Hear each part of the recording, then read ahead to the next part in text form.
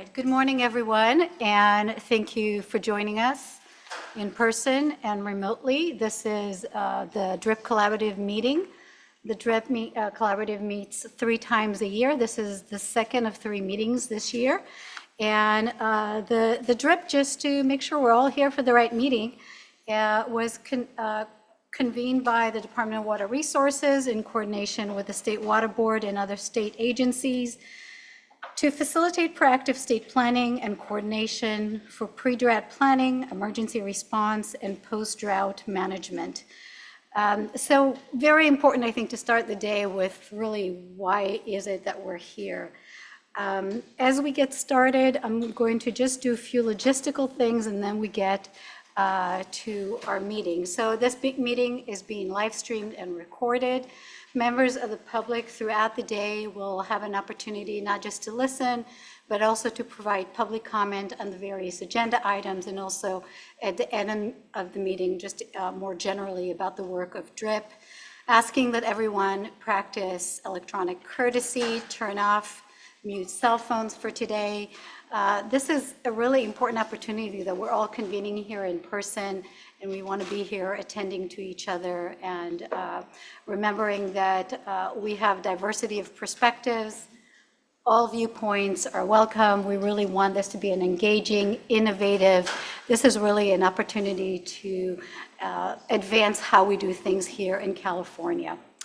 My name is Orit Kalman. I'm a part of the development team. Really very grateful to be coming back to be part of this effort. A lot of the facilitation today will be done not just by me, but the rest of our development team. This is truly a collaborative team effort that we prepared for to support your conversation. Some logistical things here in the room. I thought there was, there we go. Anthony is holding their 2 passes. If you need to get out outside of this area to get back in, we have passes for you that you can just grab from the table. Restrooms are just outside the door. Also, when you are speaking, please make sure to push the button and point the microphone so everybody can hear you. Let's see if there's anything else. Yeah, so that's it for just logistical things.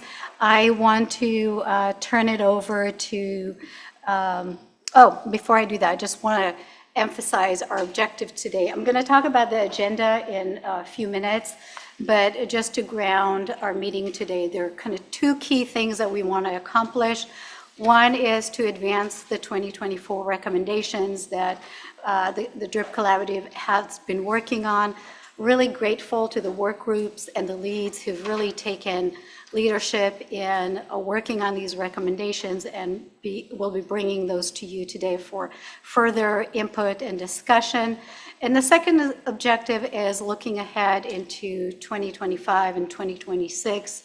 Want to start thinking about the additional focus areas that have been identified in past meetings, and we'll hear from subject matter experts today, and we want to see how we can move these forwards and inform potentially problem statement development. So these are our 2 objectives for our long day today.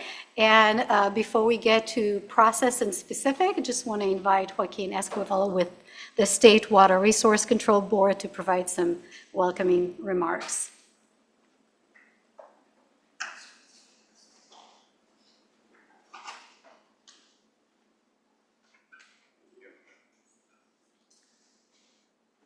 Thank you, and good morning, everyone. My name is Joaquin Esquivel. I have the honor of serving as the current chair of the State Water Resources Control Board. I've been to, I think, a couple of the convenings here. I've had Andrew Altavote, the head of our SAFER program, actually standing in for a lot of the meetings here, and so he's been participating, keeping me updated, and importantly, just an incredible amount of thanks. You're all very busy, you all have a lot of work going on, but the discussions that are going on in this group are incredibly important to continue to prepare us for what we know is the inevitable onset of drought again here within the state. And when I think of the last couple of decades, and especially this last 10 years, there's been an incredible amount of work and movement to better support communities during drought times. I think we all well know the 2012, the 2015-16 drought caught the state a bit flat-footed when it came to dry wells, when it came to the impacts to communities through the intensity of that drought, where we struggled. We struggled to be able to meet the challenges that folks were facing and being able to just even provide interim water on a regular basis. We did a lot of learning then. Our long-standing now partnerships were developed quickly then and suited us well as we went into this last turn of the drought. So these last couple of years we've had here where we've had above average and just above normal water availability across the state has given us some space, much needed space that this group has been able to fill with continuing to flesh out how best do we support our most vulnerable communities throughout the state. What comes to mind, especially our domestic dry wells. Just yesterday, actually, we had our Safe and Affordable Fund and Safer Advisory Group meeting. A number of similar participants there insofar as the makeup of the groups here. And a lot of discussion was brought up around domestic wells and what are we doing? How are we getting ahead here of the next drought for those wells and even addressing those wells that are still dry from even that 2012 to 15 drought out there? So the work again that's being done in this room, the conversations, the shared responsibility that we all have here, both as state agencies, as local agencies, as nonprofits, as local leaders, is just really appreciated because the reality is that the resources it's going to take to really address these challenges into the future are going to require all of us to continue to work better together and to best understand, the landscape in which our efforts are all collectively actually addressing these challenges. And so, people come front of mind first and foremost, but there's a lot of activity, as we well know, that happens during drought years that we need to do better for the environment as well. Again, it's really about all of us here better collectively owning what we know will be drought conditions that are only a matter of time that we find ourselves back into. So just really appreciate the continued synthesis that's happening in this room. And of course, as I said, the shared responsibility I know we all feel for vulnerable communities and for just the challenges that droughts bring here before us. The State Water Board here through Self-Help Enterprises, and very thankful for the partnership, are still providing hauled water for thousands of homes. So although folks may feel drought over, there's plenty of the reservoirs are full, we know that the lasting impacts of drought have a long tail, and as again we've seen can actually compound into then future drought periods. And so again, fortunate that we have this space. It's very unique, I feel, even across the nation. Just the amount of ownership and work that's gone on to be able to bring us to where we are now, let alone how we do better here into the future. So I'm glad and looking forward to our discussions that we'll have here on really solidifying here for the group. What are the projects that we can execute on that are most important to move forward with now? Even as there's discussion, and here we'll get into it in a bit, around ways to improve the law, SB 552, which brings us all here, and other ideas. I think we have a lot on our plate, and it's going to be really important for us to prioritize the work products we think we can actually get out from this process and this consensus, knowing that again, even in average years like we've had right now, it's hot, it's dry out there. And there's a lot of vulnerability within our communities. And so the more we can focus all here together on the products that we're going to be really developing and get those across the finish line, I think the better off we'll be all be collectively in addressing these challenges that we have. So just huge amount of thanks. Looking forward to our discussion. And I'll give us back about 5 minutes since we started a little late. So thanks, everyone. Good morning.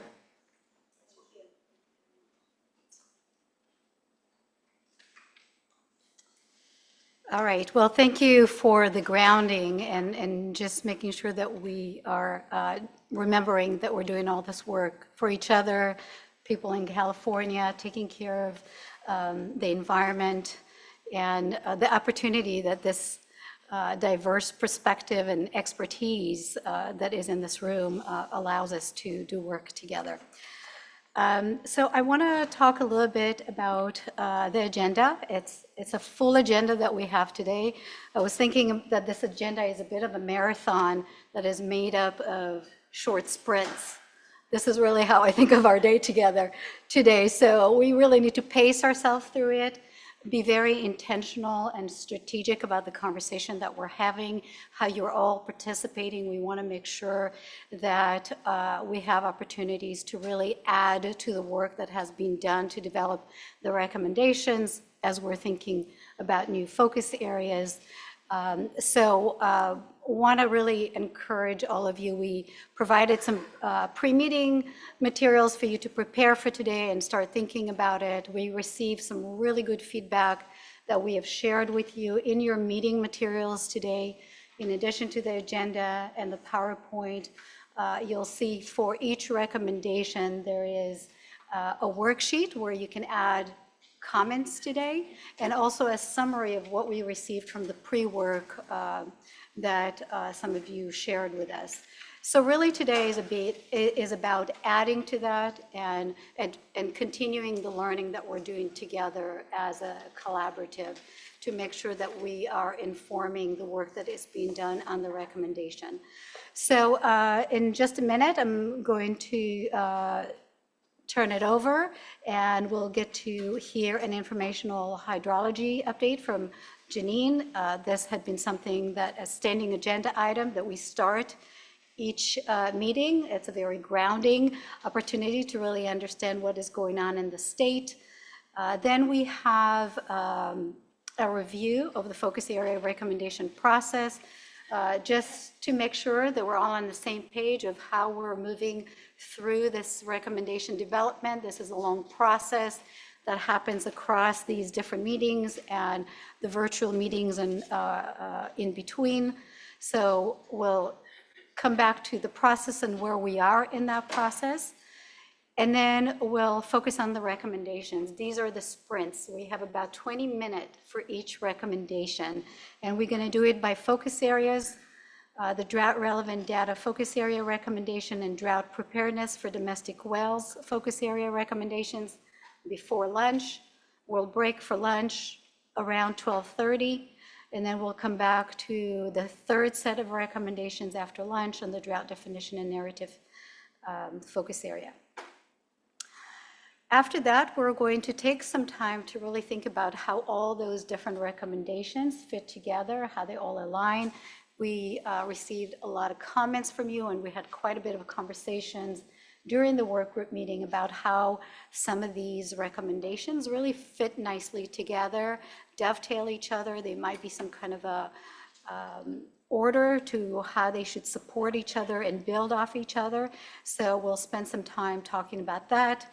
And then after a short break this afternoon around 2:45, we are going to then switch gears and talk about the opportunities to engage in new focus areas in 2025. So again, very quick presentation followed with short discussion, and really looking for input from you about what might be challenges or opportunities that you see where the DRIP Collaborative can be of added value.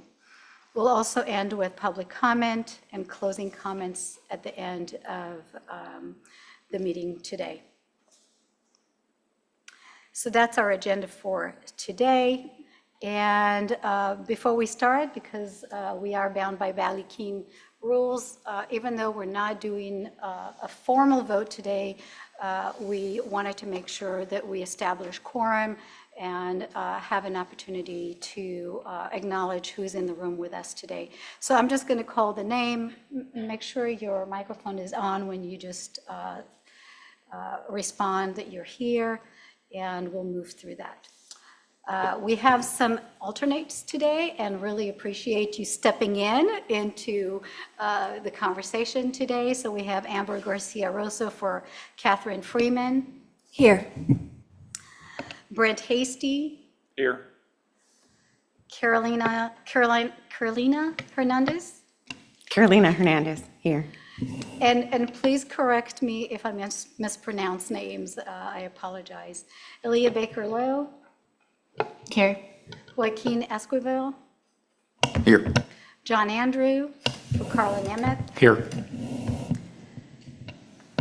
Joshua Grover, Here.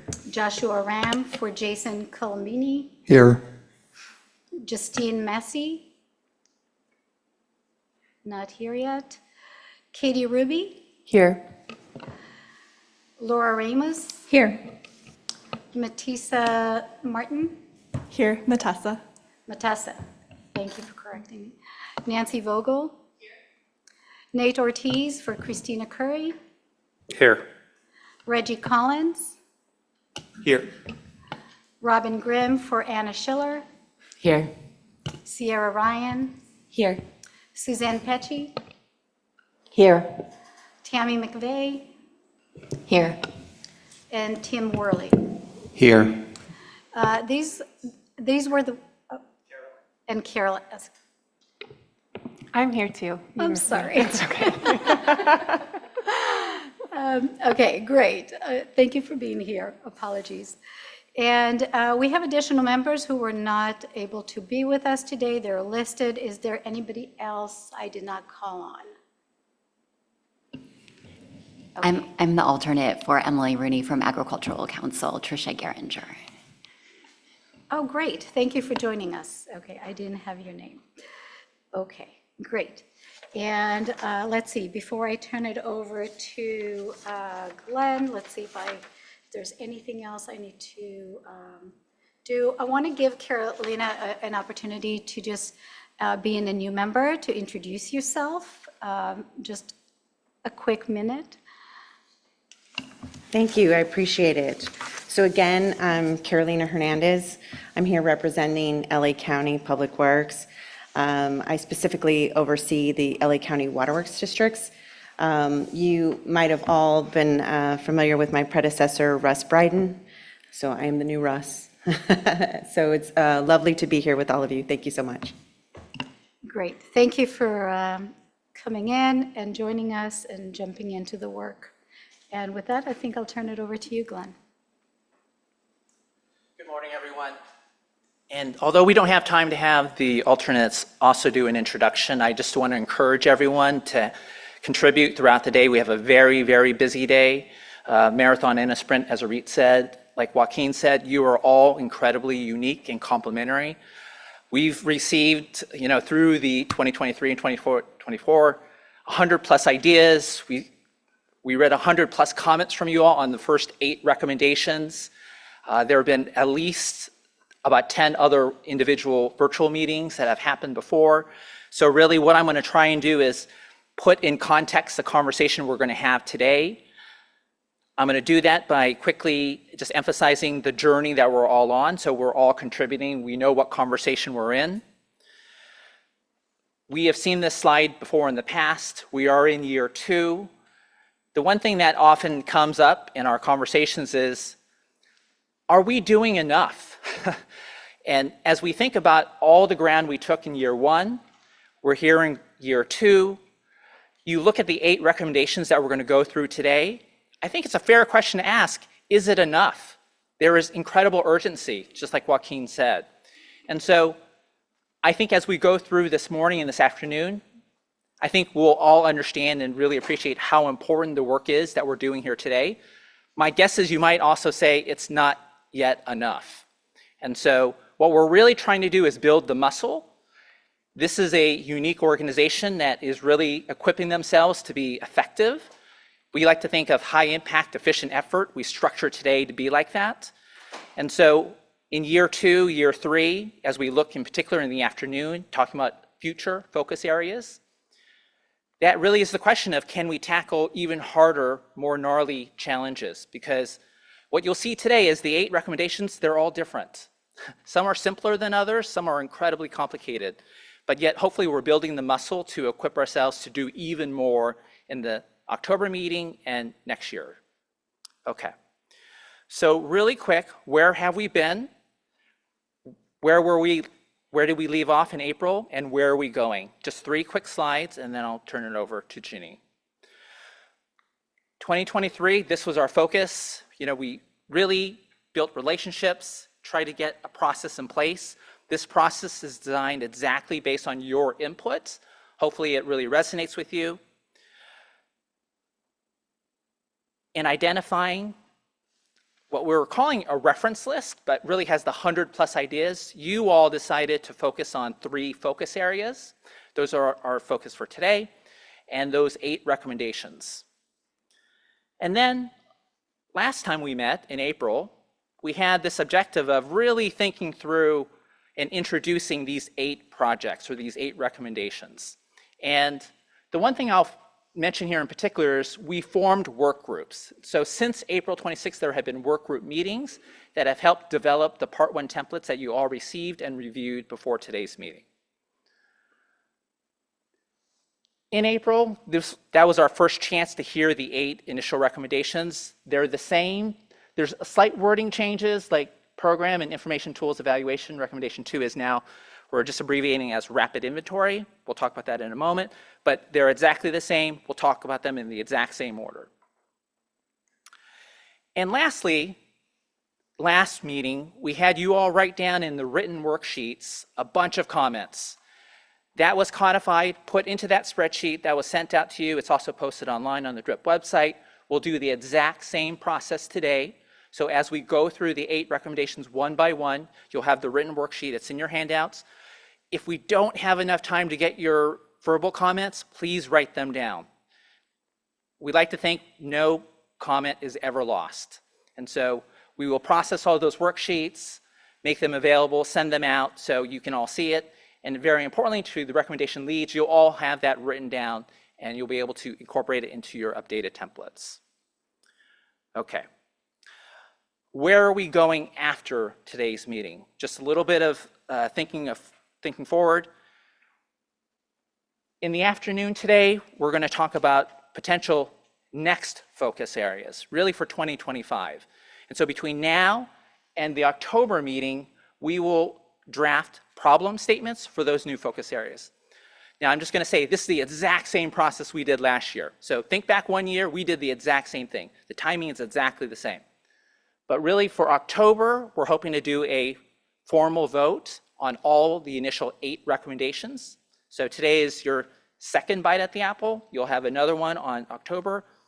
And we'll also review those draft focus area problem statements for the next year. And then that will tee up our conversation for April of next year, where we'll repeat this process just like we did this year. So very parallel, very similar, exact same process. The one caveat is, for example, if there's a recommendation today and on October that you feel we're just not quite ready, then in that case, we'll likely postpone a formal vote on that recommendation and maybe do it in April. So we will pace each recommendation and its vote consistent with what discussion is required to be had. Okay, so that was a lot, but that's hopefully all the process for today. Any questions before we turn it over to Janine? Tim. I'm not sure if this is I guess this is a question more than a comment. The recommendations from today that go forward into next year, is it correct to assume that the DRIP Collaborative will continue to move those forward? The ones that are listed showing, 2 to 5 years or longer, and also consider taking on additional recommendations? Is that the idea? Or do those recommendations from today move somewhere else? I mean, not from today, but Yeah. through our process through October. Yeah, terrific question. Who implements the recommendations, kind of a paraphrase. And as October, that formal vote occurs, there may be some recommendations that we don't really discuss at much length after that October meeting. Potentially a state or local agency might adopt and implement those recommendations. It is hoped that DRIP would, over time, track the relative progress of all recommendations that are approved by DRIP. But in many instances, DRIP itself will not do the implementation. I'll also add that recommendations are always rolling. So there will definitely be more recommendations, 9, 10, it'll keep on rolling on. In fact, if you wanted to do additional recommendations on the initial 3 focus areas, the data, domestic wells, or definition narrative, we could introduce those as well. It's really all up to you. It has always been DRIP member led, and so to the extent that you want to continue a discussion or revisiting a recommendation, we can certainly do so. Great question. Okay. Anything else? Other questions on the process? Otherwise, I always like to say it's Janine up for a master class on hydrology. Okay, Janine, please come on up. I would say a lot of superlatives about Janine, but you all know her by now.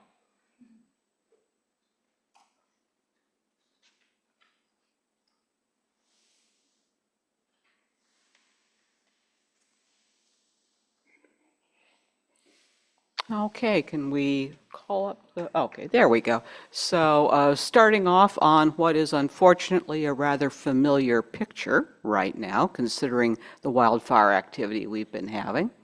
So bottom line for this season is that California is really abnormally average in terms of water conditions.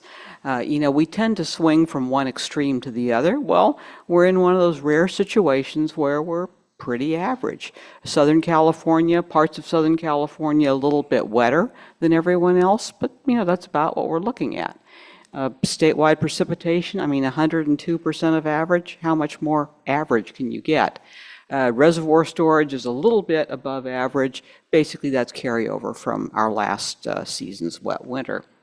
USGS California runoff, they have not updated it for this year so far, so we're just seeing on this graph what happened through last water year. Looking at groundwater levels. Now, don't get too excited by all those green dots, because this is an annual percentile based, and the wells that are used for this record have relatively short records. 10, 20 years maybe. So while we had a lot of positive changes at a 1-year time step, if I were to show you a 20-year version of this graphic, it would look very different, and we would see lots and lots of red dots. And also the way this graphic is designed, the category with the greatest number of dots plots on top, so to speak. So in a sense, you're seeing a somewhat biased viewpoint, and you're seeing all these green dots, but not seeing the underlying red dots that basically say that over the long term, we're way down. Temperature. So striking departure from last year, which was abnormally cold for the 21st century, we're a little above average, but we're actually not sweltering for the first half of the year. By the second half of the year, who knows? And similar situation across much of the western U.S. We're warmer than average, but not at record warm temperatures.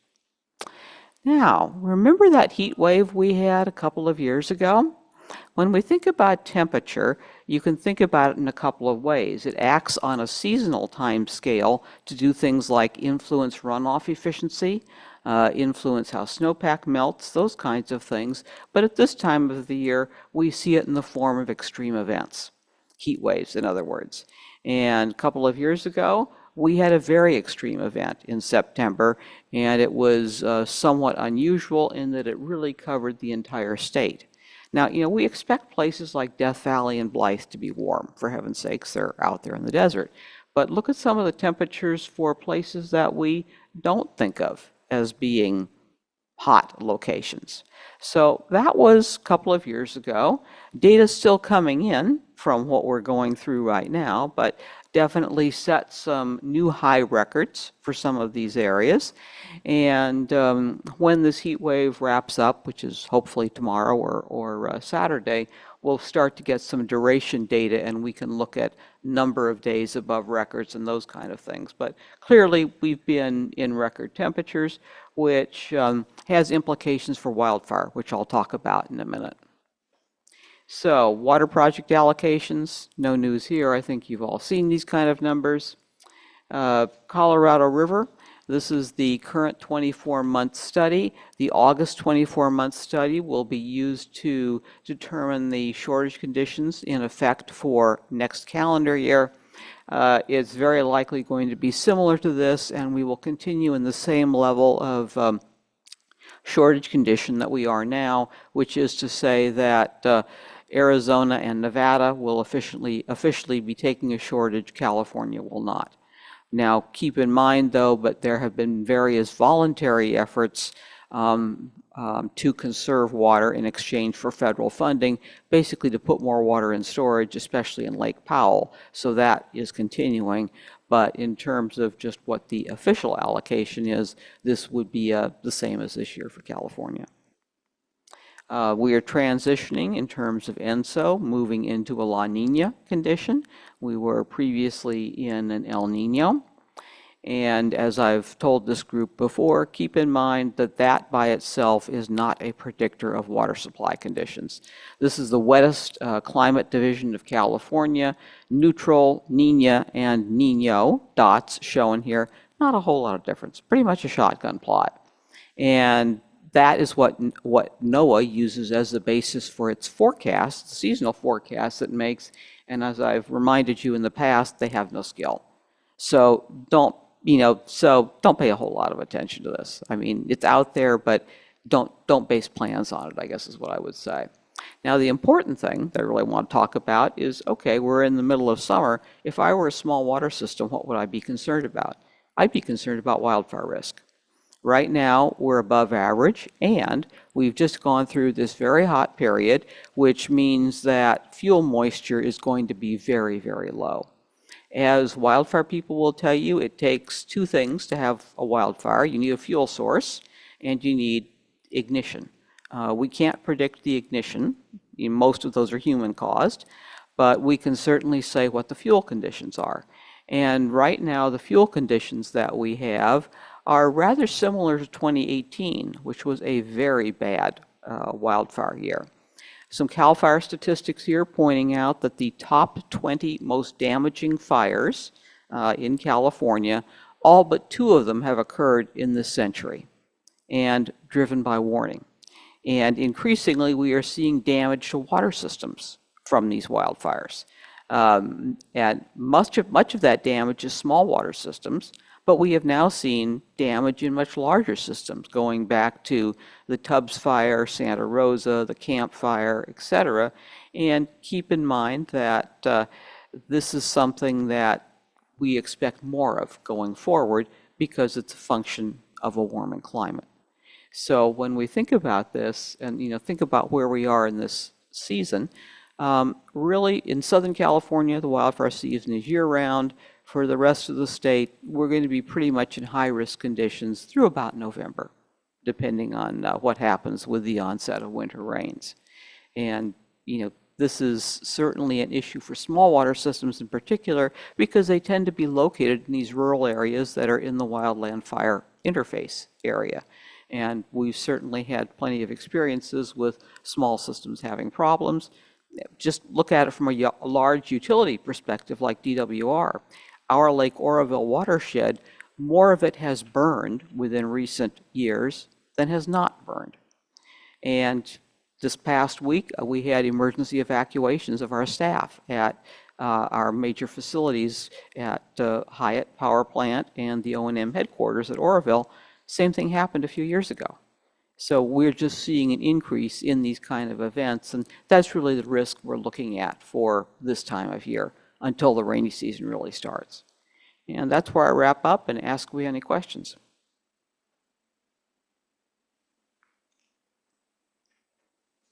Or have I sufficiently depressed you? Thank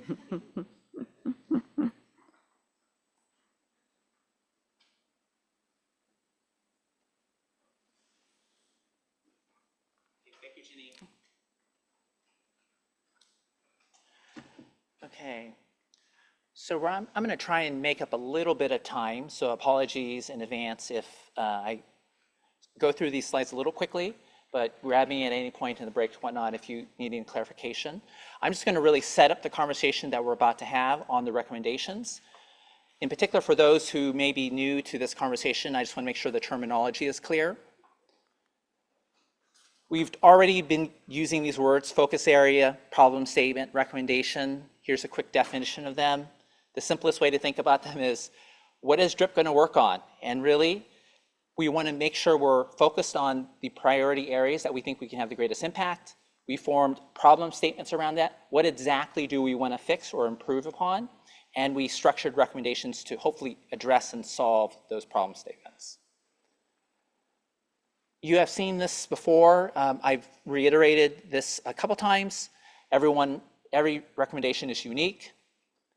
We will work through these. They're hopefully consensus driven. We'll see, as today we do our very first straw poll, and then looking forward to the formal poll in October. But that's really the spirit of the conversation. A little bit of a busy slide, but you've seen this before. We are in the middle column, essentially the second of the third meetings for the year. In particular, we will be reviewing the first part of the template. Those templates are what we use to structure each of the recommendations. That way, all 8 recommendations look the same, essentially, at least are structured similarly. And we will be looking forward toward the last column, which is the October, the final review, a formal vote on the recommendations if we're ready. This is the one-sentence summary of the 8 recommendations that we were tackling today. You'll soon see we'll have the exact same process. Orit will describe this in just one moment. We'll start from the top: data, domestic wells, definition, and narrative.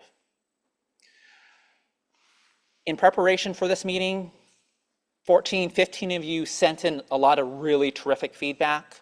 That's in your handouts. One of the themes that came through loud and clear is the relationships between the recommendations. And so, using your own words, a few quotes from you all, in particular, the rapid inventory and its relationship to the drought indicators and metrics, the relationship between those two and 6, 7, 8, the white paper, communication program, and drought case studies. The fact that many of you felt like, wait, maybe 6, 7, 8, they should be done together, or they're certainly all related. So I just wanted to say, it's kind of like 2, then 1, then 7, done concurrently with 6 and 8. That's kind of our shorthand. And so I think there are over 20 comments that were submitted saying, well, this relates to that. We definitely heard it. And we will try and tackle the recommendations consistent with that. Feel free to add and build on that during the conversation, but don't feel the need to restate it because we 100% have heard you that these are related. Okay. Part 1, Part 2 templates. We are focused on the Part 1. In particular, the Part 2 keeps on coming up. So of the 100+ comments I read, probably the biggest, most recurring comment is funding. We can't do more work. There can't be more responsibility without addressing the funding. We built that into the Part 2. Having said that, I'm not sure we'll be able to solve the funding problem between now and October. Let's be realistic. But to the extent that you all had a lot of really good ideas of, hey, let's be really thoughtful on, for example, what is the cost? What's the ease or the difficulty? What's the impact? There's a way of thinking about these recommendations where if we have to triage based on funding and costs, we can think about these in a real strategic way. So again, I have no doubt that we will talk a lot about funding today. Rest assured that part of October's meeting is really intended to be that because they'll have finished the Part 2 template that talks about funding in each of the 8 recommendations. But yeah, rest assured that's one of the topics will definitely come up today. Another thing that keeps on coming up is the relative depth of the details of each recommendation, just like the breadth, what we were talking about before, the relationship. And when I say depth, I mean, well, as we all hear, the devil's in the details. And so we got a lot of feedback on people saying, I really would like to support this, I just need more details. In fact, Orit will describe in a moment, the voting that we instituted, the 1, 2, 3, it's significant concerns or some concerns need more detail or I can support as is. But a lot of that has to do with, I just need more detail. These are really meaningful recommendations that you've recommended, and some of them, we just don't have enough detail quite yet. In fact, we got some really good feedback from a few of you that said, maybe we should standardize a base level of detail in each of the recommendations, and we're not quite there yet. So rest assured, we'll try and do that as well. taking all the input from today that we hear from you. Okay?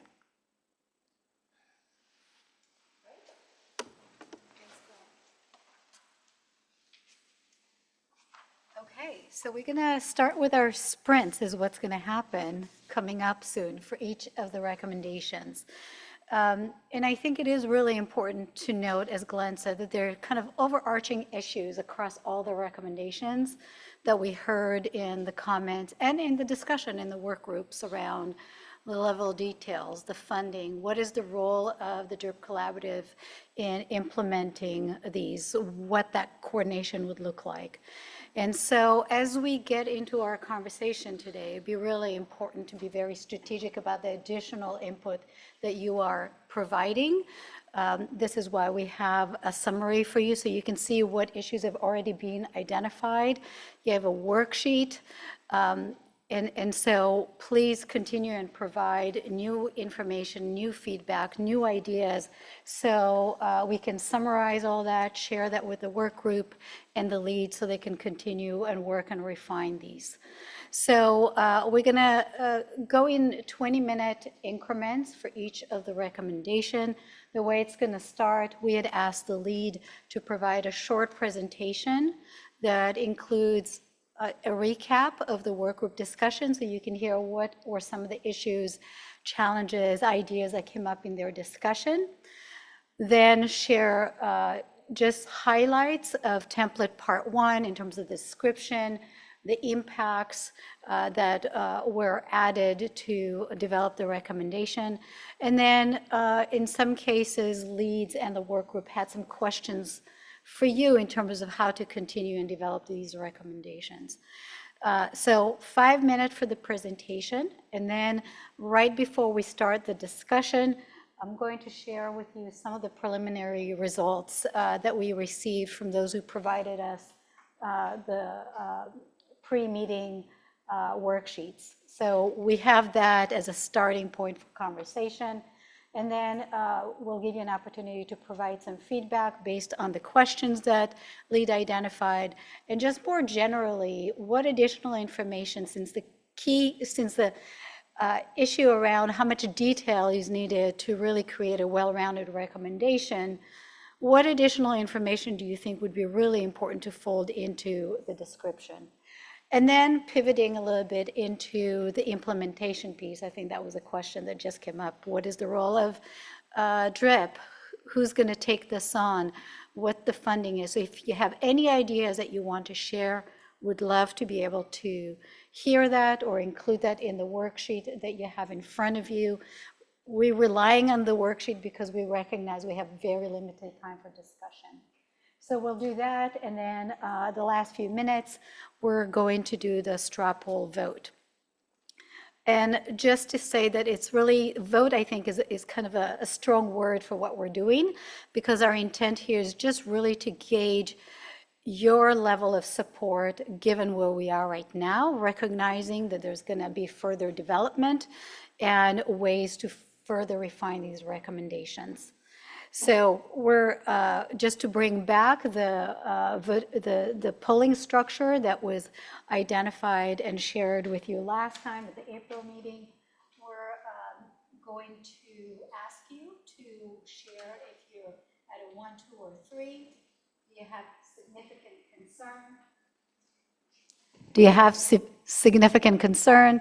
And therefore you don't feel that the way the recommendation is currently described and developed is something that you can support. So we're going to come back to those who vote as a 1 and say what can be done to change that, what additional information is needed. Then 2 are for those of you who have some concerns, but you can see how further development might make this a strong recommendation. And 3, and we have some of those, as you can see from the summary, where you feel that, you know, this recommendation is really good. Let's move forward into the implementation and development part of this recommendation.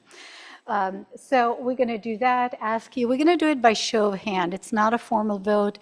We just want to gauge where we are right now, and that would inform the work of the work group and the lead. And then in October, we'll do a final vote. And we recognize that some of these recommendations, if they need more work, may even continue on into the April meeting.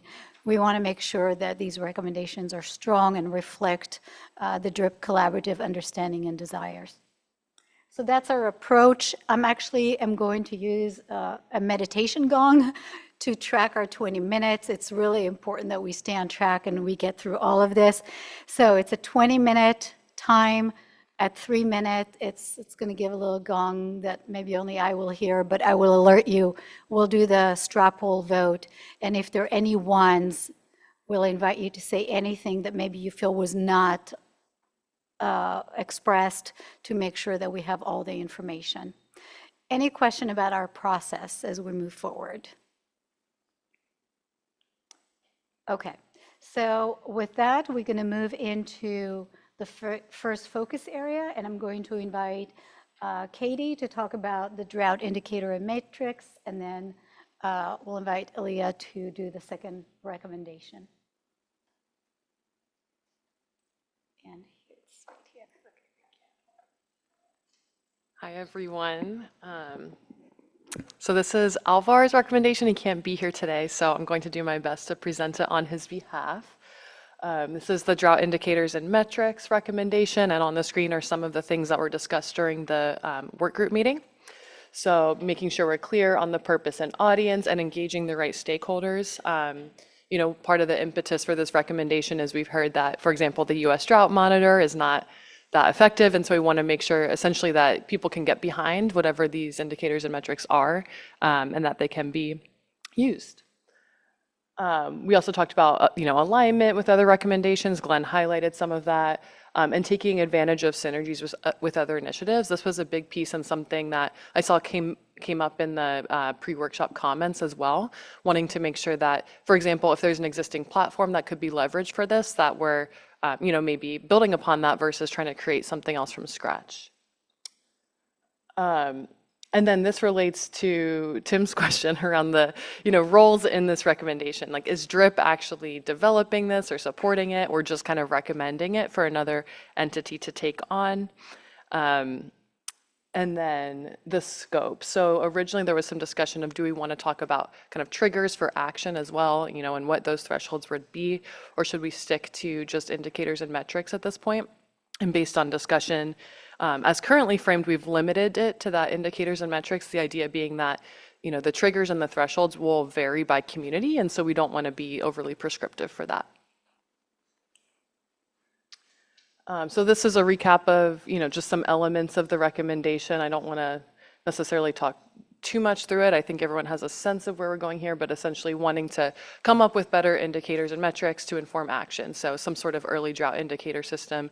And this could feed into some sort of communication strategy down the line. There was some feedback in the comments around, confusion or clarity. I guess I'll say too, there was general support for this recommendation, but with some requests for additional clarity, really particularly examples for what some of those metrics might be. And so I asked Alvar, this is a slide he prepared that's essentially like a mock-up of what this could look like. And so you can see here some example metrics that might be considered would be things like precipitation and stream flow, but not just kind of the hydrological piece, also looking at things like imported water and storage. So taking into account kind of the unique plumbing of California's water system to get a more accurate view of drought in an area. And then also breaking it down by sector. So you can see there's kind of urban communities, small communities, agriculture, and ecosystems. And so recognizing that each of those sectors might be experiencing drought differently at a given time. So, ideally the indicators and metrics could then feed into something like the communication platform that Tim will be talking about later today. Okay, so implementing parties and alignment. I'll say most of the comments that, or the discussion, I'm going to skip to the discussion questions, so that's okay, because it relates to implementing parties and partners. I think that was really a big question of this, right? Like, is DRIP involved in the, or to what degree is DRIP involved in this? And something to keep in mind is Alvar has a research project underway. It started with Public Policy Institute of California. Now he's continuing it at UCLA. And I think, he has been cautious or hesitant to kind of recommend his own work, but that's something we want to think about, right? Personally, I would propose that we kind of lean into that existing effort versus trying to recreate a similar thing from scratch. And so the question is then, what is DRIP's role in this? Is it enough to kind of, maybe we provide some additional detail in the recommendation template to provide examples, but then really kind of lean on that research team to drive the effort? Or does DRIP want to have more of a hands-on role in shaping, what those metrics are? And so that's, I guess, a question that would be good to discuss with the group today. Yeah, so do we want to actually be like defining what those metrics are, or maybe just providing some examples of what have already been identified through Alvar's work and then kind of elevating that?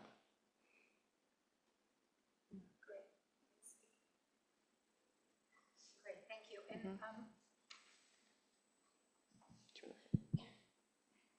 maybe does this work? Oh, yeah. Okay, great. Okay, so I'm just wondering if you want to stay on to answer any questions. I'll do my best to answer. Okay, but before we do that, thank you. So I'll switch with you so you have a microphone. But before we do that, just wanted to share a little bit about the responses that we got from you in terms of initial support for the recommendations. You see these are mostly 2s and 3s, so a lot of support for the importance of this recommendation. And in some way, the comments that were provided are similar to the key areas that Glenn highlighted before in terms of coordination, making sure that we're not duplicating efforts, the type of resources, the need to have additional details. So it'll be good to hear from you specifically what that means to you. And some of that is just clarifying the scope for this recommendation, and of course the linkages to the other recommendations. So this is just kind of a quick recap of what you have, a full summary of comments. And going back to the question that you posed, and just to organize our conversation a little bit, we want to make sure that you both address the description, the issues related to scope, and what additional details might be needed for the work group to flesh out the role of DRIP, and then that, of course, then spills into what they need to work on next in terms of implementation. So I'm going to open it up and see if anybody has any comments, responses to the questions, suggestions.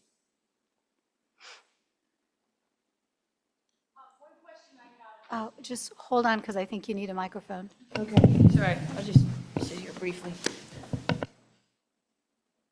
Okay. The one question I've got is the audience, right? Is this for the general public? Is this for the news media? Is this for local water managers?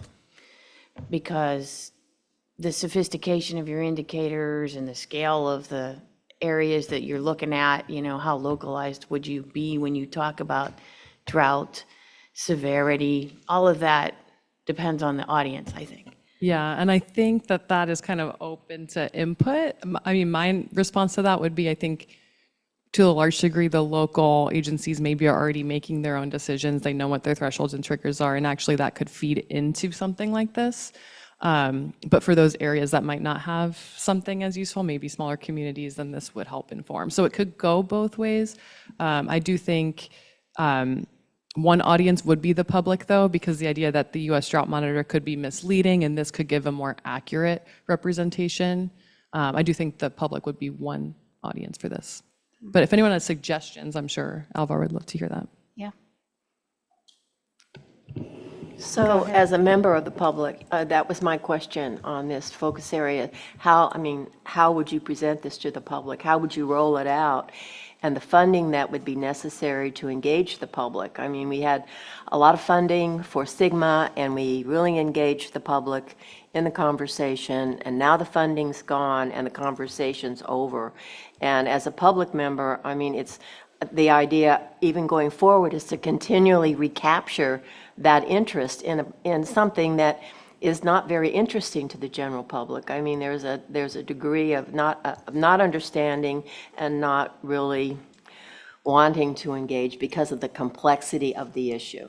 Yeah, Thank and this also, I think, ties into the scope of this recommendation versus the other ones.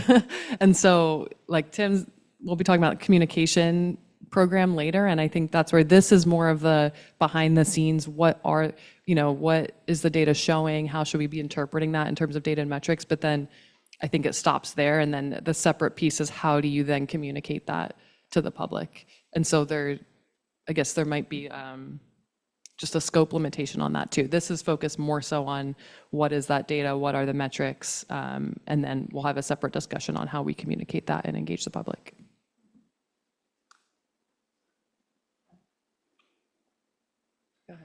Go ahead.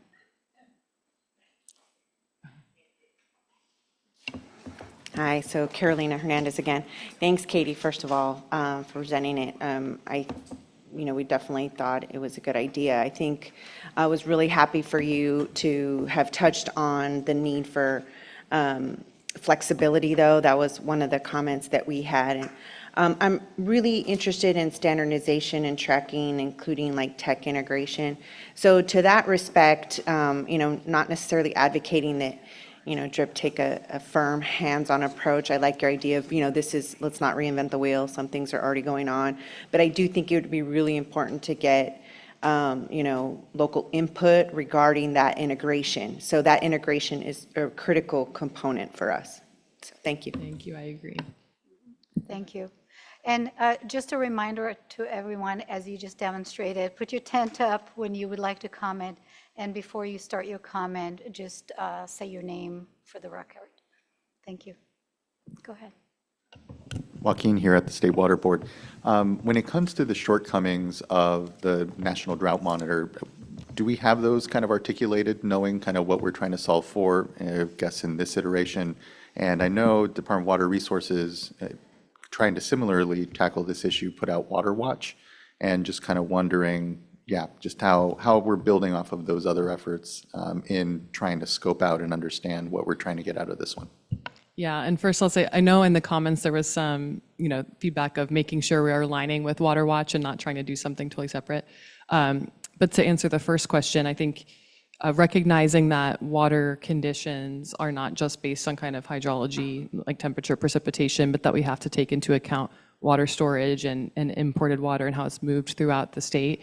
And recognizing that you could be in one community and then you step across the street and you're served by another public water system and your water supply scenario is totally different. So that's kind of what this is trying to get at, is being more specific and giving a realistic overview of what water supply conditions are in a given area for a different set of users. And so that's why there's kind of that sector specific breakdown as well.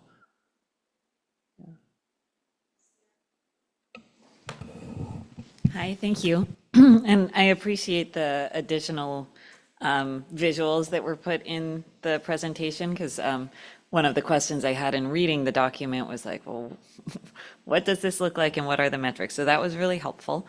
I think one of the questions, and this is really about what is DRIP's role in recommending what we recommend to the whoever ends up implementing this, is in my mind, this could be really useful in terms of when the state comes in and kind of dictates local reactions to hydrologic conditions. So there have been previous droughts where there's been mandated conservation measures and other things. And I think something like this could be really useful to make sure that those are done appropriately to the region rather than sort of across the board. And I'm wondering how do we capture stuff like that? It's not necessarily a question for Katie and Alvar, it's maybe more for the facilitators.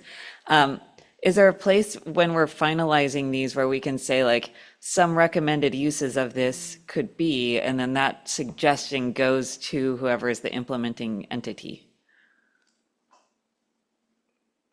I think, yeah. I know you didn't ask it to me, but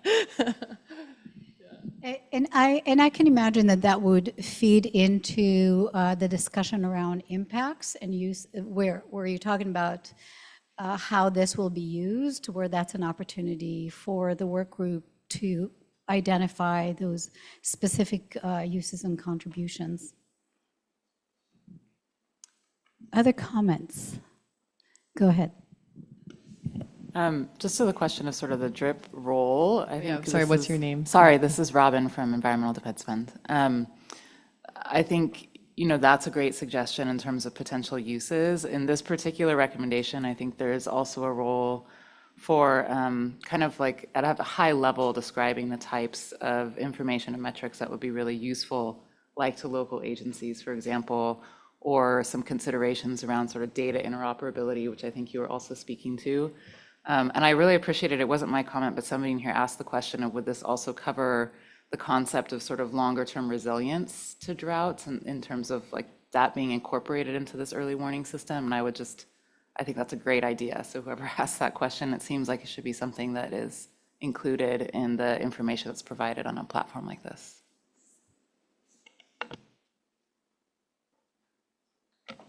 Yeah, so I mean, it sounds like maybe, DRIP can help provide then some example metrics and like kind of guidelines for how we'd want this to be used in the recommendation, but then kind of lean on someone else to implement it. That's kind of what I'm hearing.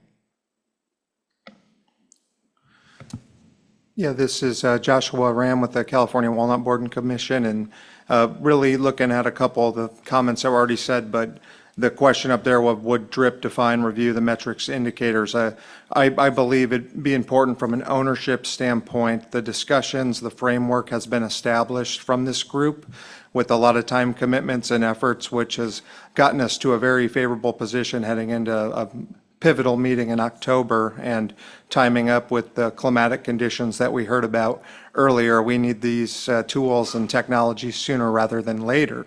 And having maybe not the full collaborative, my suggestion or thoughts would be, identifying a couple key stakeholders of the group as far as an ownership standpoint, some subject matter experts that could be nominated by ourselves to continue to own this through to the end, not only on the recommended side, but also the implementation side. So just wanted to have that follow through and ownership, and if this launch is successful and piloted out to work through some of the issues, the goods, the difficulties, and do differentlys, and that will also help promote further engagement with stakeholders across all the diverse groups that are represented here. So continuity is key, and being successful and sustainable. Definitely. And I know we do have a work group on this topic, and so maybe that's like an open invite too. If anyone's not on the work group and wants to join, maybe that can be an option as well. I like the option of inviting others to join the work group and continue and contribute. Really appreciate all the comments, starting with the comment around who's the audience for this. I think that's going to come up in several of the recommendations. Who is this for? How will it be used? How will you ensure that there is kind of a continuity and ability to continue and fund this so it stays relevant and useful, especially as I think Suzanne mentioned that audience is not always paying attention. And so how do you make sure that it's useful? So very helpful comments, and we'll capture that and continue that discussion with the work group. Our next point of business is to gauge your support through the vote. So I'm just going to ask for a show of hand, and we'll track that. Glenn, will you be tracking the numbers? Okay, great, thank you. So we're going to start with 3, which is those who fully support the recommendation as currently presented. And, go ahead, Tim. Maybe just a comment about my voting. Yes. A lot of these I had given a 3, but with the caveat that there is a lot of implementation detail that we don't know yet. So I think that's just worth noting. Yes, actually, that's really an important comment, that we are at kind of a midway point in the recommendation development. The template has two parts. The first part that we just kind of went through is the description, and the second part is those implementation questions. And so at this midway point, we're really just looking for a nod of strong support. Some more work needs to be done, and I just don't think that this is going to be a good recommendation unless there's some significant changes, right? So it's really a midway kind of check-in with everyone. And this is why we're just doing a show of hands. We're not really tracking individual votes at this point, but we just want to inform our progress on the recommendation. So starting with the three who feels that there is sufficient information, description is clear in terms of what is the intent for this recommendations, acknowledging that the implementation questions still need to be developed moving forward between now and October. Show of hands for threes.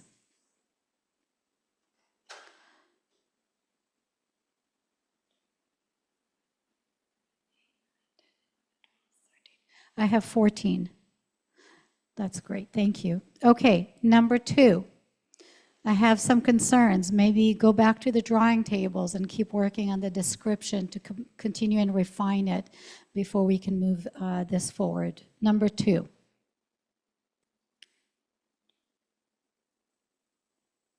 Seven votes. Okay, thank you.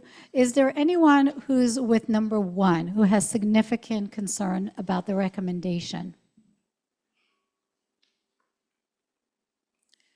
No one's. Okay, great. All right. Well, thanks, everyone. And the gong just went 20, so we did it. And we're ready to move to our next recommendation. So I'm going to invite Leah. And thank you very much, Katie, for presenting and filling in.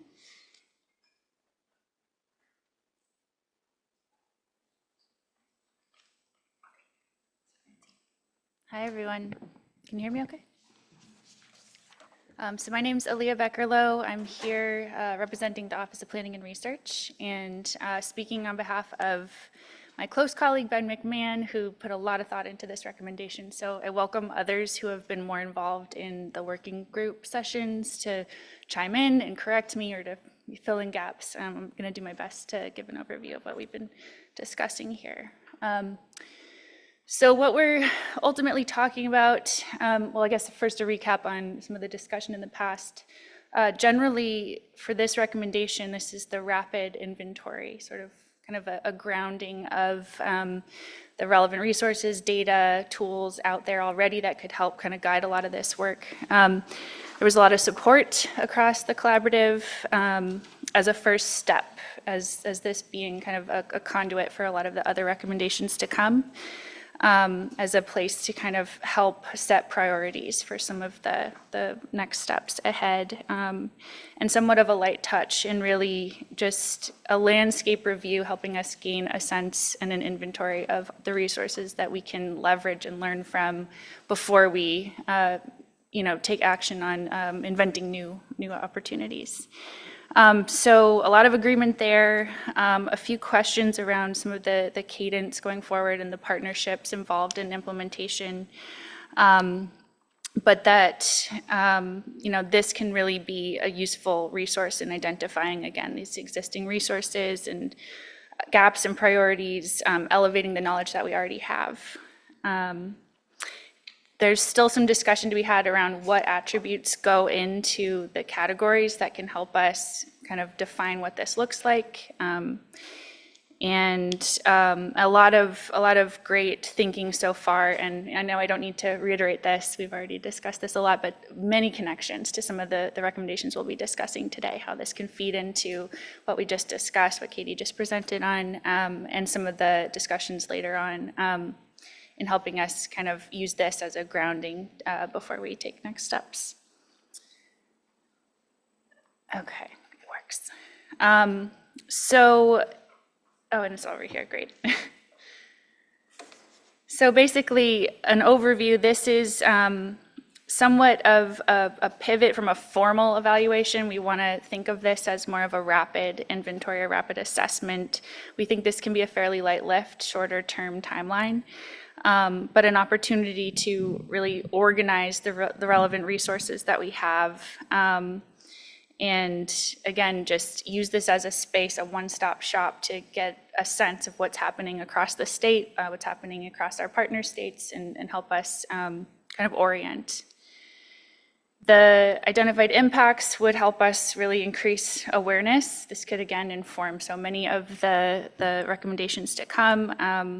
It would be very valuable to have kind of a single inventory of the tools and resources that we can learn from and leverage in this work and in these conversations. It's an opportunity to identify those gaps. So kind of, again, just a space to bring us all together and really assess what we know, what we don't know, and how we can use that in our work and in our discussions going forward. The implementing parties, there's a little more discussion needed, so really curious to hear if folks have thoughts on that today, about who these partners could be. OPR can certainly support in playing a role here. We have some great resources and partnerships through the ICARP TAC, the Integrated Climate Adaptation and Resiliency Program, and opportunities through things like we're developing a vulnerable communities platform that could be a great source to leverage here, but want to consider who could really support and be tagged as partners in developing this resource. There were some discussion about process, and so some agreement on kind of let me see, excuse me, agreeing on a data schema. So documenting the resources and possibly developing this new system to solicit suggested resources. So potential for a survey. So kind of what are the avenues that we can use to feed into this resource. There are a great many connections, as I mentioned, to some of the other recommendations that we've been discussing. I think the first and primary connection is the indicators and metric recommendation, of course. So this could be sort of a grounding in helping us get that inventory of what's out there already, and then we can kind of build from there. But there's also connections to some of the narrative discussions that we've been having, like how do we even define drought? And we'll be talking about that this afternoon, of course. But this could support those discussions as well. So helping us kind of get a grounding in the various ways that we're defining this across the state, what those tools and resources could be, and then we can kind of have clearer pathways after kind of compiling all these resources in one place. And we think that this could also be an opportunity to create a shared resource. So there's potential really to think about, potentially some sort of guidebook or an existing summary of data that could be used, not just to inform DRIP, but potentially, for all of us in the work that we're moving forward. Let's see. So this brings us to some questions. So again, one major question I don't think is reflected on the screen here, but who should be driving this? Who needs to weigh in? That's one question we have for the group. Another is how can we kind of put our heads together around the set of attributes needed to categorize this? And so in the working group discussion, and again, I welcome others to remind me or chime in if there's anything I'm missing here, but some of those categories that came up, those characteristics are around, sector, geography, time scale, links to vulnerable populations and communities. And so curious if there's other thoughts or areas of focus that come to mind that we can think through here today. And then, of course, are we missing anything? Is there any other flags or questions or concerns about this idea and how it can connect and support really the other recommendations that we'll be discussing?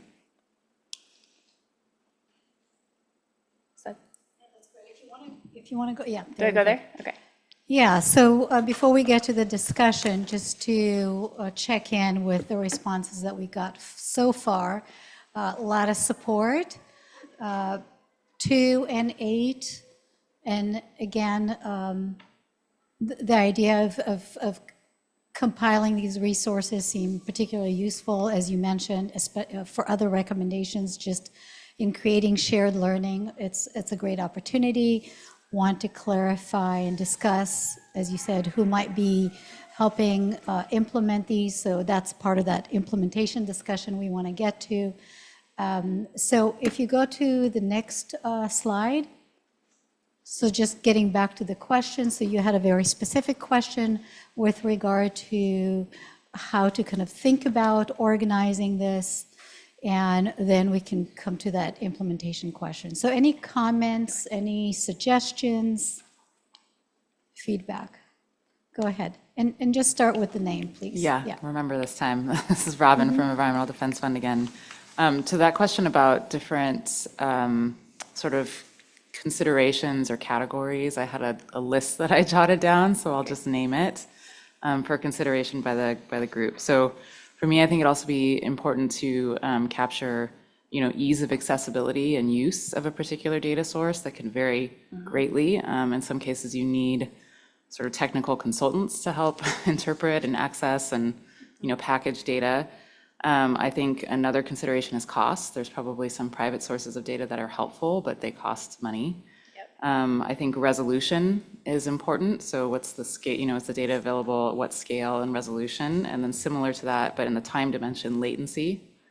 So is it available right away? Does it take a while for it to be available? And then sort of scale of availability, right? Like you have geography, but sort of, does it cover the entire state? Is it available only in certain places, et cetera? So those were things that came up for me when you asked that question. Thank you. That's very helpful. Go ahead, Tammy. Yes. Tammy McVeigh, Self-Help Enterprises. One, I just want to say thank you so much. As someone who lives in this space and is always needing rapid inventory tools, resources, I appreciate this topic. I do want to say also, as somebody who lives in this space, as rapid as the inventory comes in or the information comes in, it needs to be going out, but it also needs to be continued to be updated and reliable to the folks needing it. Whenever we get to the how can different agencies help coordinate with this initiative, I would love to see a lot of capacity building throughout the state. We get at Self-Help Enterprises a lot of phone calls for folks that are outside of our service territory. So being able to expand that capacity would also help with the rapid inventory tools and resources. Thank you. Thank you. That's a helpful comment. Appreciate it. Reggie Collins with Caltrap. I think a lot of my comments today are going to fall along this vein just because of what my organization does. But when you think about, rapid inventory and tools and resources, the one thing that I think could use some verbiage or clarification is the inclusion of, aquatic resources, ecosystem benefits, et cetera. And so just making a note under those, various bullet points under the first recommendation description. I don't think sector quite qualifies that. And then, just an open nod to the fact that, the importance of human drinking water and supplies for local communities are of utmost importance. Just don't want to miss the chance and opportunity to capture the effects on the ecosystems as well. Sure. Thank you. That's very helpful. Sounds like we have a little bit of rejiggering to do with some of these categories, but it's great. Joaquin here from State Water Board. Just to flag, I think part of the challenge will be, especially on the inventory of resources, is as we've seen, the legislature during drought times will spool up additional dollars or resources that the state agencies are able to tap, and then they go away as drought goes away. So to Tammy's point, the difficulty here will be having a tool that is fresh enough and is able to actually be really used as a resource and not quickly get stale, given often the rapid landscape of the programs that we're using to try to be able to ameliorate the challenges.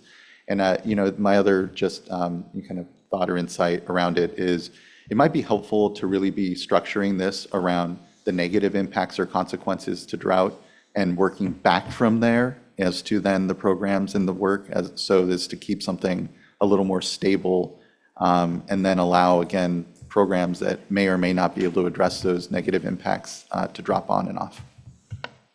Thank you, that's helpful. And I think there's some great connections with some of the previous discussion too. But yeah, it's helpful to think about how this can be used to help kind of guide and how we can frame that to guide some of those next steps. Yeah, if I can add, I agree, when it comes to the indicators and metrics, it's the other sort of thought is really, what are those negative things that, come about because of drought, and use those to kind of work back from being able to again, understand that there are, consequences that may or may not be materializing because of hydrology. Go ahead, Suzanne. Suzanne Pecci, a domestic well owner in South American Subbasin. So I really like the idea. I attended the working group meeting. As a public member, I do look at a lot of the websites, Gamma, and with relative to shallow wells, domestic wells, and water quality.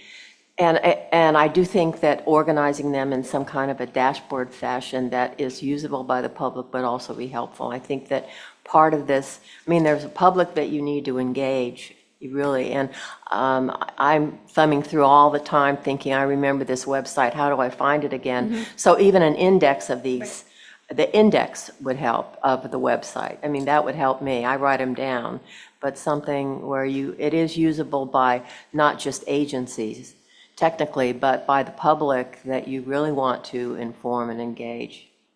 Thank you. Yeah, and I totally agree, and that's definitely it's a question. It's like, what's the format? What does this look like? It's not just what resources are out there, but how do we store it, and what kind of database does that look like? So it's a good point. Caroline, yeah. Yeah, hi, thank you. I'm just thinking about how this could align with the adaptation clearinghouse and possibly fit in as an index of tools there. Thank you.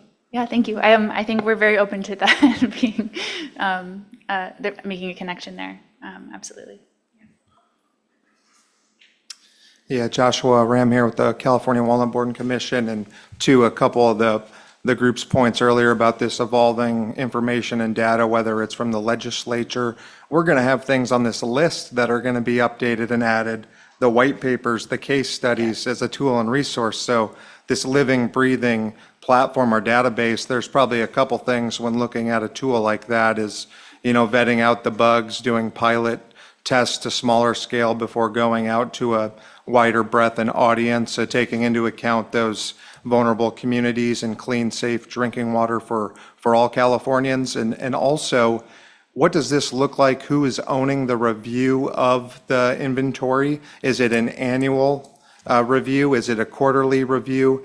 Cadence is key and critical to have the best real-time data and information to those that are going to be impacted by drought and other natural issues. Thank you. Katie, go ahead. We'll take your last comment and then we'll do our straw poll. Okay, yeah, I think that's a great comment on the review. And another thought and implementation is how do we get the word out and advertise this resource? Because that's like to Suzanne's point, it might be there and it's great, but if people don't know it's there, how do they find it? So yeah, making sure that this resource itself is very visible. Yeah, thank you. And to Caroline's point, I think, she mentioned the adaptation clearinghouses is something that OPR plays a big role in stewarding.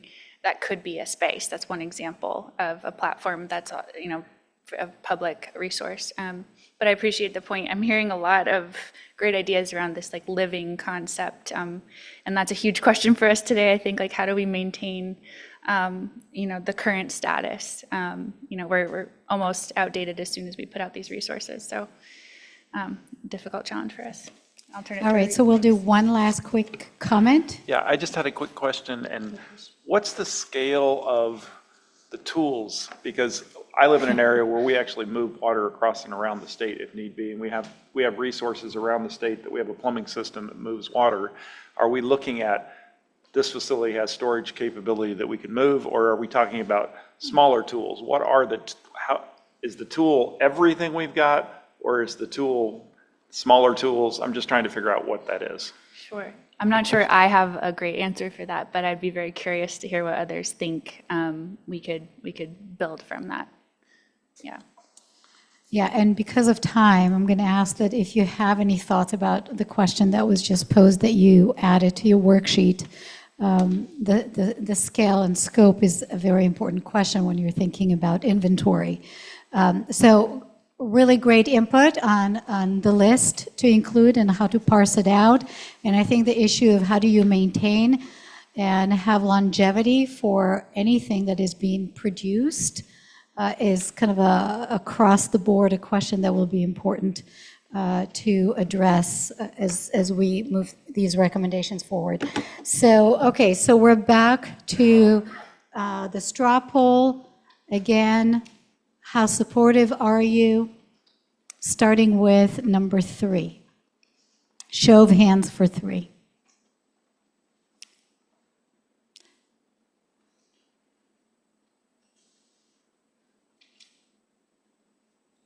I have 12. I see others are counting, so 12. That's great. Okay, number 2, still work to be done to clarify. 1. I see 8 votes. And number 1, anyone has concern with this as a recommendation at this point? None. Okay, great. Okay, well, this wraps up our first focus area. I want to make sure that there is time for public comment. I don't know if there's anyone in the room who would like to share their thoughts. And then I'm going to check online. If you are joining us remotely, you can use the hand raise, or you can put something in the chat. I'm looking to see if there's anything. Okay, great.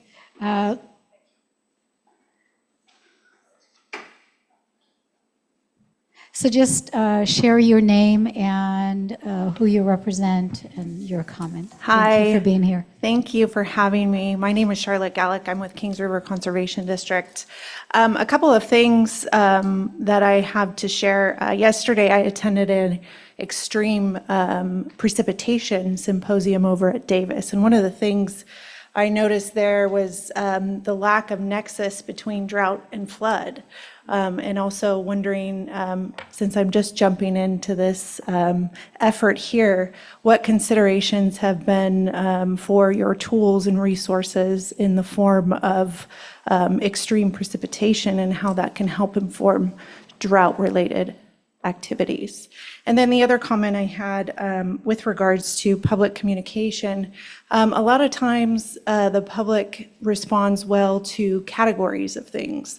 For instance, Category 4 hurricane or magnitude earthquake, and they really understand what that looks like. And then efforts to educate, this category means these actions, or this category means these actions. Some sort of level of understanding of that, and then delivering that not only to the general public, but in education and public schools. We all remember our fire drills or earthquake drills or those sorts of things, drought-related drills, and seeing those kind of granular things and activities that relates for a lifetime of information that you have delivered to the public. So those are a couple comments I have thus far, but thank you for the opportunity to comment here today. Thank you. Thank you very much for the comments. I'm going to see if there's anyone online on Zoom.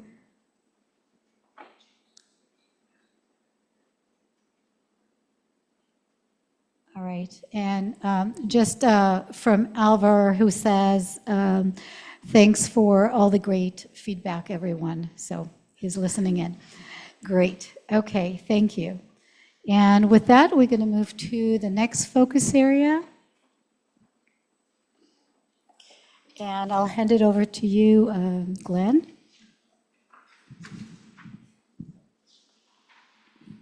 Okay, real quick, is this process working for people? I just want to make sure as we go, we've done 2, we have a few more to go. A friendly reminder, thank you for the thumbs up. There are worksheets, and so if you have additional comments, in particular, additional comments for part 2 of the template, we will collect those at the end. And so jot down written comments and we'll process those just like we did in the last meeting. Before I move us to drought preparedness for domestic wells, the next focus area, I just wanted to express gratitude for all the recommendation leads who, it takes a lot of courage to come up here and suggest these recommendations, and there's a lot of work that goes into these as well, as you can imagine, processing all your terrific comments, iterating, refining.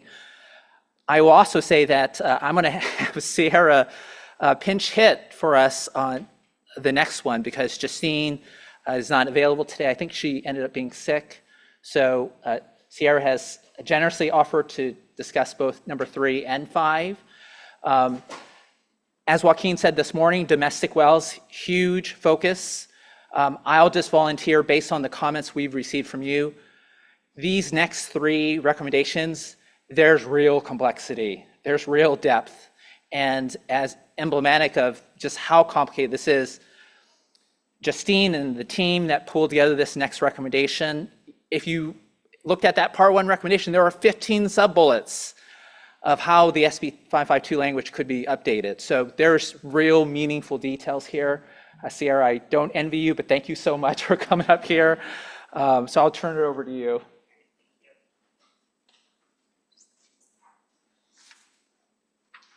All right, thank you. I only found out I was presenting this 20 minutes ago, so I haven't actually seen the slides.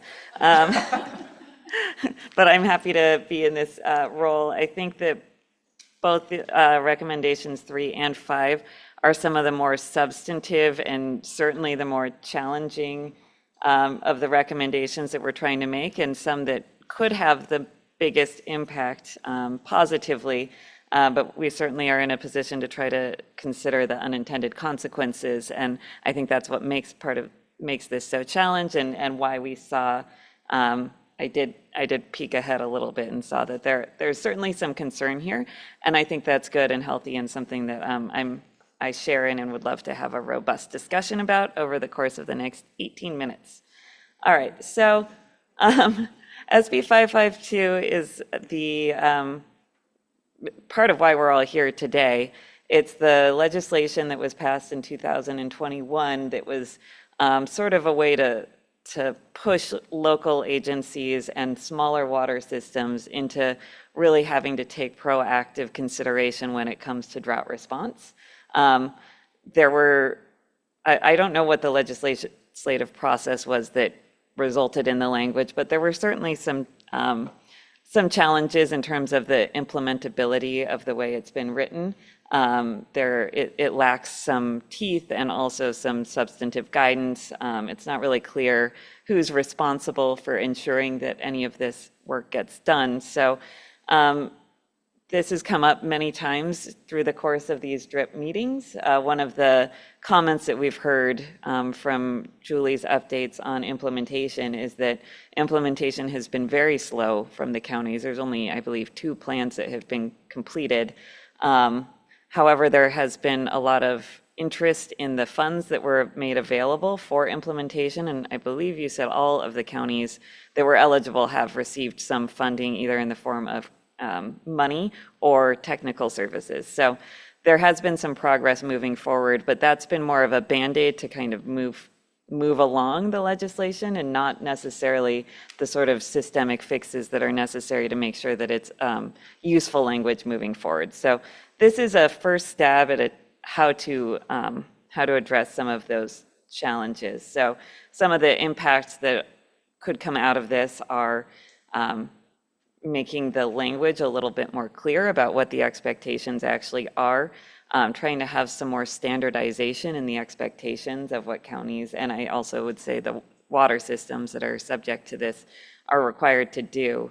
and have some sort of a baseline that can then be used for equitable distribution of funds during emergencies. If counties have good plans, then they can be activated with the help of funding when necessary. So the implementing parties for this, the actual implementation would have to be done first by the legislature making these changes because it was an act of legislation that created SB 552. DWR has been the agency. I don't know if they're named in the act, but they've been handed the gauntlet, so to speak, in terms of making sure that this goes forward. They've really been more of a technical service provider and funder, less so than at this point they aren't doing like review of plans to make sure that they're compliant. And then certainly this does align very well with, first of all, many of the other things we've been talking about, as well as some of the recommendations from the Water Commission's reports. So with that, the comments received, and I think that these are legitimate, not being the one who wrote everything, there was definitely some concern about the implementability of adding more unfunded mandates to the legislation. And I think that that is something that really needs to be addressed in terms of what DRIP is recommending and how it would be implemented. Basically, there were negotiations at the time that this language was recommended, and we want to honor what those were. And I think that there's a lot of legwork to be done, making sure that these recommendations are going to be beneficial to the people that they're meant to be helping, rather than creating more headaches. And then there's a lot of just recommendations for needing more information. So with that, I am happy to facilitate the discussion, and then I also have some comments that I want to make, but maybe I'll let other people start. So the questions here are, what additional information is needed? And I think there's a lot of additional information. And then what are the steps? What is the criteria how we can measure progress? And what resources and funding needs to be made available in order for this to actually be implementable at the local level? Okay. Yeah, that's terrific, Sierra. And not to put people on the spot, but Amber, did you want to offer a comment? I believe Catherine may have mentioned these comments prior. Sorry, this is Amber Garcia Rossa from the California State Association of Counties.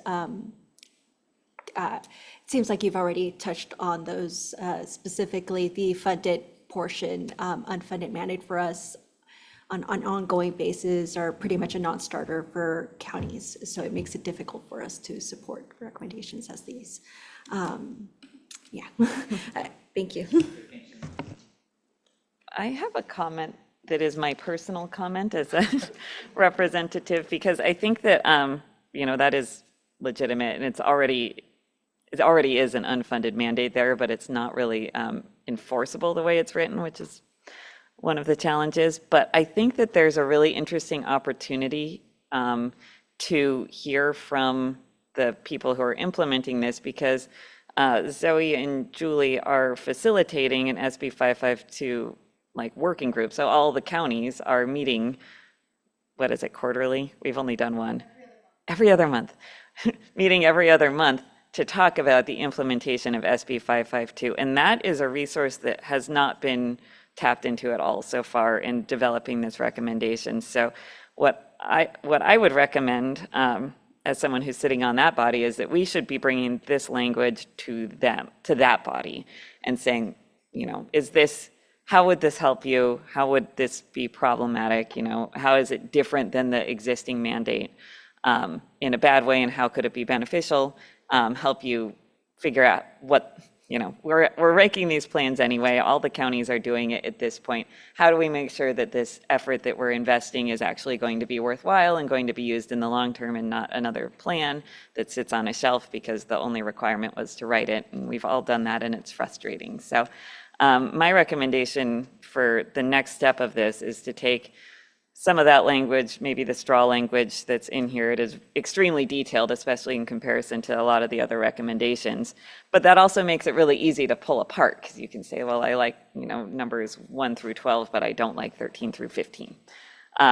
Take it to the counties, ask them to give their opinion on it now, because a lot's changed since whenever this was discussed in the legislature, including the expectation during these droughts that the counties had to step up and do something, which perhaps during the time of these negotiations hadn't been made clear, but it is pretty clear at this point.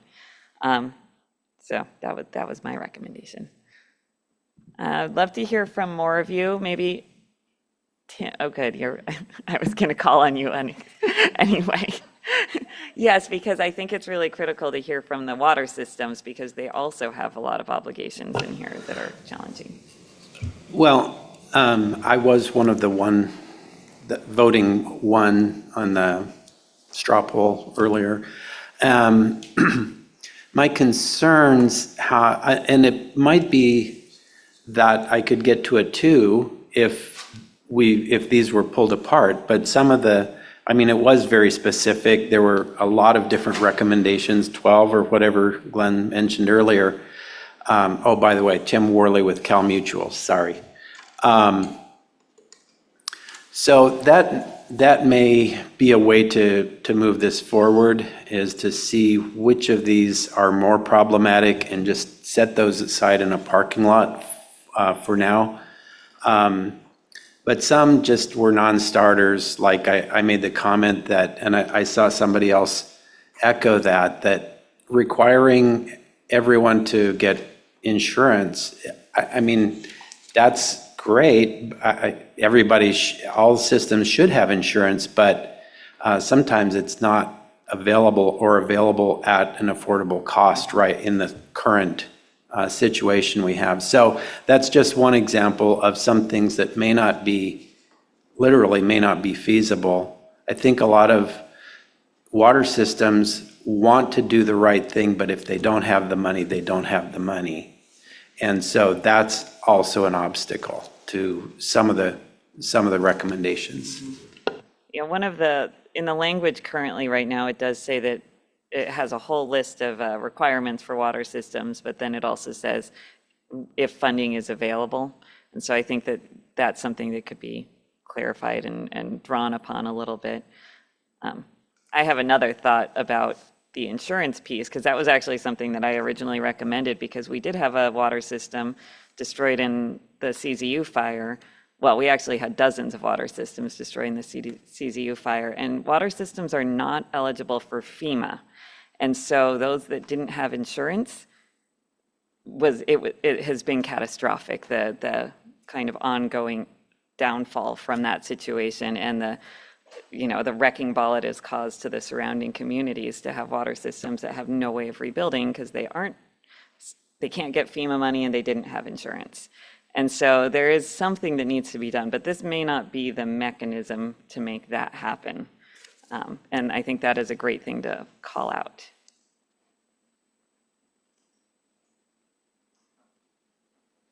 Joaquin from State Water Board. I want to just say I appreciate the thought that's been given here to try to improve the legislation, and obviously a lot of ideas on the table.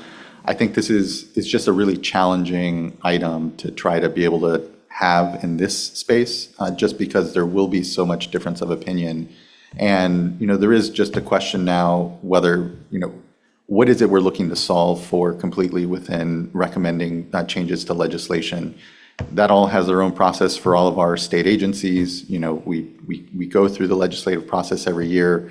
And given the already heavy lift I feel we have on a number of these other items, it really is a matter of priority and what best we set ourselves up for in success here, as opposed to setting up expectations that we'll be able to change the legislation here amongst us, and spend a lot of time trying to negotiate what that is.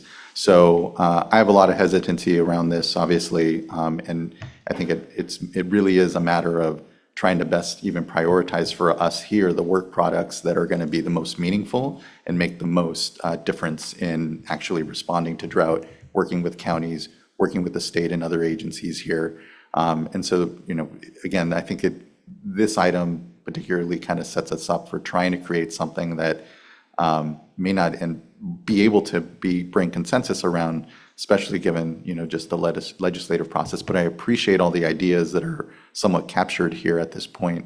And maybe there's ways that they can, if they're seeking to address issues, as I think was recommended there, maybe there's other venues or ways by which the state agencies or some of us can pick some of this up.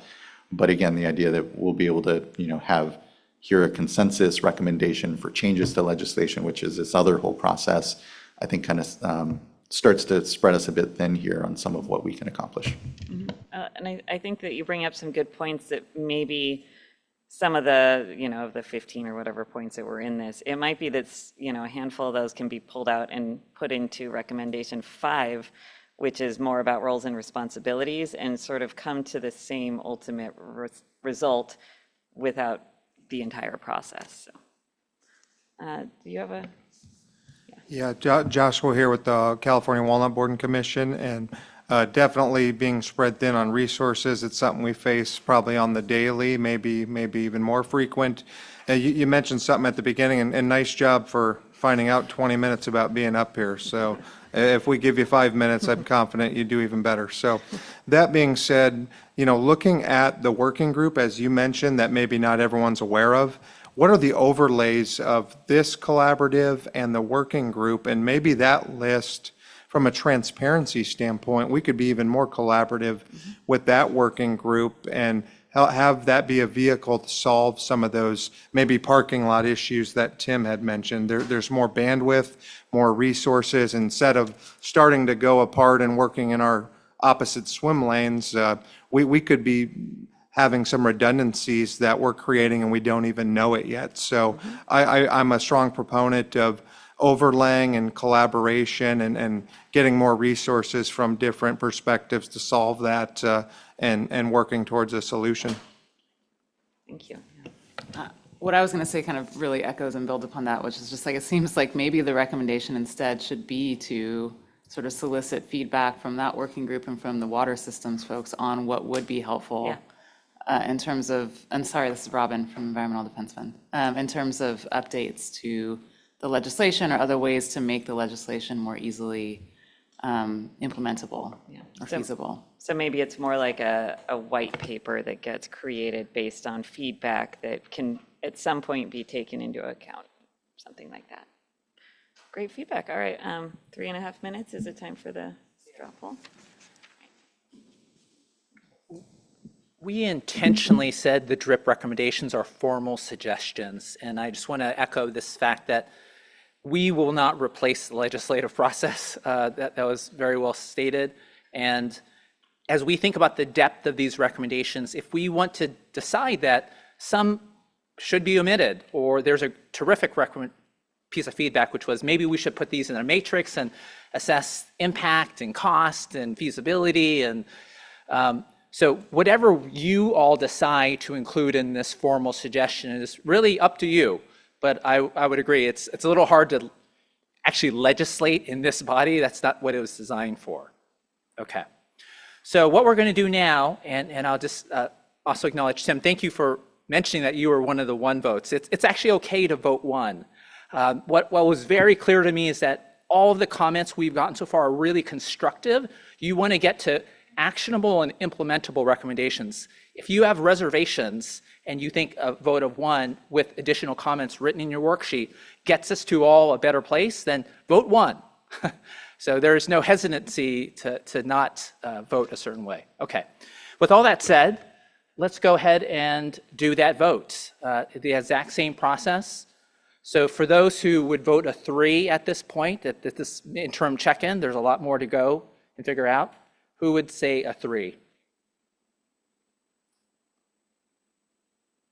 Okay. Okay, I have 0 at this point. Who would vote a 2? Okay. 1, 2, 3, 4. Okay, 4. And then votes for the 1.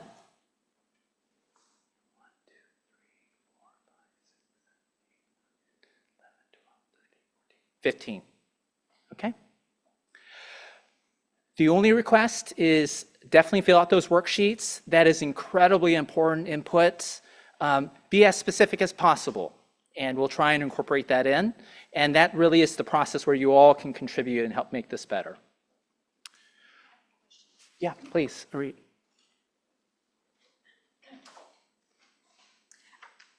Since so many of you had just voted one, and we had a conversation about taking this recommendation, and there were some suggestions of how to do it differently, whether it's going through the counties and checking in with them to do an update, or taking some of the ideas in this recommendation, bringing it into a different recommendation.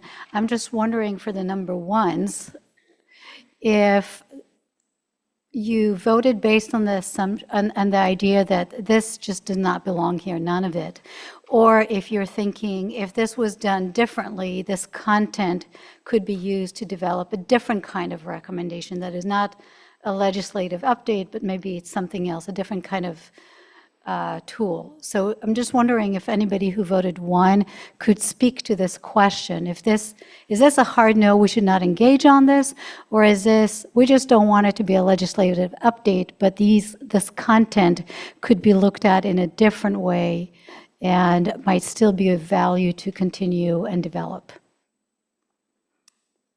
I see some nods, but I gave you two options. So option 2, continue and work on doing it in a different format. Yes? I see a bunch of nods. Okay, I just wanted to clarify that for the work group as you're taking this feedback and what to do with it. That I'm not hearing that people say this is let go of it. They're saying just do it in a different way.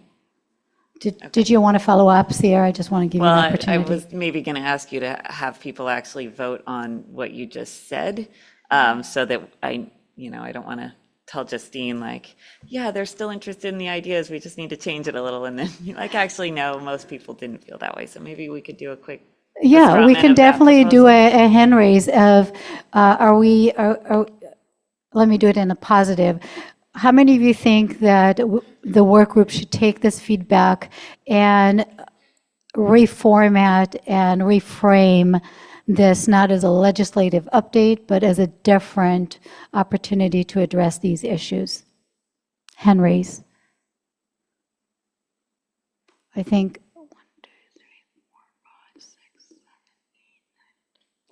14. And no, this should just not happen.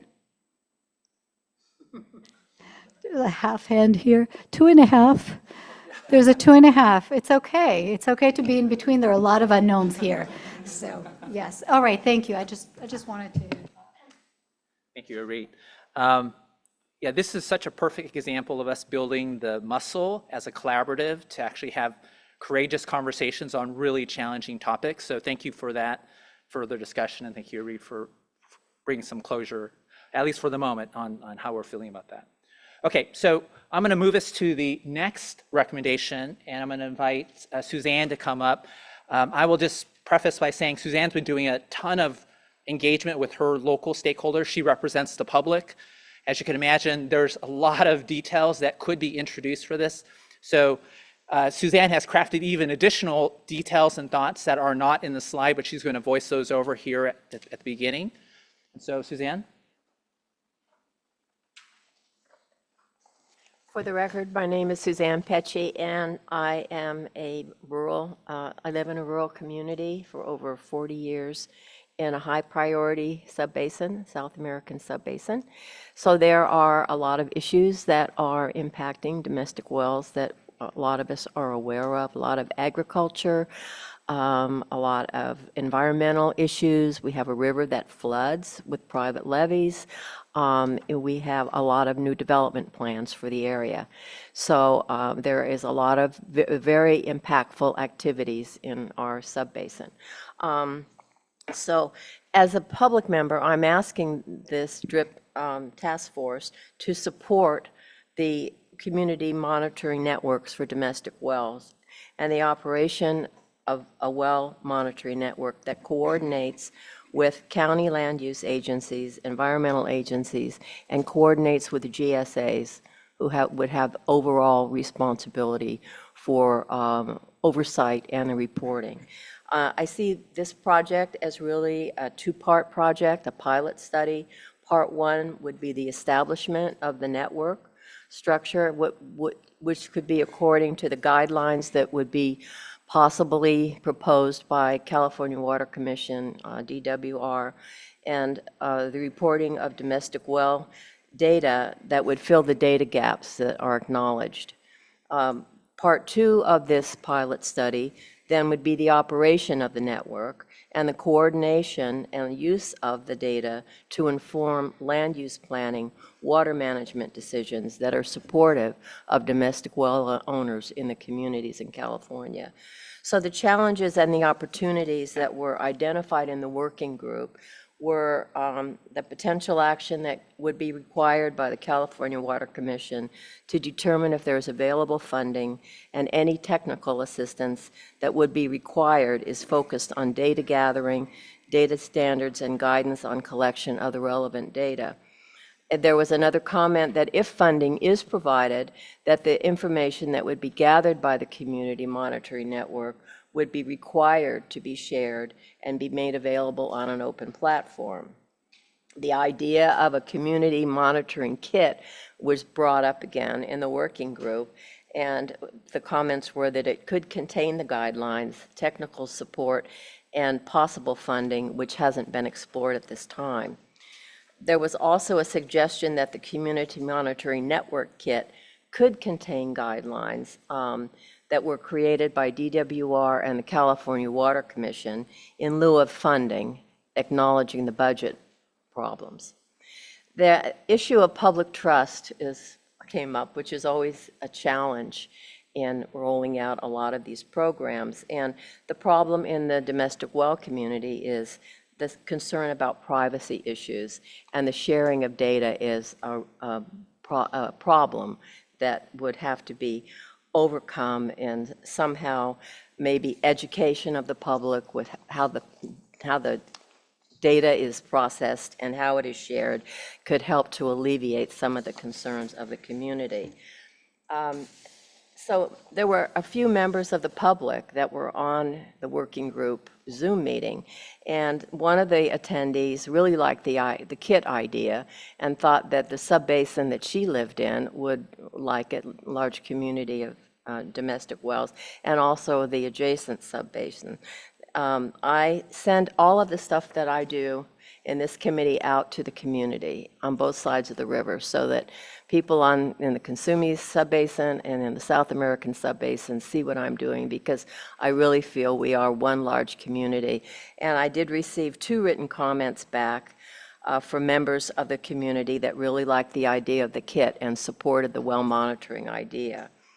So the recommendation for the first phase of this pilot study would be for the forming or having in place a domestic well advisory group, or a structured group within the community that's interested in collecting data, which we have in the South American subbasin. My first talk about this was about the work that we are doing. And that you would have a group that is very committed to carrying this function out, this task within the community, and carrying it out according to the specific guidelines that would be developed by DWR, California Water Commission.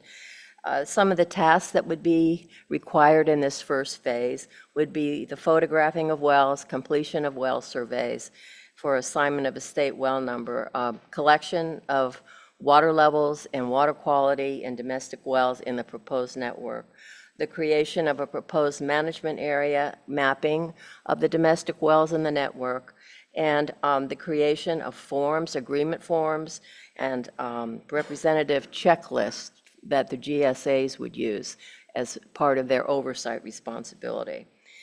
You would have to obtain the support of the GSAs as the coordinating and reporting entity that would be responsible, and also obtain the acknowledgement and cooperation of the city and the county regarding their role as land use agencies relative to data collection that would be required in this first phase. I would suggest reaching out to water experts in the area, members of the Groundwater Collaborative and the environmental groups that have an interest in each of the areas.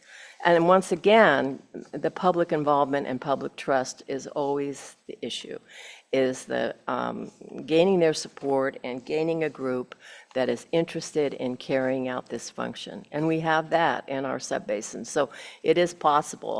I know 2 subbasins that are very involved and that would carry out, willing to carry out a task like this.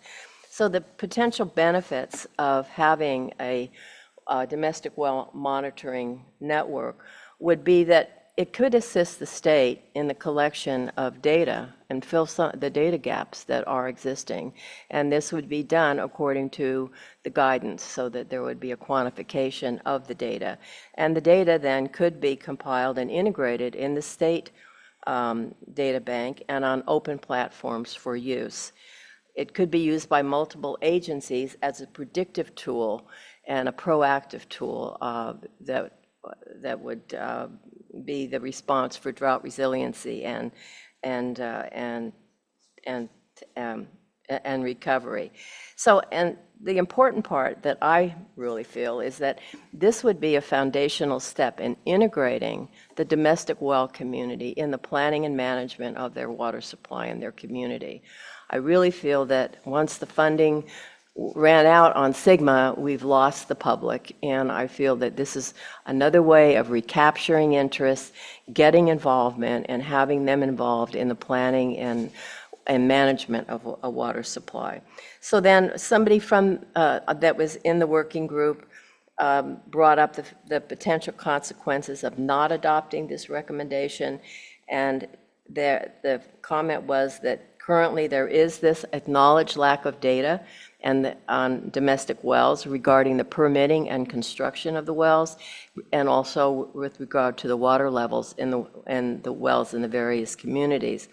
And it was also suggested that if this recommendation is not adopted, that it will continue to contribute to continued dewatering of wells despite California water law, with thousands of wells that haven't gone dry in the past coming into that drought cycle.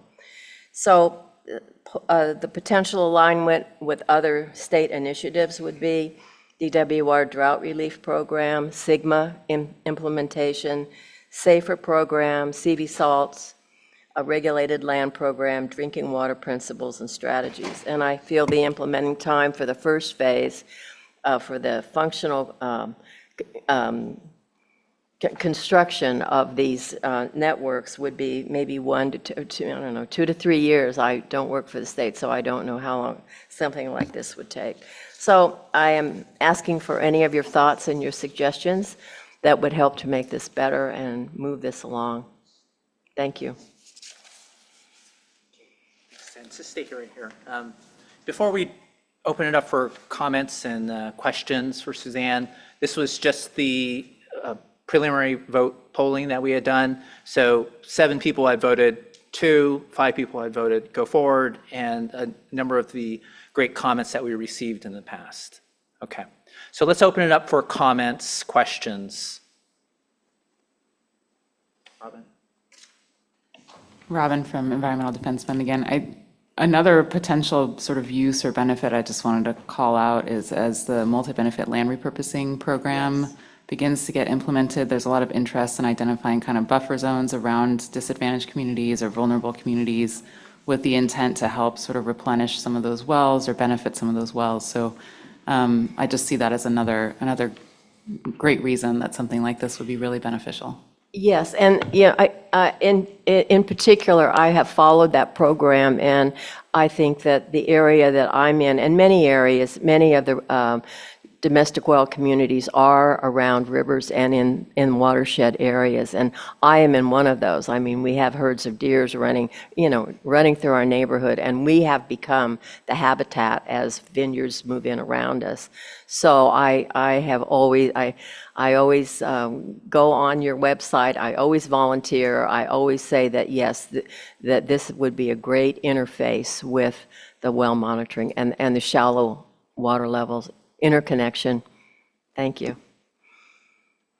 Joaquin here at State Water Board. Just want to first express appreciation for the work that's gone on to develop this concept. As you had mentioned earlier, there's a groundwater ambient monitoring assessment program out there as well. And importantly, there's also CV salts, the salt and nutrient management program that's at the Regional Water Quality Control Board that is paying for water quality testing at wells. Domestic wells particularly, and finding replacement water. So the data streams that are coming into the state agencies here, even particularly at the State Water Resources Control Board, are multiple. And the need to better synthesize and bring communities along is important. I see that on the surface water monitoring side too, where we have a lot of community scientists and community partners. They're looking to just better understand and help us collectively, as you've identified, fill the gaps of what is the understanding of surface water on that side, but in this case here, the opportunity to bring homeowners along so that their well depth data, their quality data is all aggregating and helping support the decision-making at the State Board, Department of Water Resources, and others. So just appreciate the work and just would note, a State Water Board would be a very strong and willing partner in this. So just to comment on that, I appreciate that comment, and I have volunteered my well constantly for water testing. It has been tested by the Department of Pesticide regulation because I live directly adjacent to a vineyard, and so I am a volunteer always on looking at my well levels. I monitor it, and we have a large community that are very interested in self-monitoring. A lot have put devices on their wells, and we are getting our water tested, and I do think that actual involvement in this brings people in. It makes them interested. So yes, thank you for the comment. Tammy McVeigh, Self-Help Enterprises. I have a lot of thoughts about this on both sides, the positive and the negative impacts that could happen with residents. I took a lot of notes, and I might take up way too much time. One of the first things that comes to my mind is the confidentiality and the privacy of the people in the home. We see a lot of public health and safety concerns when we see domestic wells going dry. So protecting those homes from having their children removed from them, having their foster children be put back into a system, and then also protecting the value and the property. We have SB 1366 was just passed earlier this year, which says that if there is a tank on the property, that likely means the well is dry, and there's now requires California realtors to do a disclosure. There's never been a disclosure, so people buy property thinking that that tank comes with it, and it was actually something that happened to us. We had a real estate ad come through that said it was a bonus of the property that a tank and hauled water was delivered to it, which is what triggered a lot of us moving forward with this. So just that, I get the need for the, community-based and the information to be out there. There's also vulnerabilities that I'm going to get a little sensitive about this because I love the people we work with. Vulnerabilities, especially in communities of color, where it's not as easy for them to want to be upfront with the monitoring of the wells that they have or the information because it does put them in a vulnerable space. The other part of it is the domestic household. We see families that are going through divorce, and it has been used in court cases if a well goes dry, where a husband or a spouse is abusive but gets custody of the children because the well went dry and the wife was in the home. So I just want to make sure we're very careful about these decisions. Could I just respond? Yeah, I appreciate those comments, and I can relate to my experience and to the experience in my community. My neighborhood is multicultural from the beginning. We all built our homes about 40 years ago, and everybody in my neighborhood, I have a lot of neighbors that are old, and that some of these concerns may not be. It may not be of that concern, because what I'm talking about is not the requirement that everybody monitor, it's the volunteering of monitoring. We don't need the data on every single well in my neighborhood. The data from my well and maybe my neighbor's well that's a little bit closer to the river might be enough, and maybe just one well. We are really looking for wells that we need to monitor in order to create a network. And it's just, yeah, and we have really created in our subbasin a relationship with the GSA. I mean, my GSA is supporting me. That's why I'm here. I go to their board meetings.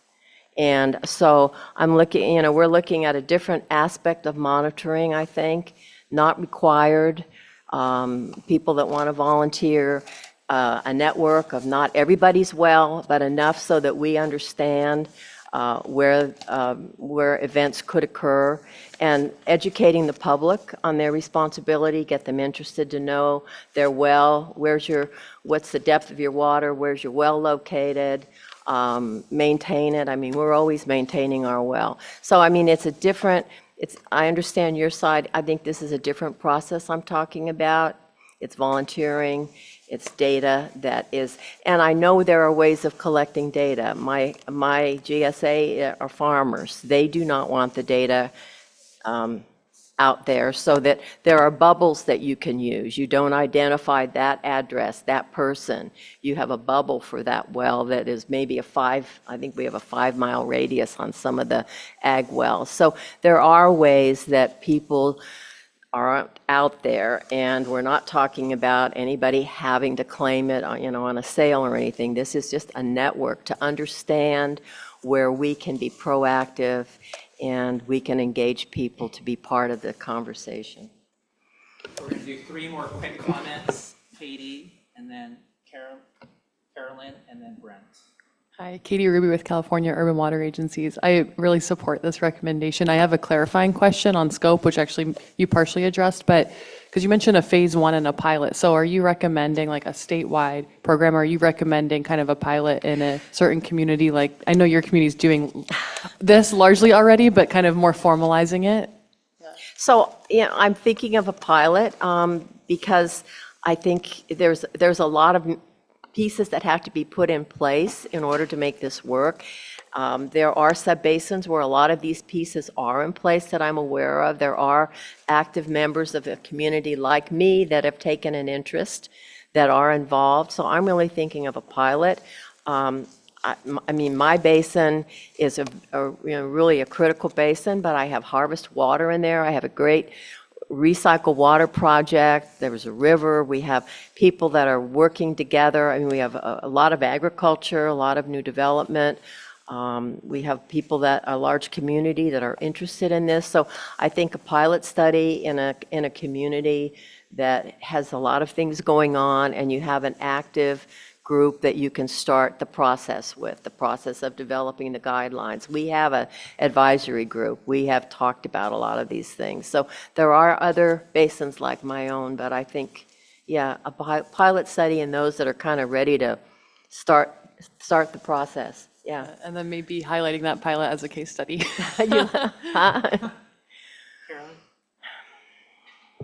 Carolyn Cook, Department of Food and Agriculture. Yeah, this is a really interesting and I think important idea. I was thinking it would be a good way for a GSA to demonstrate their community engagement and to get feedback from the community.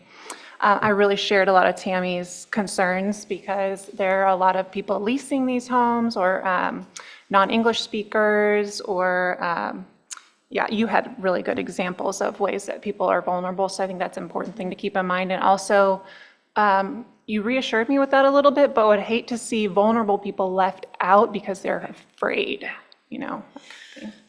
So, in my subbasin, the GSAs have made that connection. Together, we had a meeting that we planned with the GSAs. Everybody attended. They spoke at the meeting to the residents. And I think that it's significant.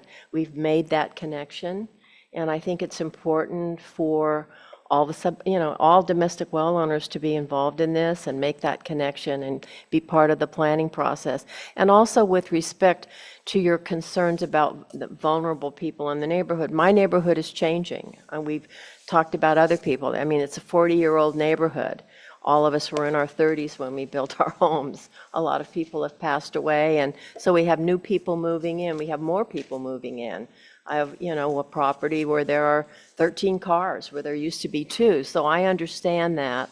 And I feel that because rural communities have a certain connection to each other, I think that that can be accommodated, definitely. So there's no fear. Yeah, I understand.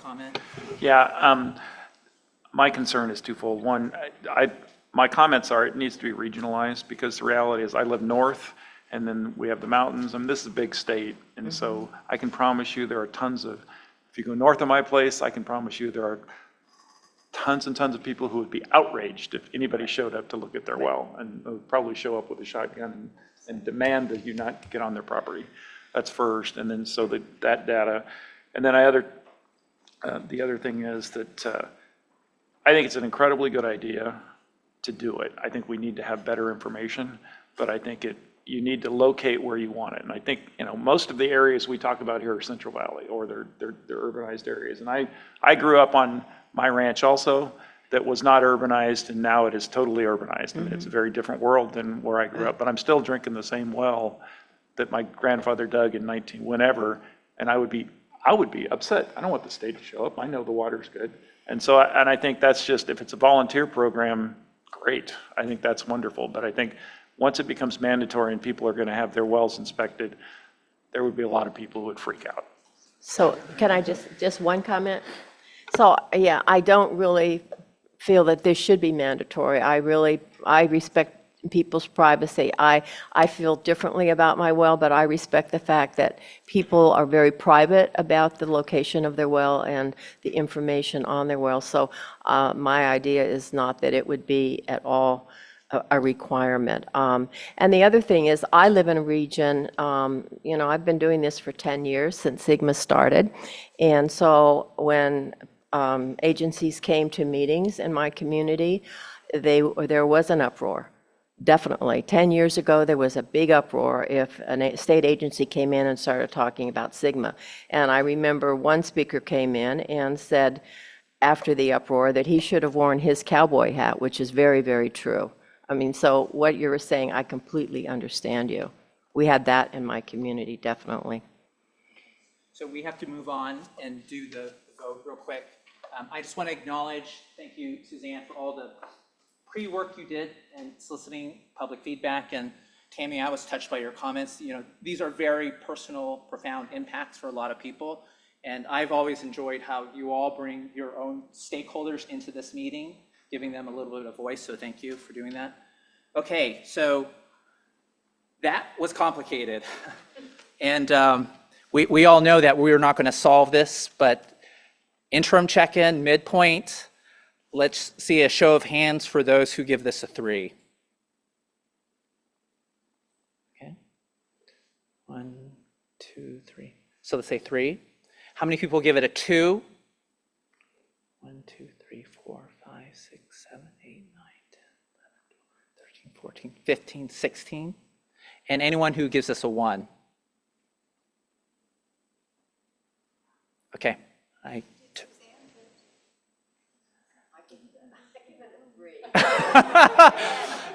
Shocker.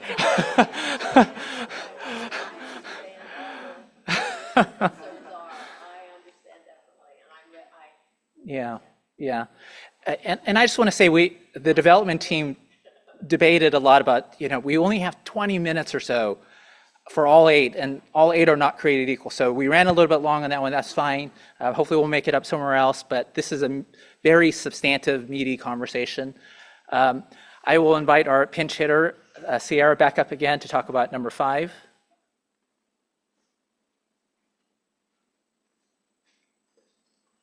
All right, thank you.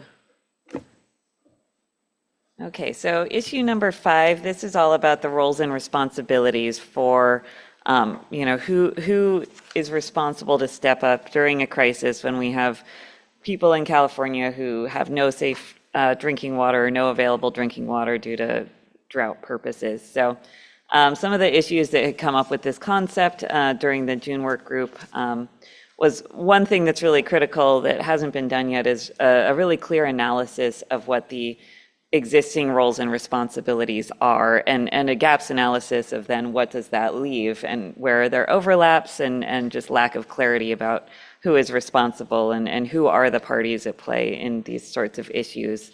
And then the concept of like, well, who can do that analysis? And the direction that this recommendation goes is really to recommend that it be an outside group, that it's not DRIP trying to do that analysis, but that it's something done either through the academia or through some like statewide entities. And then some questions about who should be in the lead of this.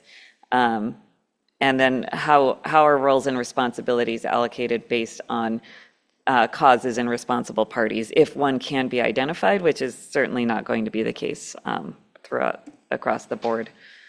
So generally, the description of this recommendation is, as I said, there's really a lack of clarity and a comprehensive approach right now about what to do during drought times when there's an urgent need to provide drinking water to people whose wells have gone dry. This is something that we've seen a number of times, and it still doesn't seem like there's a really streamlined process in place to make sure that help gets to the people who need it in a quick and effective way. And part of that is because it's not clear how that should be done. So the purpose of this is sort of to manage the expectations and support coordination, document the current situation and existing gaps and needs for laws and implementation to help domestic well preparedness and response during short-term and long-term drinking water crises. The impacts would be improved coordination to be able to get assistance to domestic wells faster, if that's the appropriate way to move forward, and hopefully identify some long-term solutions for some problem areas with fewer delays in response, and just more coherent implementation that's more consistent throughout the state. Without this, we're still in the situation where that I feel like we are in now, where there is assistance available to some people depending on where they live, depending on the causes of the drought, depending on what actions their local governments took to take advantage of resources that may have been available at the state, and a number of other factors. So a real lack of consistency, which makes it hard to say that across the board we are implementing the human right to water, and that is a goal that we all share. So as I said, the thought was the direction that this has moved is to look for some outside partners or entity who is in a good position to do this research. It's not something that any DRIP member felt that they were able to just do in their spare time through a number of phone calls. It does need to be a bigger role in looking at what the partners could be, who the possible responsible parties are for doing this work, and in the long term for implementing it. So the recommendations were to look at either the Legislative Analyst's Office or some sort of collaboration of local and state entities, as well as technical service providers and private property owners. Private well owners have to be at the table, obviously, for something like this. It does clearly align with many other goals throughout the state. I would say the human right to water is certainly one of them, as well as many of the requirements of SB 552. It really is part of implementing that act and making sure that we are being responsive to emergencies. So it seems like generally, based on the responses received, that there is a lot of support for this, at least in concept. This was something I think Andrew mentioned at one of the earlier meetings could be one of the most impactful things. If DRIP can help solve this issue or move towards solving and resolving this confusion, it could be one of the most impactful things that we do in the short term. So some of the comments received were that there needs to be a broad picture of what the situation is. A lot of what we've discussed has really been anecdotal and our own personal experiences, and so that is really the first task, is to look at this holistic situation and what the various regulatory programs that are in place right now to assist people are, and how they have been or have not been taken advantage of. And certainly obviously detailed planning and criteria for selecting responsible entities is critical, because as a county, the last thing I want is for the result of this to be like, counties are responsible for everything, and there's no funding. So trying to avoid that outcome and make sure that this is something that is done, not through finger pointing. I keep picturing the Spider-Man meme where all the Spider-Mans are like pointing at each other. We want to get past that and figure out what's a holistic way. We all want to make sure that people have safe and affordable drinking water and access to it. So that's the ultimate goal. And so also more discussion and alignment with other initiatives. And that might be something that we could, open up as part of this conversation, is what are those other initiatives? Who else needs to be at the table? Who are some people who could lead this? And what are considerations that might be in place? All right. Any questions, comments, thoughts? Joaquin here again at State Water Board. I agree with Andrew. I know he and I have talked about this item quite a bit, that this can be incredibly impactful.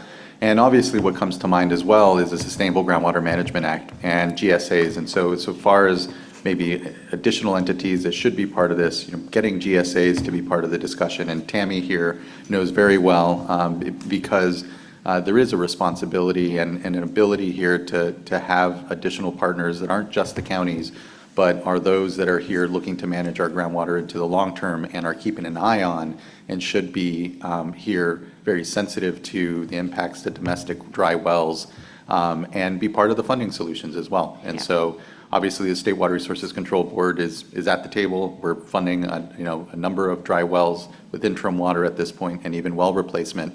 But to your point, it's really only in Self-Help's service area. It's in the San Joaquin, and borders there around, and isn't statewide. And this is a statewide issue. I think of even this last turn of the drought, certainly up in the Sacramento Valley, where we had wells going dry, but not necessarily the formed programs that we had developed down in the San Joaquin yet.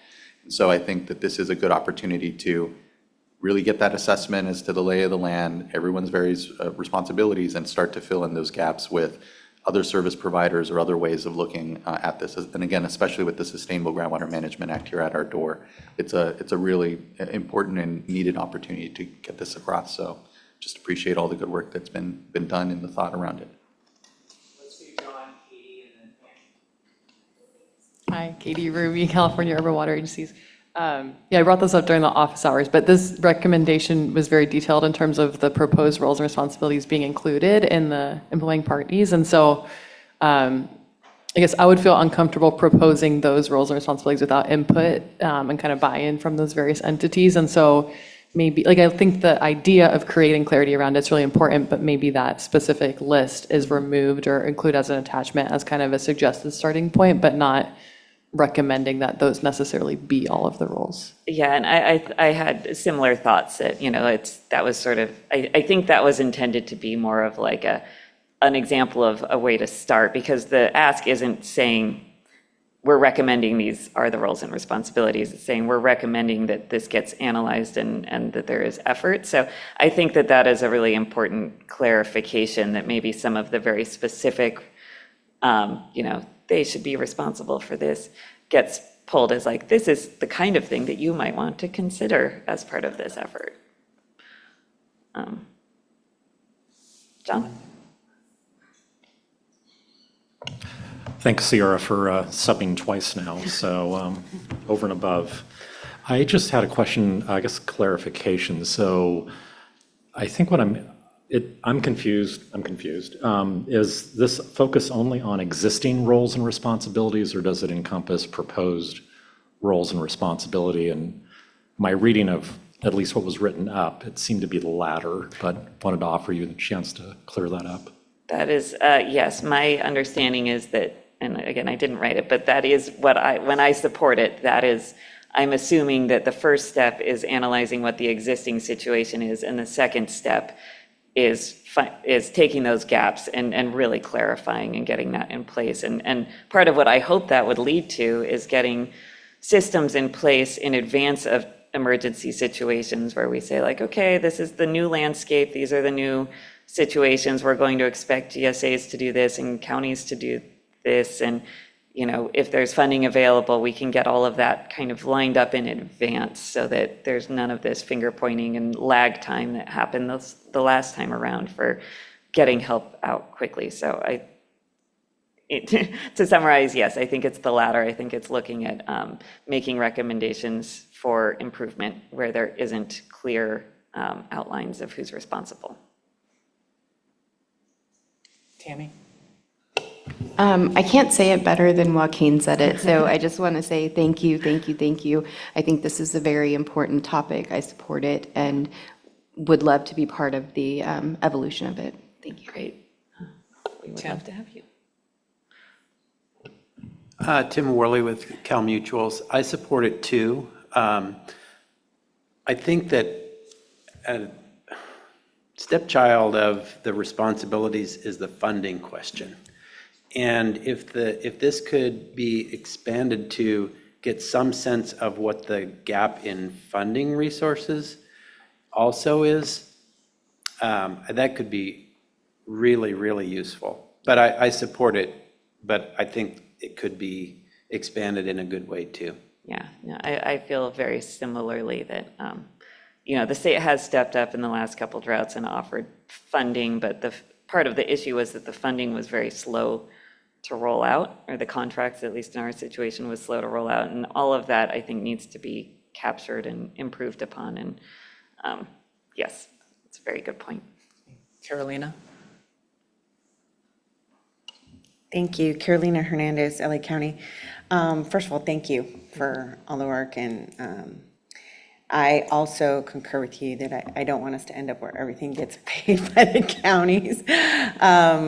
But I do think that it's hugely important. I think just, you know, so many have said many of the things that I concur with, but really what I want to say is on this one, and we talked about how some of these need longer discussion and some of these don't. This is the one for me that we need to have more time on and really understand these things. So I know it probably goes without saying, but I really wanted to make sure it got mentioned here, that this is something that I think we need to allocate more time. Thanks. Yeah, thank you. Okay, I know we're a few minutes over. Oh, Suzanne, please. So as a public member, this is Suzanne Pecci, public member for domestic wells.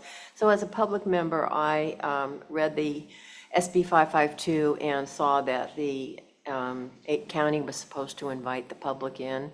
So I wanted an invitation to be invited, and I did receive the invitation. And I do think that the public, domestic well owners really need to be a part of this, because you really don't have enough data to really look at the areas or the residents, the homes that are going to be stressed. I really think the community has a better idea of some of the, you know, data and the information that you'll be needing. And I'm concerned that there aren't contracts for water, for hauled water or for bottled water, and that was my expectation, that somehow all of this was going to be talked about and worked with. And also, with respect to GSAs, I definitely feel they have a role and responsibility to coordinate in all of this, with the idea that if additional funding is needed, then that's something that has to be worked on. But that coordination can happen now, and I really think that can come before any funding.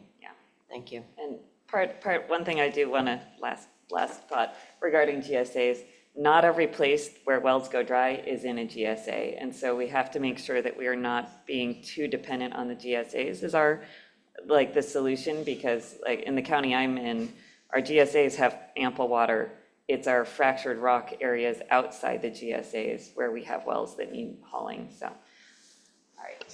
Can I just add to that, and thank you for bringing that up, because that's very accurate. Also, the wells that are having issues or felling inside of subbasins or GSA boundaries are not necessarily a GSA responsibility. Yeah. Okay, a few quick, yep, I know. There are work groups for each of the focus areas where they move forward all of these ideas in between these meetings. So 100% agree, we don't have enough time today. But between now and October, there'll be additional work group meetings where we can continue refining these. So there's definitely more chances to weigh in. So we're going to do two things before I give you a well-deserved break for lunch. The straw poll vote and then public comment. So at this point, everyone knows the process. Raise your hand if you're a 3 for this. 1, 2, 3, 4, 5, 6, 7, 8, 9, 10, 11, 12, 13, 14. Okay, if you're a 2, 1, 2, 3, 4. Okay, that's 4. Anyone who's a 1? Okay, great, thank you. Open up for public comment. Yeah, please.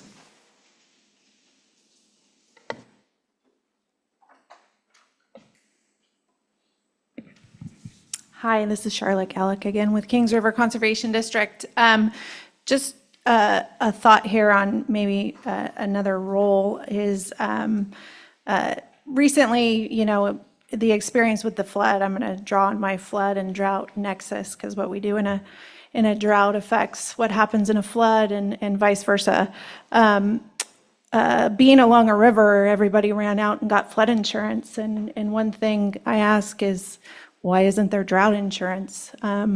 I think that could, you know, maybe answer funding questions and how the GSAs get involved in that aspect of it. And maybe it's not a national program like FEMA, but maybe it's more granular, like community-based or county-based insurance programs that would alleviate some of the stresses that a homeowner has when the well runs dry, because that, you know, in my experience, your life kind of stops at that point when your well runs dry. And then you have to fork out a tremendous amount of money to revamp your well or get a new well. If you have that insurance, you know, it may alleviate some of that stress involved with a drought. So just an idea or a thought to put forward in the role of insurance in this drought realm. Thank you.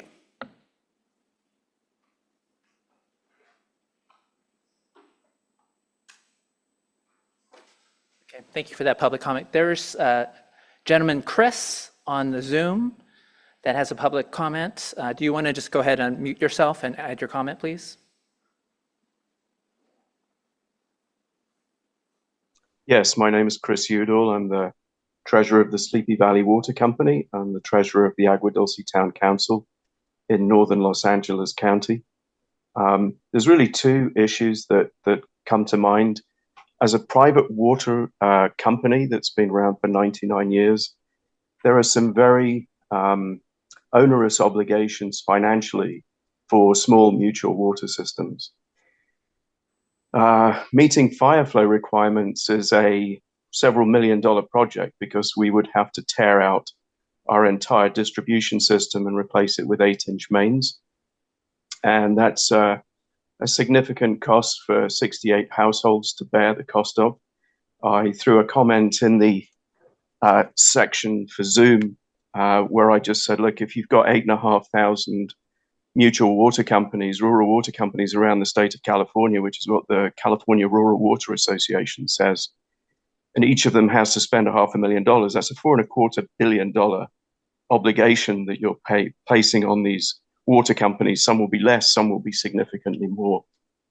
Similarly, when it comes to the monitoring of private wells, as a council member in a community where we have predominantly private wells on acreage of two acres plus, it would be a challenge, I think, to get buy-in from those residents in these rural communities to participate in this program. I think they would look at it very suspiciously.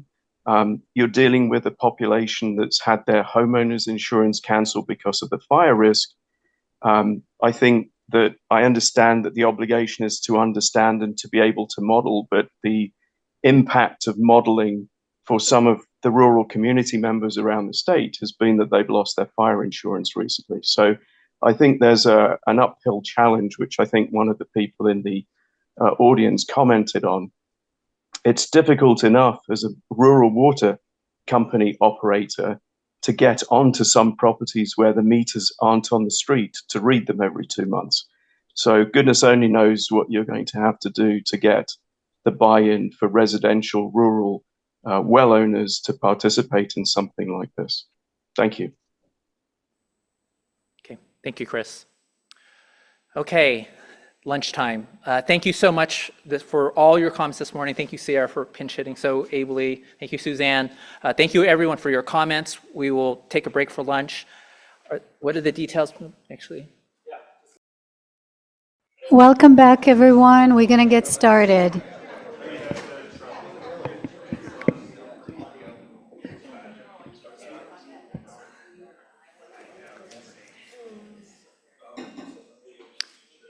All right, so as we start this afternoon, we're going to do a second roll call to make sure you're still here.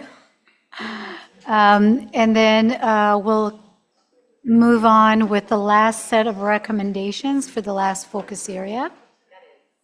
And so I'm going to call names again, and just please let us know that you're here. Amber Garcia Rosso. Here. Brent Hasty. Thank you. Carolina Hernandez. Here. Carolina Cook. Leah Becker-Lowe. Here. Joaquin Esquivel. John Andrew. Joshua Grover. Here. Joshua Ram. Here. Justine Macy is not here. Katie Ruby. Here. Laura Ramus. Here. Matessa Martin. Here. Nancy Vogel. Here. Nate Ortiz. Not here. Reggie Collins. Here. Robin Grimm. Not here. Sierra Ryan. Here. Suzanne Pecci. Here. Tammy McVeigh. Here. Tim Worley. Here. Tricia Geringer. Here. And did I miss anyone? All right, I think even though we are short two, we're still at a quorum, so we can continue, move forward with our meeting. Our next area is the drought definition and narrative. And as we've seen in the comments, there's a lot of connection and opportunity to link these recommendations. So as we're talking, as we're hearing the presentation, having discussion and voting, just keep in mind that the linkages between them, and we'll come back to that. It's a separate agenda item to discuss that. Glenn will come back to this topic, and really just wanting to focus on the content and just the completeness of the description for these particular recommendations. And we'll go through the same process. We have 20 minutes per recommendations to hear a short presentation, discussion, and finalize the recommendation by doing our straw poll. And so we'll move forward, and we'll start with Katie.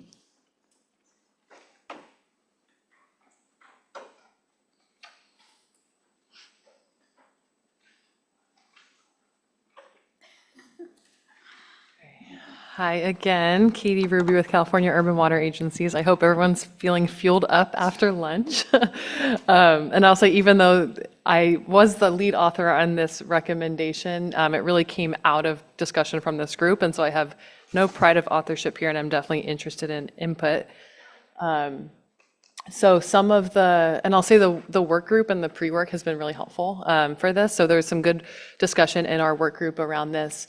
One of the things that came out of that was making sure we're addressing kind of a range of drought-related terminology, so not just the term drought, but also things like water availability, water access, water reliability, resilience, that sort of thing. And making sure that we are capturing the full range of water users, including environmental needs. Also talked about the importance of this white paper highlighting geographic variation, acknowledging kind of the different factors that could affect why water situations might be different in one community to the next. And then really wanting to make this relatable to the public. We can use a lot of jargon in the water industry, so really wanting this to drive action to improve kind of proactive drought preparation and response. And then we talked about combining this recommendation with recommendation number 8 on drought case studies. And I think there was kind of consensus, at least within our smaller work group, to do that. For the purpose of this process, we're keeping them separate just to kind of track input. But as currently envisioned, and Aaliyah will talk about the other recommendation in a bit, the idea is that these will be developed as kind of a single work product, although there's potential for the case studies to kind of go beyond that in other forms of media. But really that would provide a more comprehensive view of not just what drought is, but how it is experienced to help make the definitions more relatable. I'm going to skip through this, as much of the same. Implementing parties and partners and alignment with other initiatives. So this is actually where I want to focus the discussion, and it's where a lot of the comments focus as well. So originally we envisioned this as, perhaps DWR taking the lead on compiling the definitions, although now I'm thinking we might want to change that. So some of the feedback we received was a sense of like not wanting to divert, state resources that might need to focus on other things. And after talking to Laura at lunch, it sounds like maybe an academic institution like Fresno State or another could take a lead role in this, in the definitions piece. We'll talk about it under case studies, but it sounds like OPR can help support the case study collection process. So that's something we can discuss further. And then on the alignment with other recommendations, I think this is really important. So we're suggesting that this follow the rapid inventory rec, and I think that is really important because that inventory will help identify what's already out there and kind of serve as a starting point for the lit review. So before we get into some of these questions, though, I did want to touch on some of the feedback received, because it did seem like while there was general support for this recommendation, there were a few ones, and so I want to dig into that a little bit more. It seemed like the ones were driven by 2 main underlying concerns, one being that there's been a lot of academic work done around drought already, and it feels like this might be duplicative. And I think that's a valid point, and that's largely why I think it's important that this follow that rapid inventory piece. I think if that inventory discovers a similar resource, we certainly wouldn't want to just charge ahead and try to reinvent the wheel. I think we could pivot at that point, and kind of elevate that existing resource. And so maybe there's a way to reframe this recommendation with a caveat that kind of based on findings from that review of resources, if there's something that we could then adjust the scope of this white paper accordingly. I will say though, the idea for this recommendation came out of work group discussion of saying like, we have a need for this, there's not something out there. But if there is something out there, I'd want to know, and that goes for members of the public tuning in too. Like we want to go into this eyes wide open on what's already out there. The other way that, kind of the other driver for the votes that were number 1 seemed to be stemming from a feeling that this recommendation just doesn't seem quite as important or urgent as some of the others. So it wasn't like a critique of the recommendation as much as a lack of enthusiasm around it, feeling like maybe this is less important and we don't want to divert attention on it. And that's where I think maybe if we change the implementing party to a third party, like an academic institution, maybe that could help alleviate those concerns. So those are what some things I'd love to hear from the group on. The other questions on here, 3 and 4, that are more around kind of like how hands-on DRIP wants to be. I think if we can get to those, great, but if we need to table those I think we can discuss in the future too. But yeah, that would be basically like how much of a role does DRIP want to play in actually like defining how we structure this white paper versus letting whoever takes the lead on it come up with that. So yeah, again, here are the comments. There were some ones, and so those of you who voted 1, I'd love to hear from you, and if kind of my proposed reframing might address some of those concerns.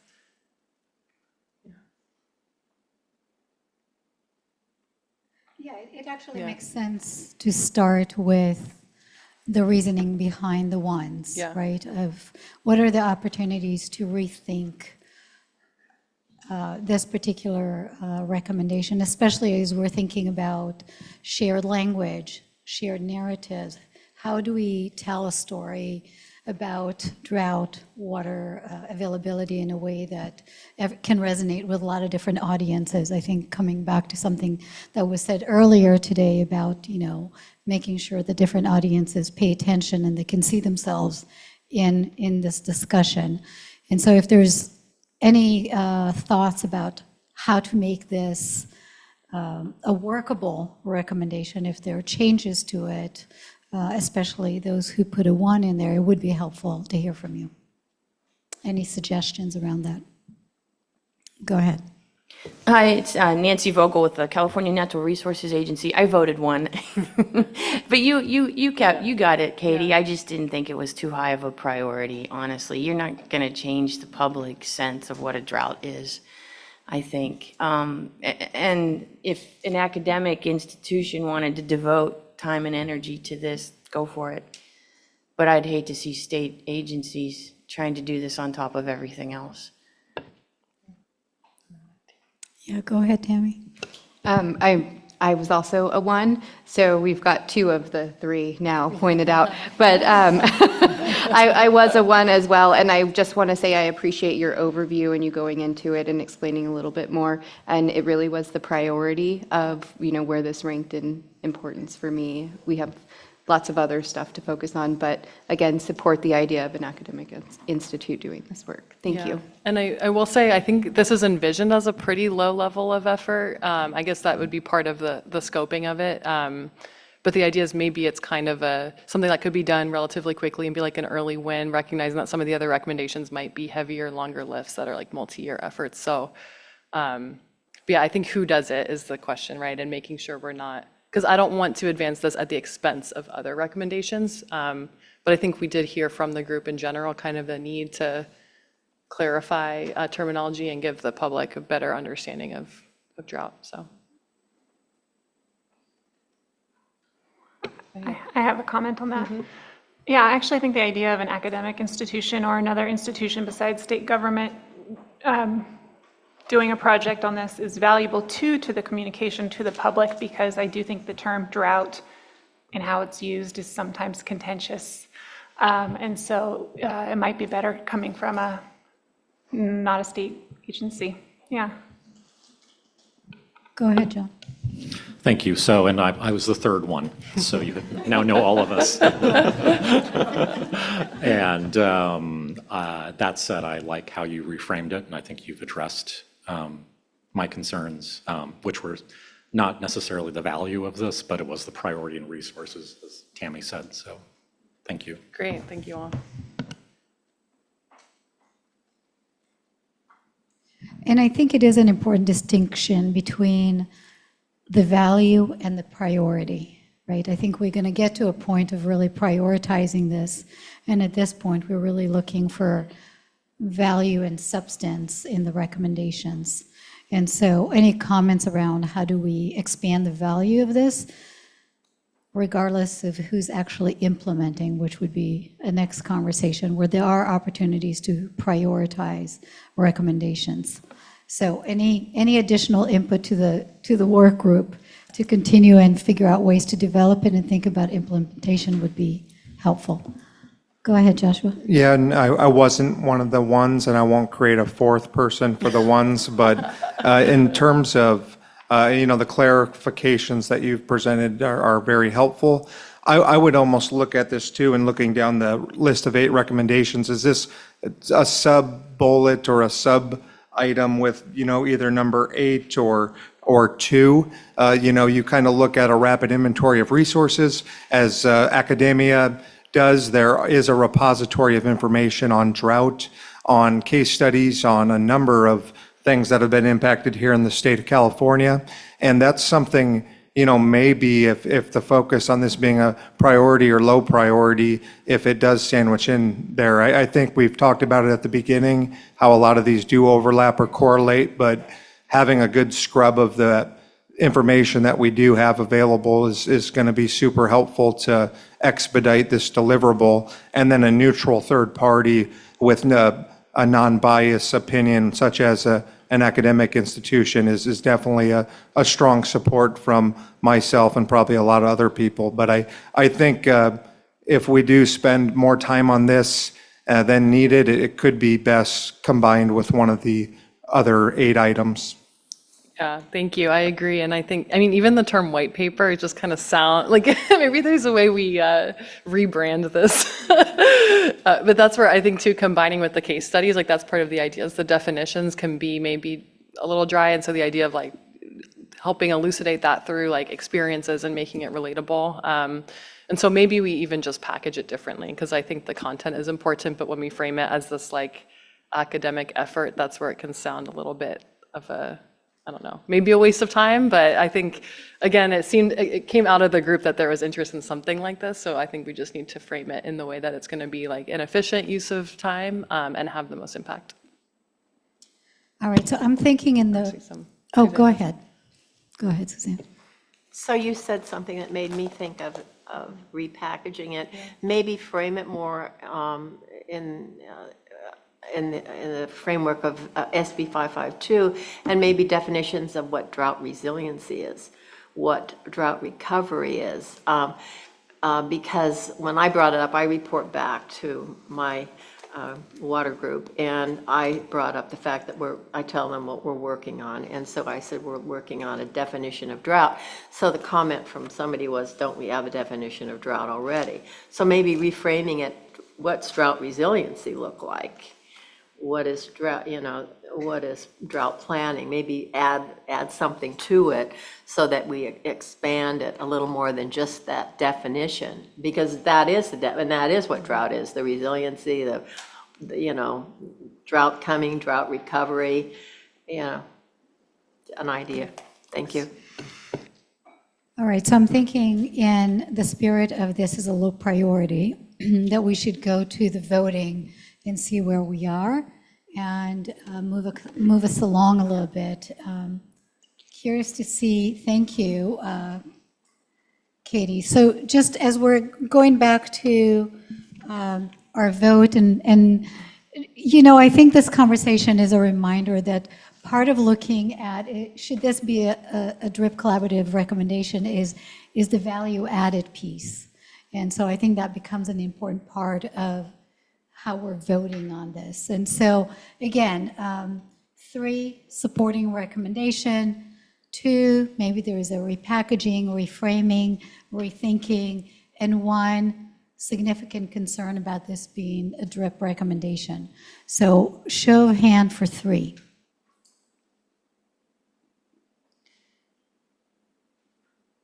I see 5. 5 for 3. Okay, 2.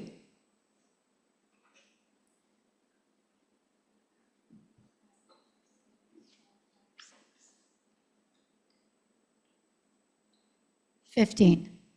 Okay, I don't know if that leaves any 1. Are there any 1s here? Okay, all right. Well, you clearly responded well to the concerns. Yes, well done. And I think really good input about opportunity to repackages, thinking about who's taking this on, the idea of making it more actionable is I think, part of your comments, Suzanne. So that's all incredibly helpful. Okay, and so we're going to get to the drought case studies in a bit, but before that, we have the recommendation 7, which is the communication piece. And that's Tim.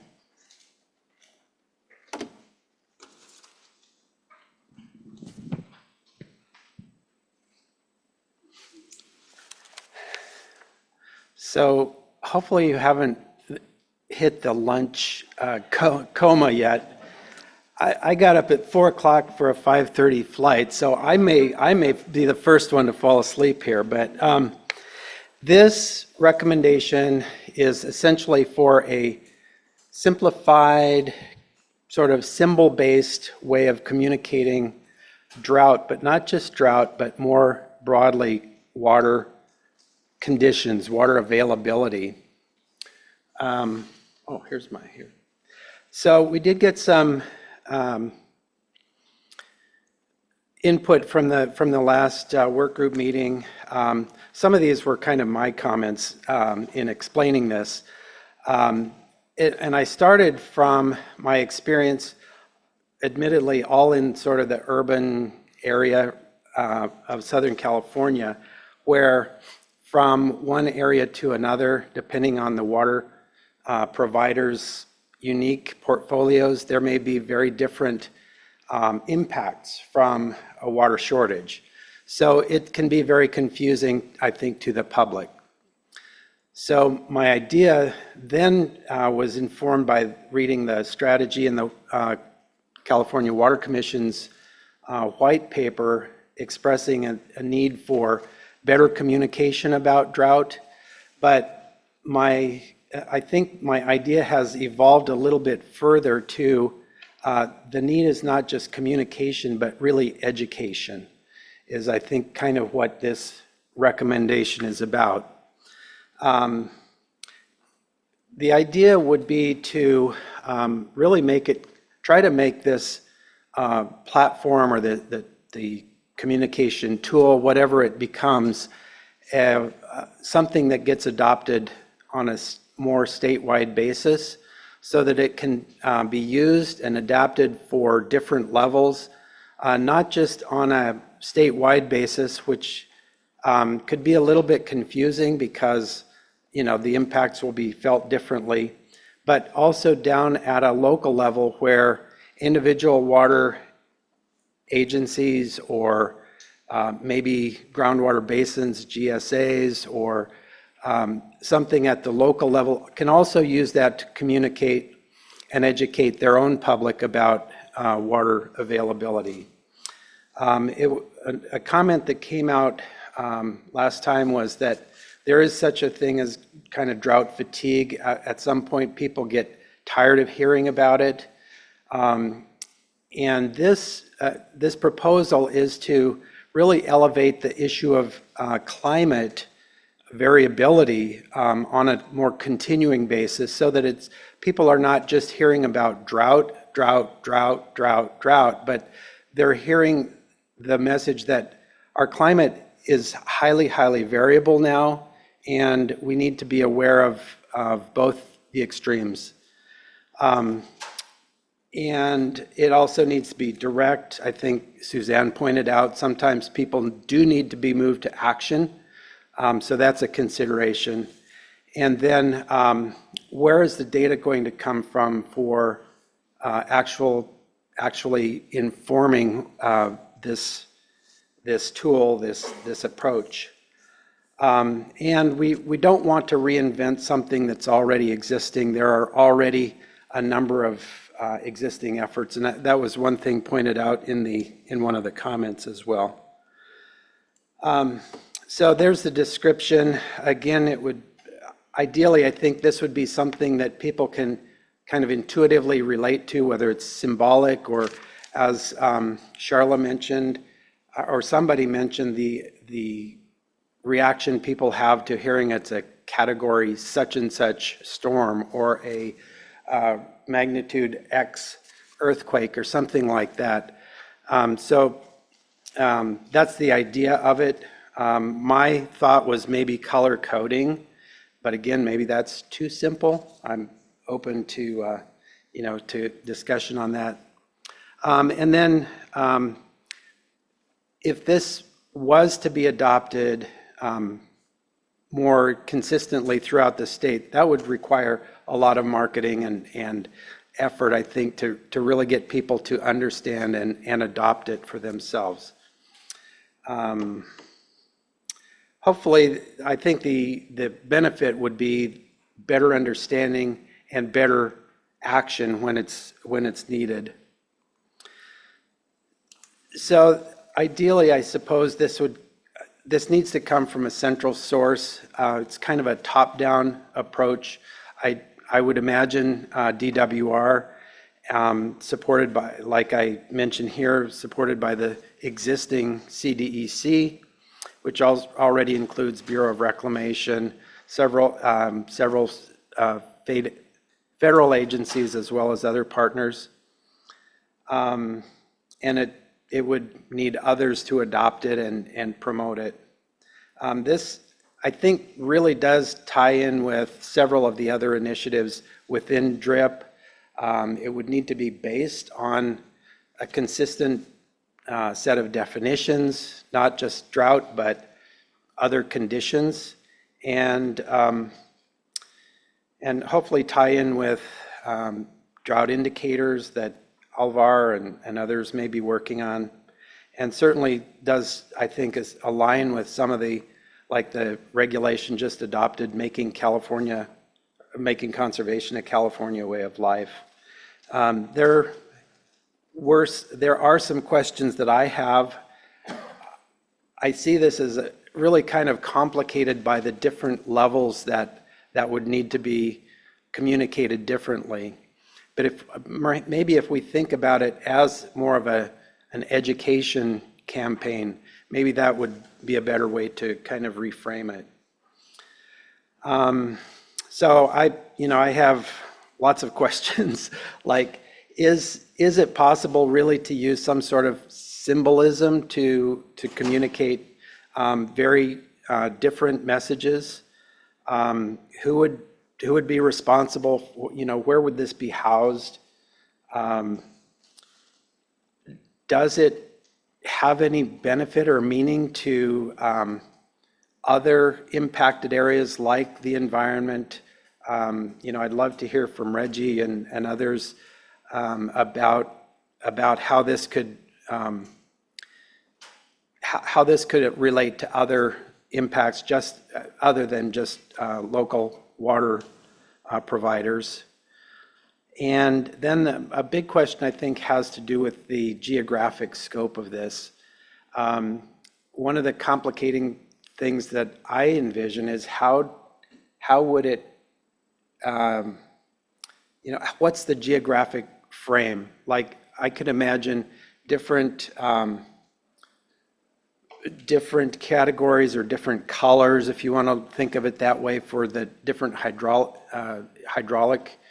regions of the state, or hydrologic. See, I got up way too early this morning. But then how does that get translated, again, down to a local provider or a localized area?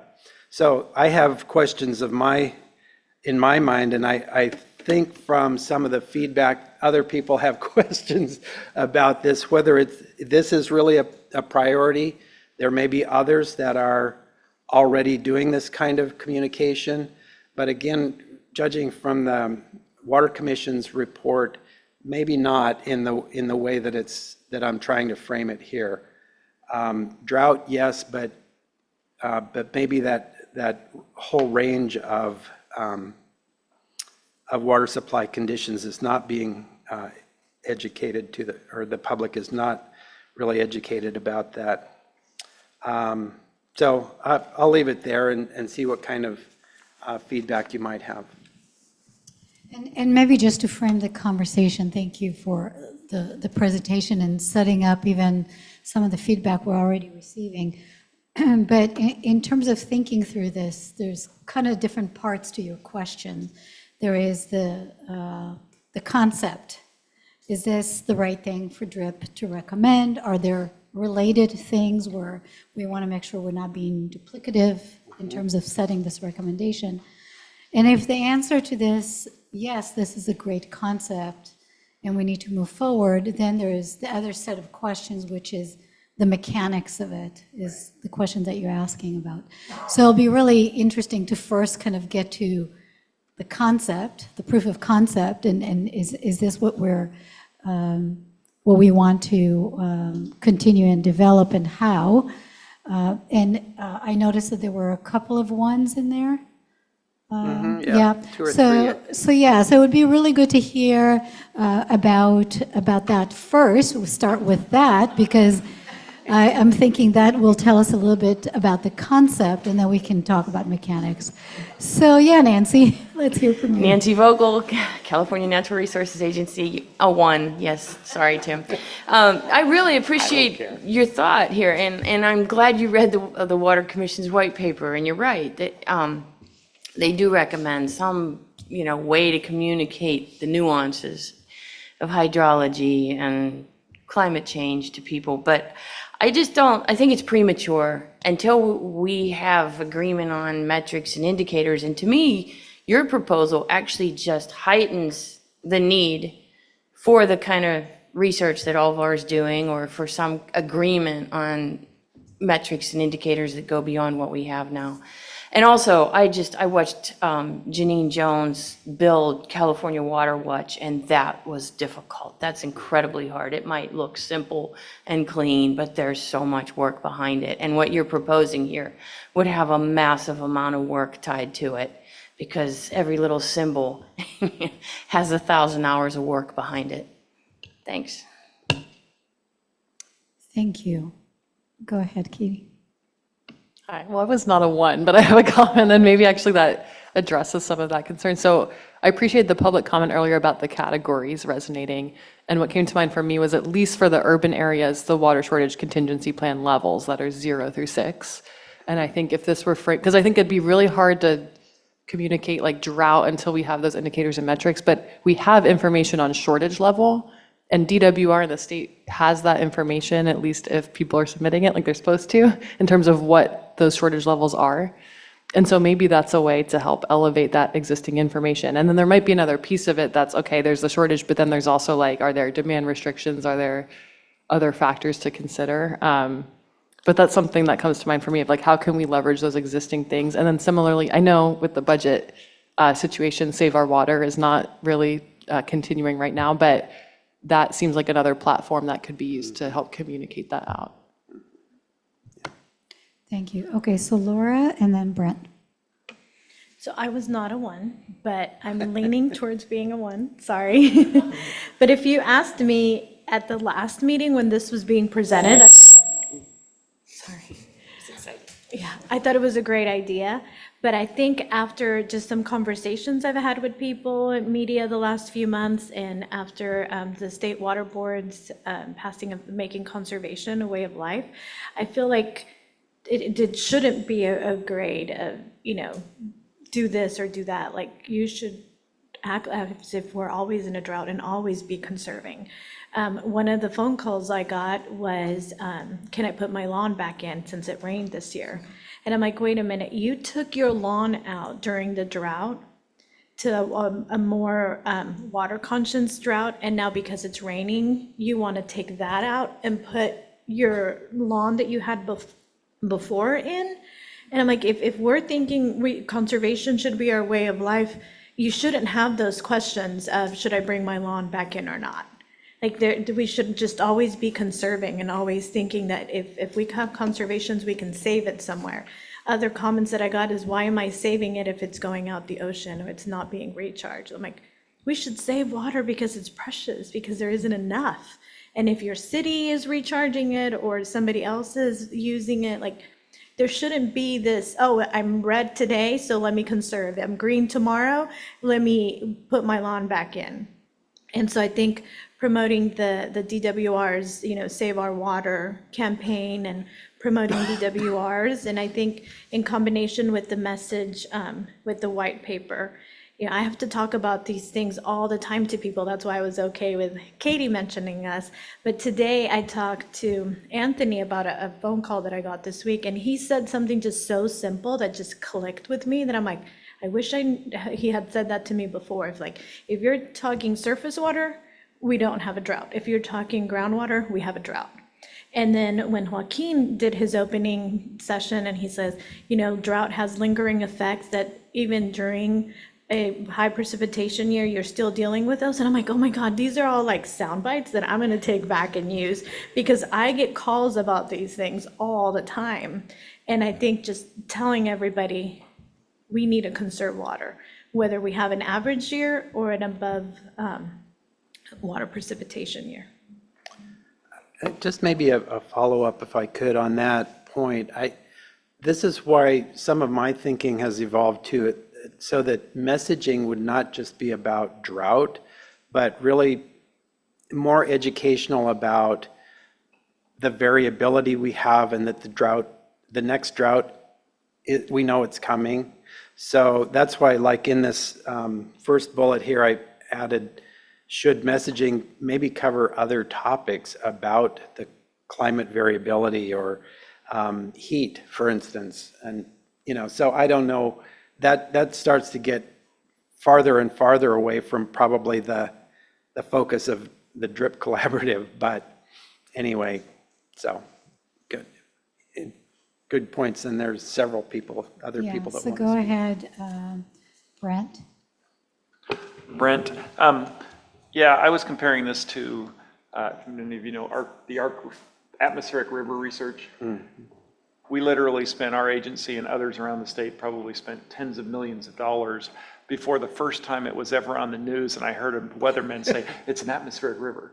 And it's a spectacularly handy and a good definition, but it is not cheap to get that kind of communication level where you're hearing it. And I would love to have that in droughts, because the reality is if an atmospheric river goes in a certain area, that area is not in a drought.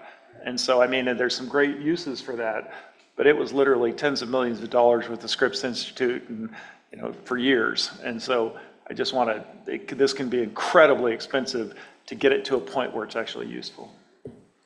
Great. Okay, so we're running out of time on this, but we're going to do this. So we'll take these last three comments in line, and then we'll move forward. So starting with you, Carolyn. Carolina Hernandez, LA County. So I'll try to be succinct. Gotta think of it. So I'll say that I was a 3 and I'm moving towards a 1. I know that seems backwards, but I really want to state why. I think that because the concept is really critical, I think it's one that we all tackle and spend considerable amount of funding towards, and how we communicate with the public and how we get the messages across that, you know, my colleague just mentioned, Laura. But at the same time, I recognize too, as a water retailer and as part of a large county, that we do lots of messaging. And one of the things we try to do is work regionally. And that's one of our biggest efforts. We have a website platform. Anyway, all this to say is that I am a little concerned about duplication of efforts and the amount of funding it would take for us to really do something that would be wonderful, but more globally. Thanks. Matessa Martin, Buena Vista Rancheria. I just wanted to make mention of existing efforts. So it's called SOQUAL, Collaborative Equity for Water Use Allocations. It's a research project being done by the UC system led by UC Berkeley. And to kind of answer your geographic frame of reference and sort of the water conveyances, they're trying to capture those through this project, and it's intended to be used as a planning tool. I just wanted to mention that here. Yeah, thank you for sharing. Go ahead, Robin. So Robin from EDF again. I'll also try and figure out a way to say this succinctly. I think what I really appreciate is that I feel like the storytelling aspect of a lot of the work that we as professionals do tends to be underappreciated, afterthought, kind of underfunded storytelling and outreach. And so I appreciate that aspect of this recommendation. At the same time, I feel like there needs to be that particular resource applied to the metrics and indicators, that particular resource applied to the case studies, that particular resource applied to a lot of these recommendations. And so what I'm wondering is if this is maybe more about how those get implemented. Like, I think this needs to be a part of almost every single other recommendation that comes out of this process. That we need to make sure that enough resources are put towards storytelling communications for everything that we're recommending. And so I'm just trying to sort of figure out how to be very much supportive of this general idea, but more globally across all of the work that's being done by this group, instead of sort of taking it out as a single recommendation on its own, if that makes sense. Yeah. All right, thank you for all the comments. And I think, and thank you for the recommendation and discussion. And just to make sure that we're following up on our process, want to do just a quick show of hands so we can see where everybody is. And I think what we're hearing is that the communication, the storytelling, Laura, you describing the lack of understanding of what it means and how it affects individuals in their lives, makes the case for the importance of it, but not necessarily in agreement that this is where this work needs to happen. So checking with everyone, number 3, where are we at?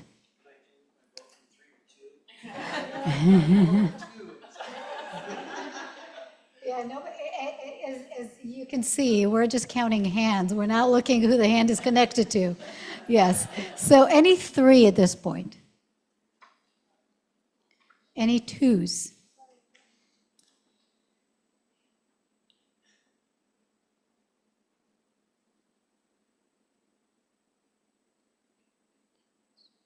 We have 17 hands.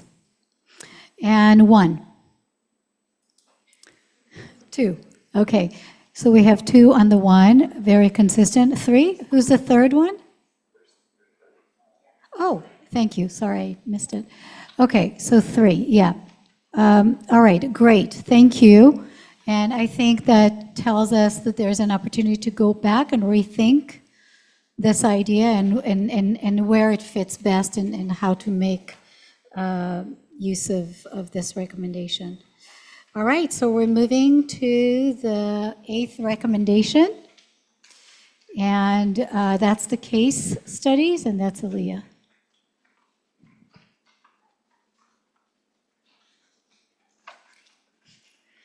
Thank you. Hello again, everyone. Aaliyah Beckerlow with the Office of Planning and Research. Okay, so the case study. So I'm very pleased to say that there were no votes of 1. As far as I can tell, let's keep it that way. No.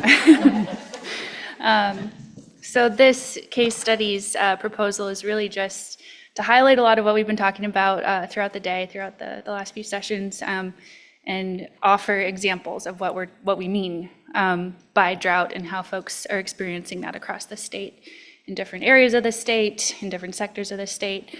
So we still have a little bit of work to do to figure out what exactly that looks like and what the process is, but generally there was a great amount of support expressed so far in these meetings and in the working session for this idea. A lot of opportunities to align with other recommendations, particularly the white paper that was discussed previously, lots of connections with the communications platform, and then a lot of discussion around how the rapid review can inform this as well.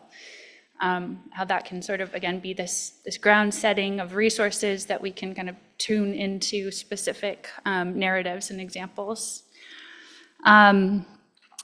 In discussions recently, there was a few notes around really emphasizing the climate experiences across the state. Really, the Mediterranean climate California has, and some ideas to kind of match that with other related climates outside of California, potentially highlighting those examples, but importantly, addressing how changing precipitation patterns are affecting folks in different ways at different time scales, seasonal variability, how our vast and unique landscape and diverse communities across the state have different experiences of drought, and really calling attention to those nuances. So, does it go? It's not working. Can I just click this? Yeah. Great. So again, the idea here is to uplift and to highlight and to acknowledge what we're already experiencing, to identify, some new stories that might be coming through, and ultimately assemble kind of a compilation of these examples. And as Katie mentioned, there's a very strong connection with this white paper idea. So if we're talking about, how do we define drought, we should probably identify some examples of what we mean by that. And so it can very much align with that white paper and potentially be part of that white paper, but there's also this opportunity to expand that and to think about other ways that we can tell these stories, and like how can we connect with other audiences across the state. And so there's a variety of ways we can do that. We can leverage existing platforms. The Integrated Climate Adaptation and Resiliency Program at OPR, again, has this adaptation clearinghouse, as Carolyn mentioned earlier, and we feature case studies of climate change resilience or the impacts of climate change on different areas of the state. So that could be a space where this gets highlighted in addition to kind of the white paper. There's so many other platforms. And in previous meetings, we've talked about potentially some video opportunities or, different ways of telling the story in addition to just a written narrative. There could be opportunities for kind of capturing that or telling that story in ways that resonate with different audiences across the state. And so I think what's really important here is to recognize that, California is an extremely diverse state in terms of geography, in terms of people, in terms of kind of our practices, our sectors. And we can highlight that. We can show that, depending on who we're talking about or what part of the state we're talking about, it's a very different narrative. And so this could be a chance to sort of show the various experiences and nuances of drought and water scarcity impacts across the state. Some of the impacts would be to, again, sort of demonstrate the range of these impacts across the state. We can also use this as a chance to highlight solutions. So in addition to just setting the tone for the reality that we're facing, this is a scary reality. It's really challenging for so many of us across the state and the communities that we're serving. But there's also a lot of great work happening to build resilience. And so this can be a space to feature some of those solutions and create models of success.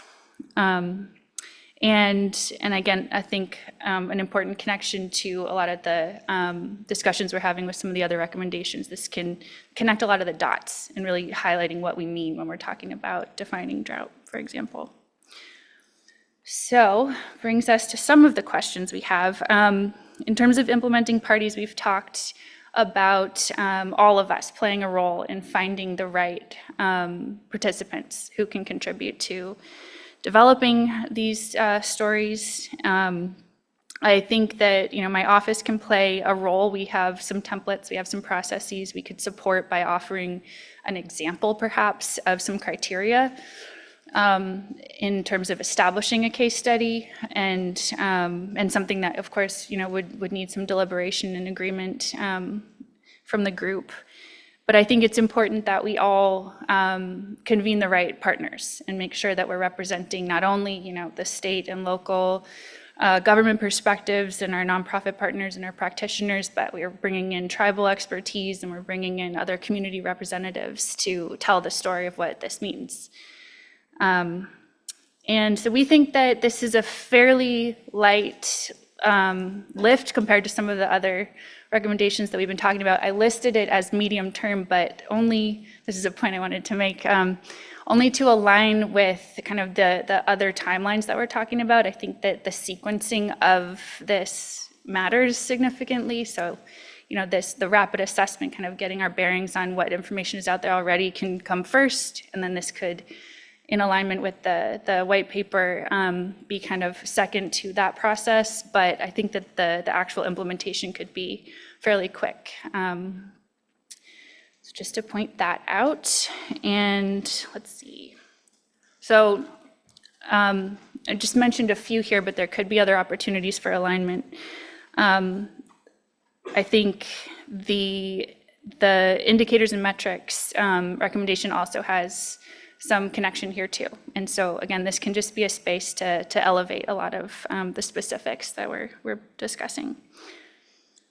So that brings me to my questions for you, which are who's involved? How can we collectively convene the right partners in this? How can we make sure that we're bringing forward the right examples and doing this right? And then, how should we organize it? So are we thinking about this in terms of sector? We talked a little bit about this last time. Is it more geographically based? Are there different ways to kind of represent or group these examples? And then I'm curious if there's other thoughts about where this could be featured. Should I go forward? You can go to the next one to just see feedback.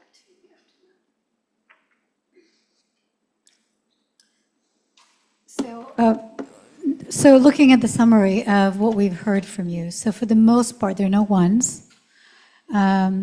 there were quite a bit of support to go forward with this, and some of you who thought that additional information is needed. So things like establishing criteria. How do we decide what case studies we're going to showcase, right? So I think that's some of the things that you want to pose to the members here. And you already talked about the combining with other recommendations. I think we talked about it with all the recommendations, and Glenn's going to speak to that in a little bit. So maybe just focusing on the scope of this would be helpful to move this forward. And I think on the next slide, you have a recap of the questions. Yeah, both in terms of describing them, but also in terms of implementation.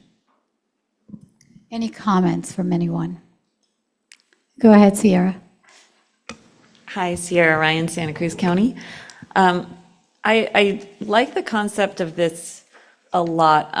Where I'm struggling a little bit is just making sure that the end result is going to be something that's really drought response oriented and appropriate to this group, rather than like a very interesting social science study on general impacts. So I'm definitely leaning towards like hoping that these are sort of action-oriented storytelling. So the case studies that are featured might be useful examples to, say, inform number 5 about roles and responsibilities. Obviously, that's where my mind keeps going. But, you know, like if there was a situation where there was failure that is highlighted as one of these case studies, that can then turn into an action that this body can take more, can be informed by. So just making sure that this is not just going to be like stories, but that it's going to be stories that help inform ideas or actions or information that we might not have, as well as obviously the benefits of bringing more attention and just highlighting how drought is impacting people. Thank you. Other comments? Go ahead, Tim.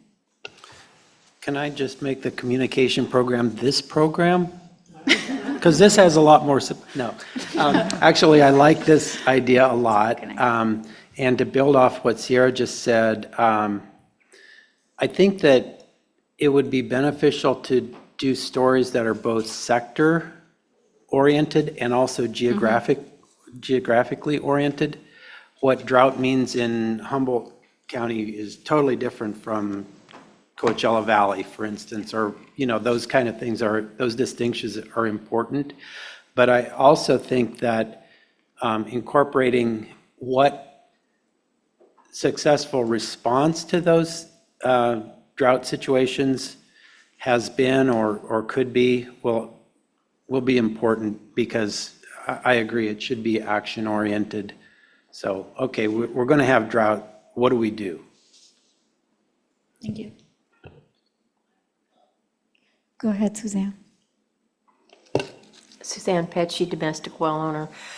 So I guess I like the idea of stories and movies. We kind of talked about that in the last meeting. So I guess my questions would be, who are you directing this to?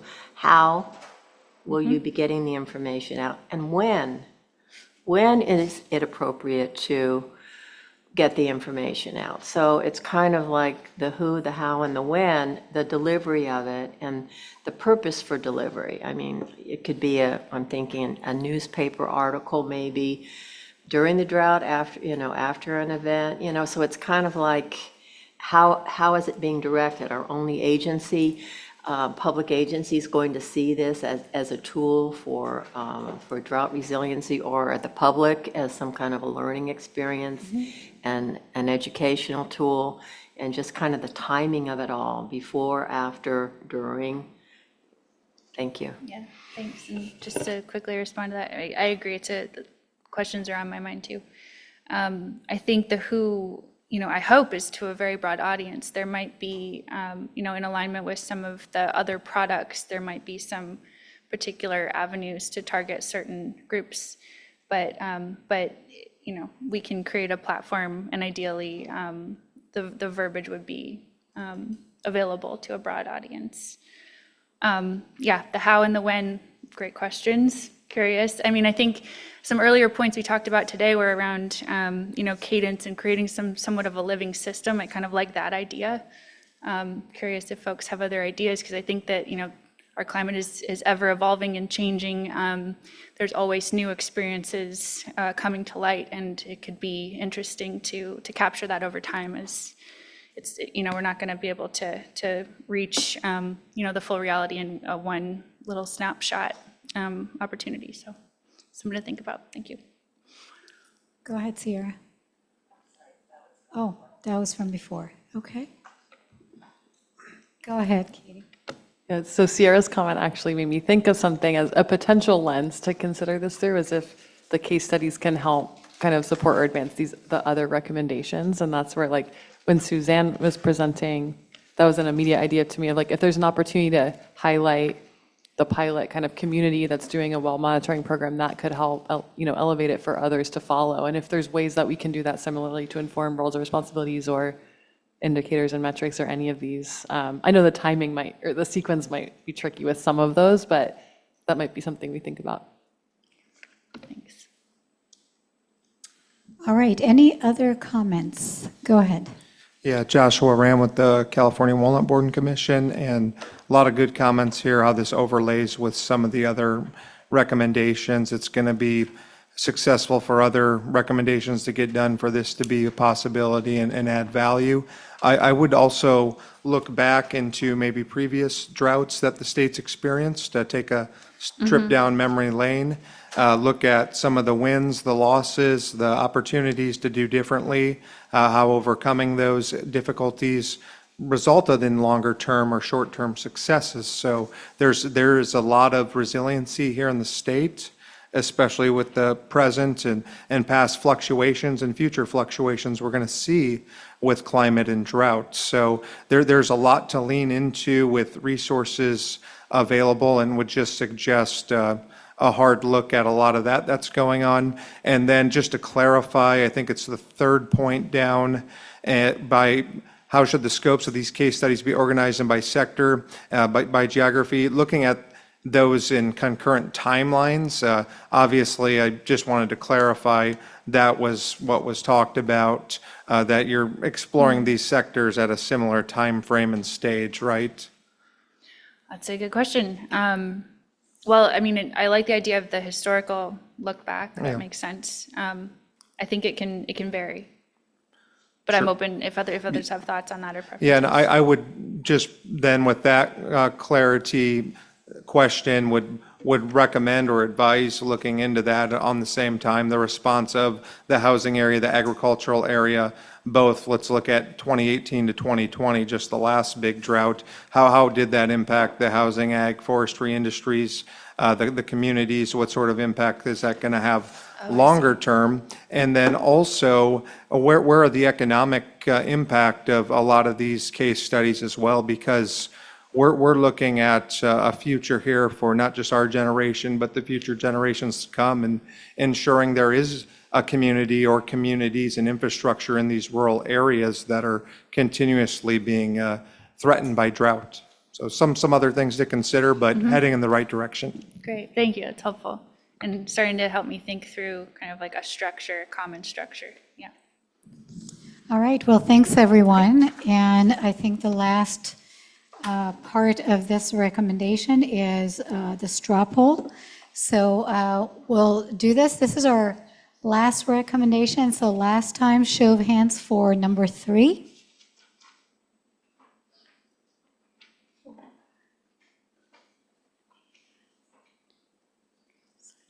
$15 and 2.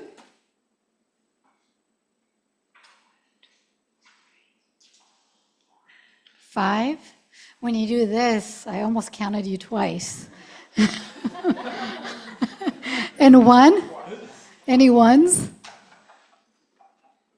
All right, no ones. Okay, great. Thank you. And let's see, before we move forward, we'll do public comment in just a second, but just want to say thank you to everyone, the work groups, the lead, taken a lot of work. Yes, I think we should do a big applause. Thank you. Yeah.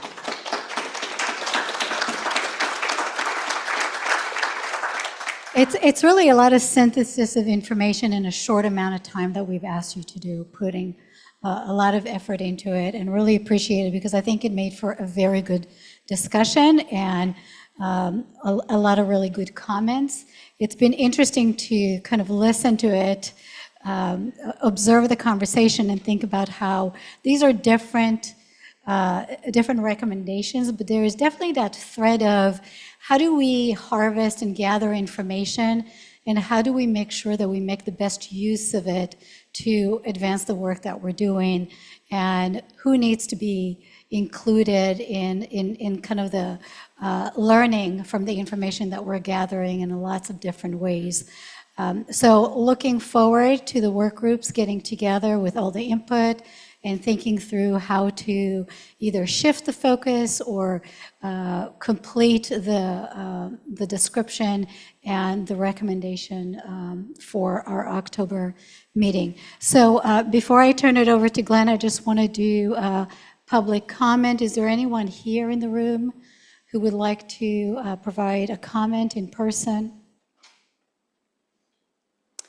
Okay, and let's check online. Is there anyone on Zoom who would like to speak? If you can use the hand raised so I can call on you. Okay, no comments. All right. Okay, well, thank you, everyone.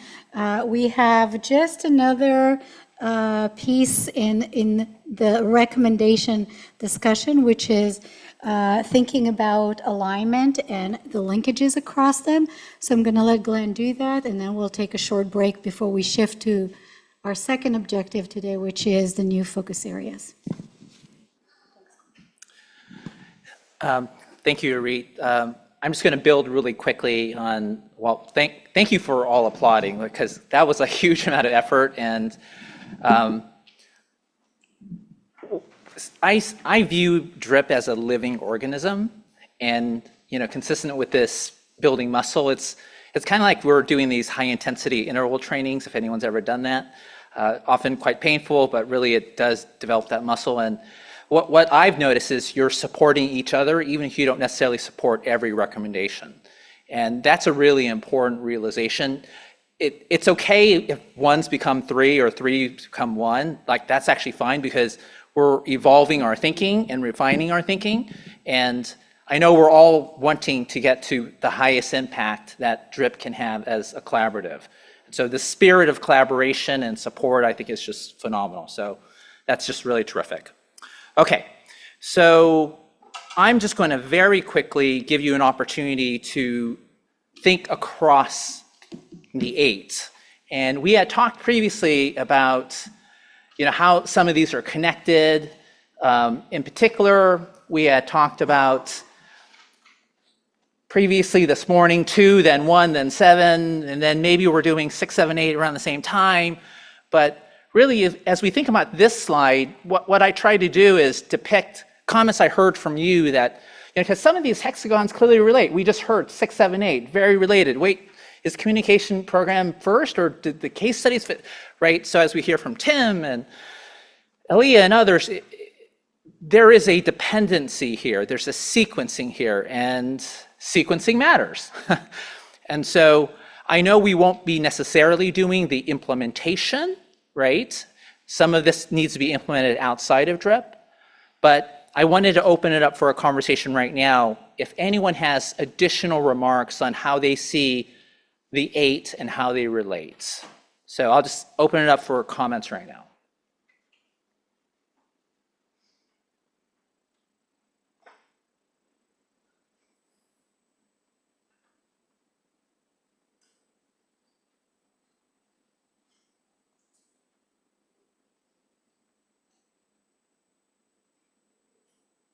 And maybe there's not more additional comments. Tim? I'm never shy to make a comment. Even Tim, on little sleep. Yeah. Whether it makes sense or not is another question.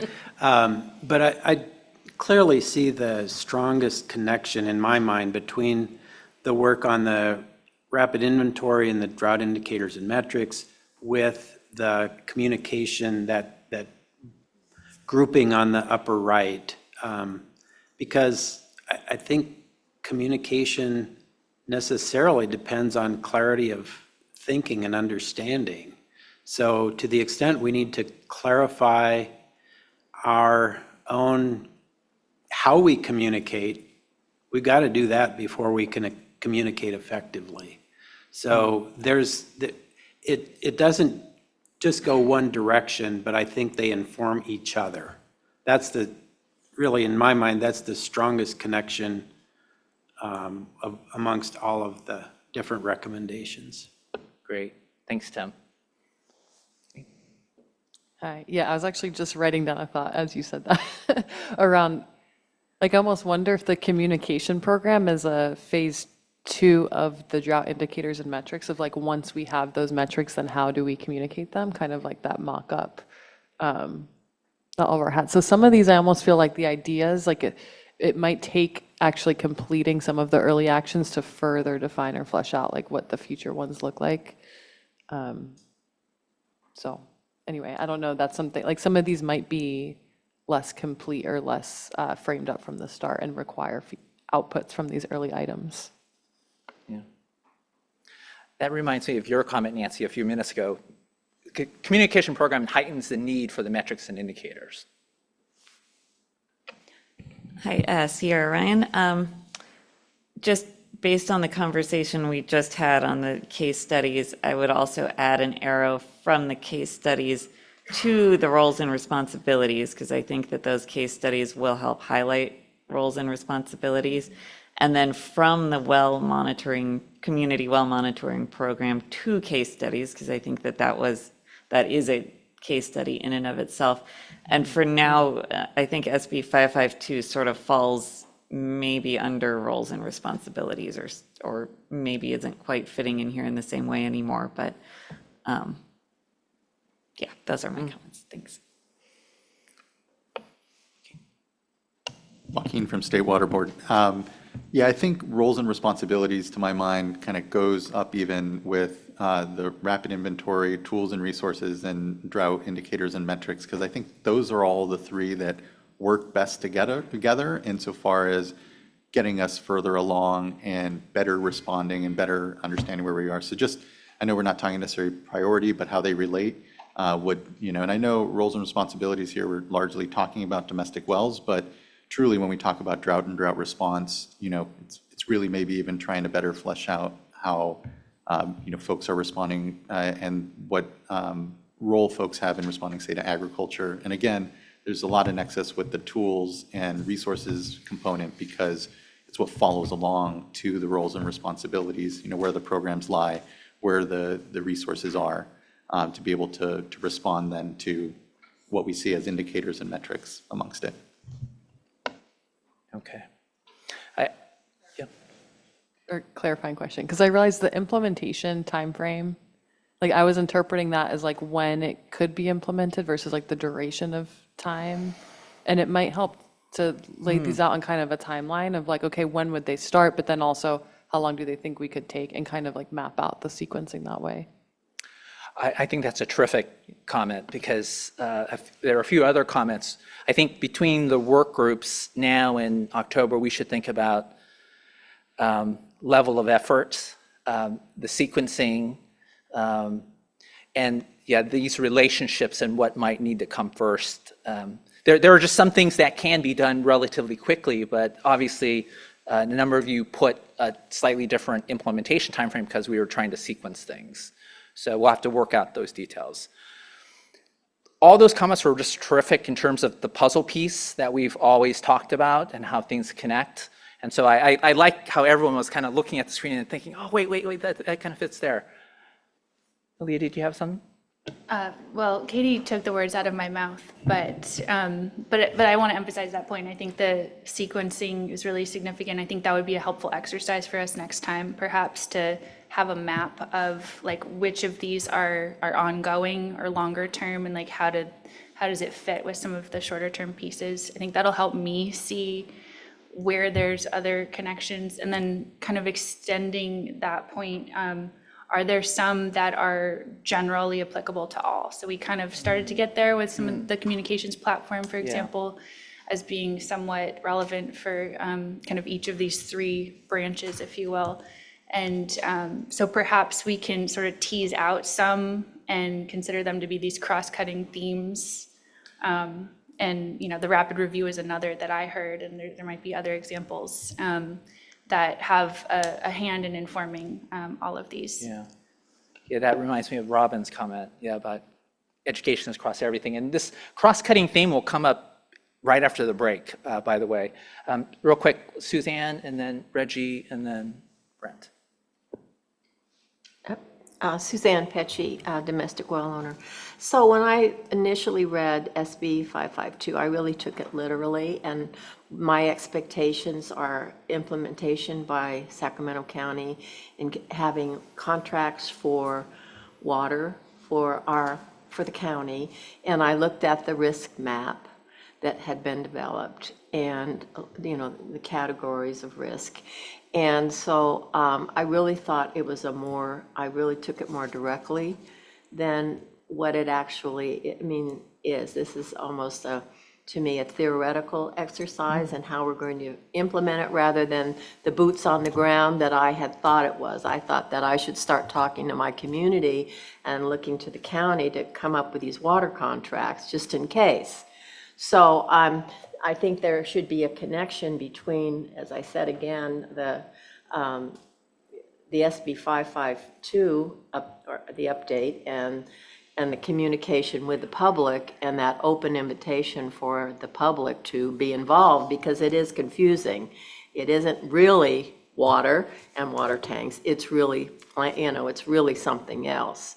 So I think that there needs to be some, as far as the risk assessment goes in each area, I don't know how they could develop that without actually being in that community, because it's changed. I kind of looked at our map and I thought, they don't know that there are different groups that have moved in now that might not speak very good English or whatever, that have more people in it than what they're expecting. So I just thought it was a little more direct approach.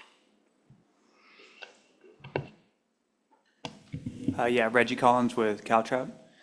I think in looking at this honeycomb here, what strikes me the most is, how it's just directly informed by the purpose of this committee. I mean, the idea here is that there's a concern that we have a lot of agencies working on water and drought in California, and their actions don't seem to be as synchronized as they could be, right? And when you look at the roles and responsibilities, of existing agencies, then you touch base with the rapid inventory tools and resources piece, looking at the existing drought indicators, and then you pair with that communication program. It just seems like that's a really good overall place to start. If we had an understanding of what every single agency did, what their rapid inventory of tools are, what their roles and responsibilities are,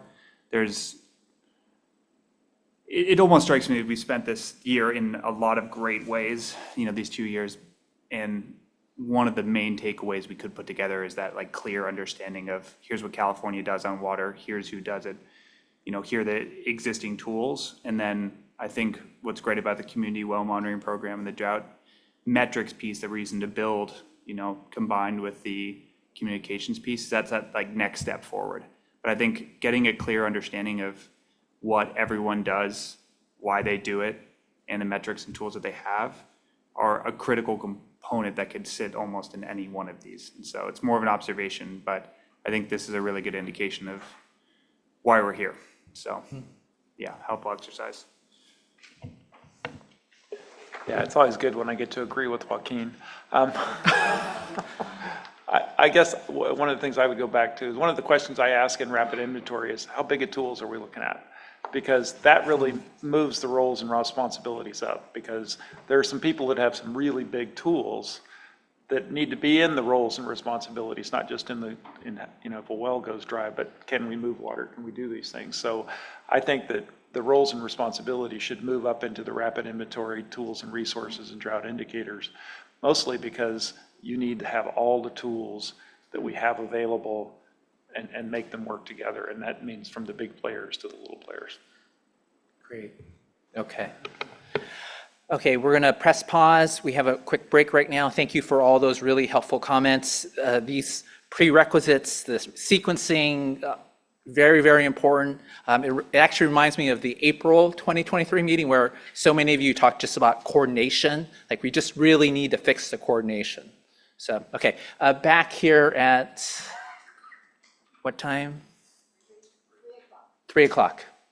Okay. Hi, folks. I'm going to bring us back here. So we are moving into our second objective for the day. I'll hold off just for a second as some of our members find their seats.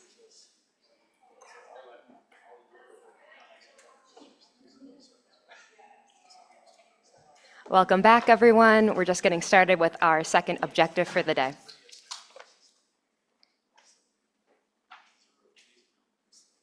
Okay, so for those that don't know me, my name is Zoe Canavis. I am a water resource engineer for the Department of Water Resources, and I'm here to continue our conversation about the potential 2025 focus areas. I'd like to acknowledge how much work has already been done today. We have covered some truly complex issues in quite a limited amount of time, and we're not going to stop now. We're going to continue talking about complex issues in short periods of time, but it's going to be a very lively conversation and some great presentations. So, as you'll recall from the October 2023 meeting, there was a demonstrated interest in 6 potential focus areas based on the high, low priority and effort sticky note exercise. Those topics include reducing ecosystem impacts of drought, water resources and operations, infrastructure and planning, land use planning, integrating climate change adaptation, and implementation of nature-based solutions. We brought these topics back up in our last meeting in April, and from that discussion, we found a couple of key themes. One, that there's overall support for these topics and there's general interest in these topics, and also there's a desire to shift from the climate change adaptation and nature-based solution topics from being focus areas into cross-cutting themes. Given that interest, the development team put together 6 primers for each of the topics. Members, you have a hard copy of these in front of you, and for our virtual participants, we also have a copy on our DRIP webpage. These primers coalesce and summarize ideas and comments from members made on these topics from all of our 2023 in-person and virtual meetings. They also detail potential discussion questions that are designed to develop more substance and details to the noted member ideas. Finally, they also highlight related state bodies and ongoing actions, programs, and initiatives. The purpose of this section is to get us thinking about the potential collaborations we can do and how the DRIP Collaborative can add value to existing efforts. Please note that these primers are not intended to be a comprehensive overview of the topics, nor an exhaustive literature review on these topics. Instead, they're simply meant to prime today's conversation. The overall purpose of the primers is to aid the DRIP Collaborative in defining problem statements so that our members can eventually develop recommendations that tackle that problem statement. Today's conversation will inform the first draft of these problem statements that we will revisit in our meeting in October. Okay. For today's discussion, we will be hearing from subject matter experts, or SMEs, on each of our topics. Our SMEs have a daunting and nearly impossible task of highlighting ongoing efforts and current challenges on complex topics in 5 minutes. So as you were listening to these presentations, be thinking about how DRIP could fit into these efforts or address those challenges. Each brief presentation will be followed by a 5 to 10 minute discussion period for the DRIP Collaborative members to ask the subject matter expert questions and discuss how the collaborative can add value to that topic. We will conclude after all of the presentations with a 10-minute member discussion about across all 6 topics. Public comment will open after that final discussion. As we listen to the subject matter expert presentations, please keep in mind the following key questions. What is the DRIP Collaborative's role in addressing challenges and promoting opportunities related to each focus area? are these the focus areas you want to prioritize next? And how many of these should we actually address in 2025 and 2026? Great. And with that, I will transition us to our first subject matter expert, Molly White from the Department of Water Resources. Molly will be presenting on water resources operations and water infrastructure and planning. Take your time.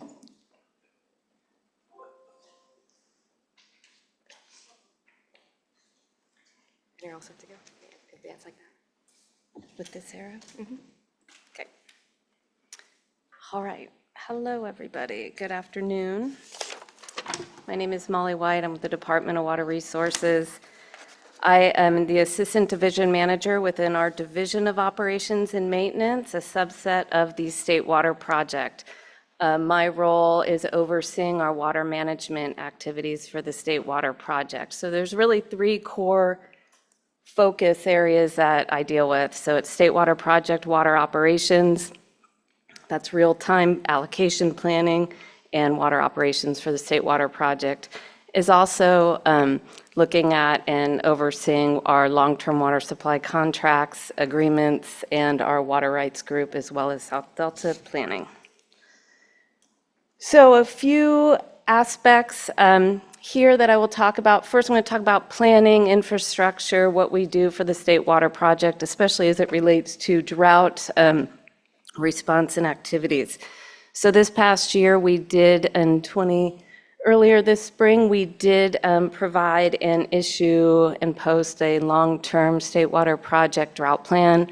That's really a clearinghouse of a lot of information on what we do for the State Water Project as it relates to current operations, current water supply allocation planning, setting forth what our water supply objectives are, but also looking at lessons learned from previous drought and drought actions that the State Water Project has done over the course of historical droughts, especially coming off the heels of the 2022 drought. In addition, that plan sets forth our lessons learned as well as opportunities that we're looking at and infrastructure and so forth and actions we can take to improve the flexibility of the State Water Project, especially as it relates to water supply, reliability, as well as flexibility for our operations. Another aspect as it relates to planning and eventually to operations is a forecast-informed reservoir operations effort. This was kicked off in 2019. It's a multi-agency collaborative effort, partnership between the Department of Water Resources, Yuba Water Agency, U.S. Army Corps of Engineers, SCRIPS C3, the Center for Western Weather and Water Extremes, as well as NOAA.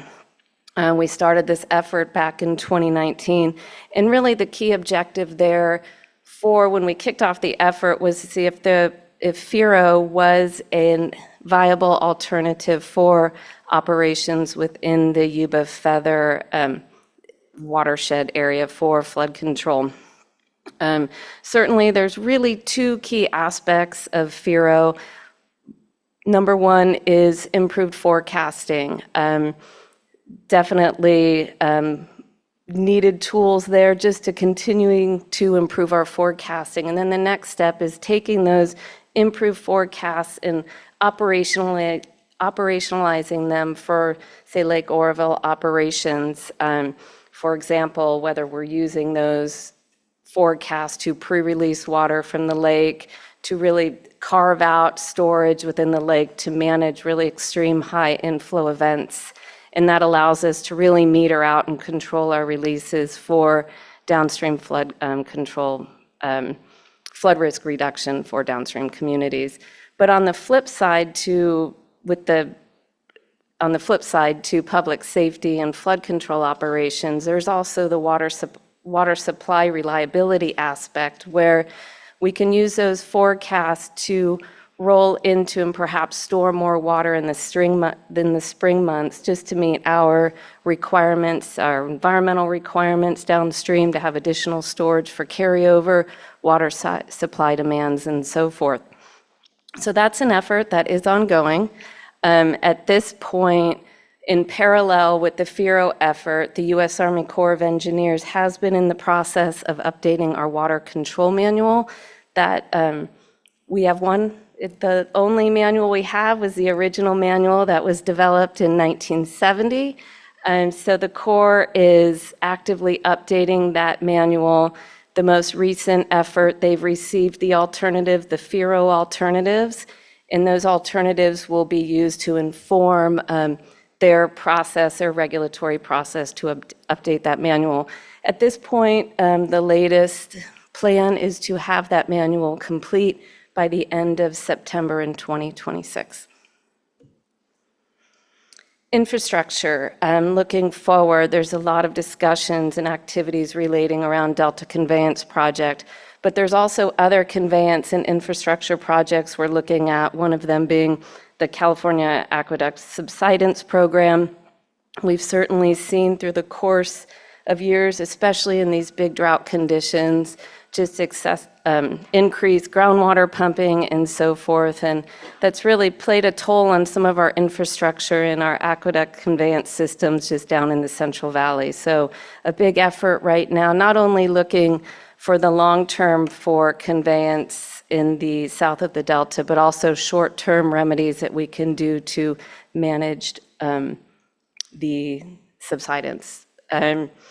Again, I say most recently, we're really on the heels of, on July 1st, we did update and go live with our Oroville storage capacity update. So back in the drought, in the 2022 drought, we did look at updating all the bathymetry for Lake Oroville, taking advantage of those lower lake levels to really come to what is the capacity of the lake. It had been, since it was constructed, so we're looking about 60 years or so since we had done that curve. So we did go live on that on July 1st. There's about a 3% reduction in capacity, a little over 100,000, about 110, a little over 110,000 acre feet total reduction in capacity. What's significant there is that the capacity wasn't that significant. About 50% of that loss was really attributed to just improved tools that we have now compared when the bathymetry was originally done. The other 50% was attributed to sediment and so forth, but it really gives us a good baseline to, as we're planning water supply and carryover targets in Lake Oroville, it really helps us fine tune exactly, what is that capacity in the lake.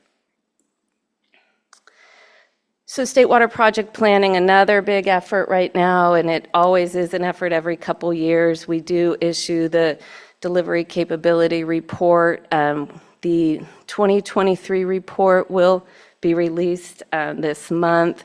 That's an assessment of the State Water Project's delivery, the existing delivery capability, but also looking at future delivery capabilities, say 20 years out, with existing conditions, but also with additional climate change impacts. Not only is it a very important report and plan for the department, but it's also very important to our 29 State Water Project contractors.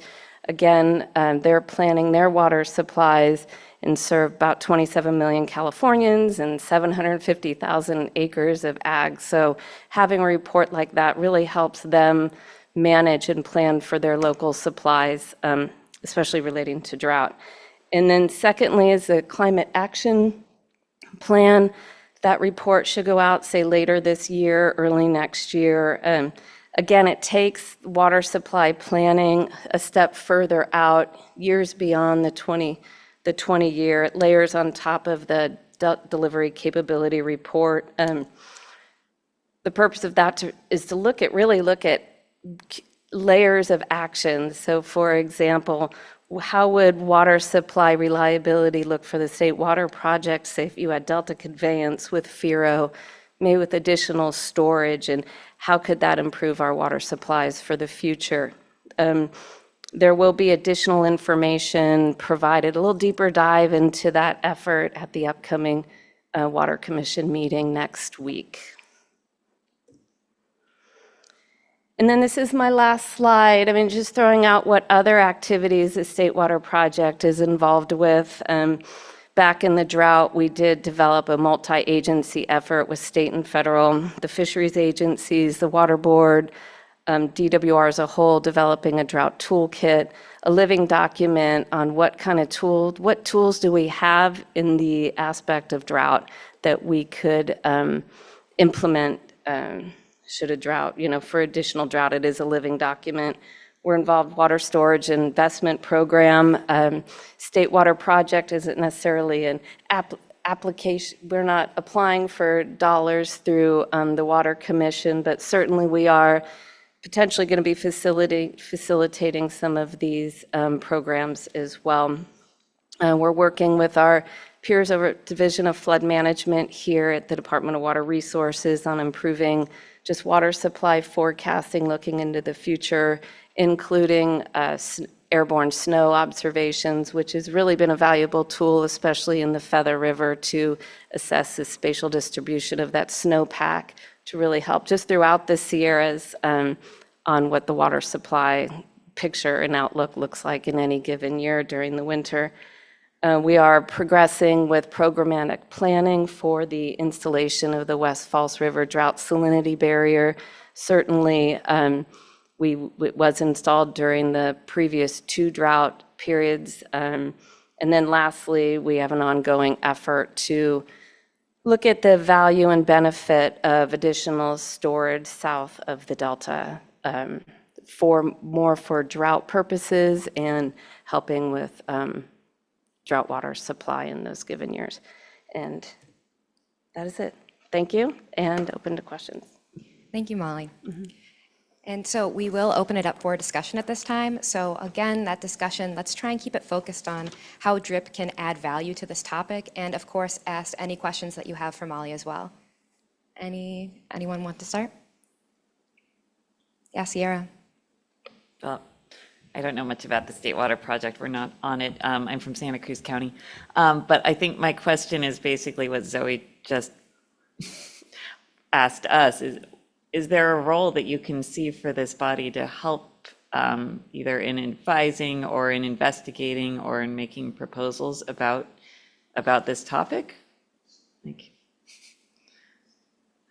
I would say we're willing to come back and have more focused discussions in your work groups on how the State Water Project could help inform just this process itself.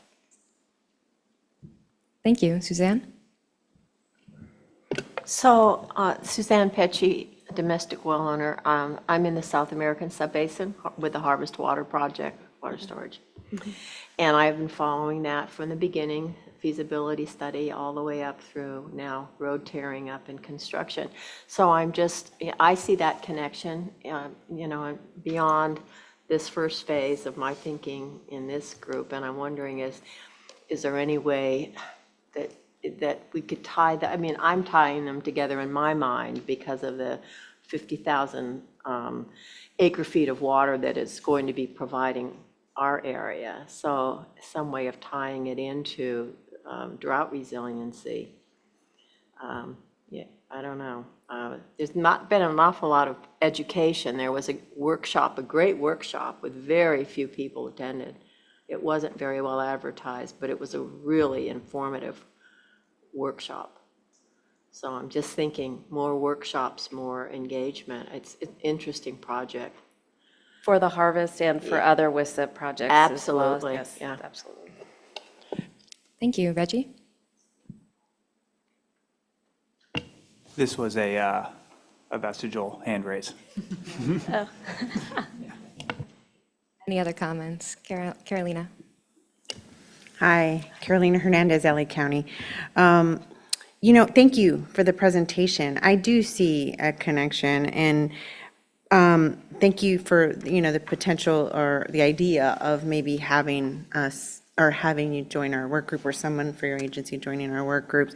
And specifically because, you started off by talking about the 2024 State Water Project long-term drought plans. And I do think that that's very, could be very impactful. My municipal agents, one of the districts does receive state water project, or we purchase from a wholesaler.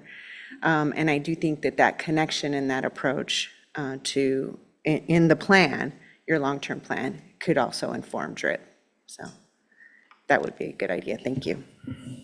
You're welcome. And just to add a little bit there, the focus and with the long-term drought plan is really focus on the actions that really are germane to the state water project taking, understanding that there's a lot of efforts just across the department with drought planning and so forth. So, thank you. Tim? Tim Worley with Cal Mutuals. I'm going to reference a proposal that I really know very little about. So with that caveat, I heard from the state water contractors of a proposal to, I don't know, I think it was to where AVEC would store some water in San Luis, but it would be there, banked there, but available for some of the CVP-dependent communities that were literally without water in the most recent drought. So it wasn't approved. I don't know why, but I guess my question is whether through this work group, we could bring out examples or opportunities for those kinds of creative solutions to help vulnerable communities just through some creative thinking and sort of outside the box thinking about how existing facilities can be used to maximize their assistance to ameliorate drought impacted communities. Could also be for ecosystem, for environmental purposes, but it seemed especially acute where literally communities were having, I think those were served by hauled water during that time. So I don't know, I guess I'm curious of your thoughts about whether existing facilities can be utilized in new ways that haven't necessarily been done in the past. I personally think we need to think outside the box and what opportunities there are there to look at activities to help disadvantaged communities. Part of the WISIP, we have the Oroville Pulse Flow WISIP projects that does have the dual multi-benefit roles of developing water supply south of the Delta, doing exchanges to create beneficial flows for the Feather River through the Delta. So yes, I think we need to, it's important to look at all opportunities that we can, using the infrastructure we have to, if we're able to provide additional water to disadvantaged communities. Because yes, understanding during the recent drought, that was definitely a big concern and issue. We'll take our last comment from Brent. First, I think that you need to be a part of it, and I'm going to go back to my broken record. The reality is they have the biggest toolbox, they have the biggest tools in the state, and so they have to be a part of drought planning. I also want to thank you. I was chairman of the board of U Water Agent. We started the FARO project, so perfect. And also the data from the aerial snow is just tremendously helpful for us who are up there. And every drop that we can put back into the lake at Oroville or Bullards is a drop that we can move and put it to use. And then I would also say that a critical issue is we do need to get, they don't have to be big, we have to have storage, more storage below the delta so that when we can move water, we can get it to the places that in a drought it's really going to be useful. And so I think those are three critical things, and you absolutely should be a part of it because you have the biggest tools, and we want big tools and little tools to solve this problem. Great. Thank you, Molly, for a great presentation. And so our next subject matter expert will be Sandy Matsumoto from the Water Commission and the Nature Conservancy. As she did in April, Sandy will be presenting on reducing ecosystem impacts from drought.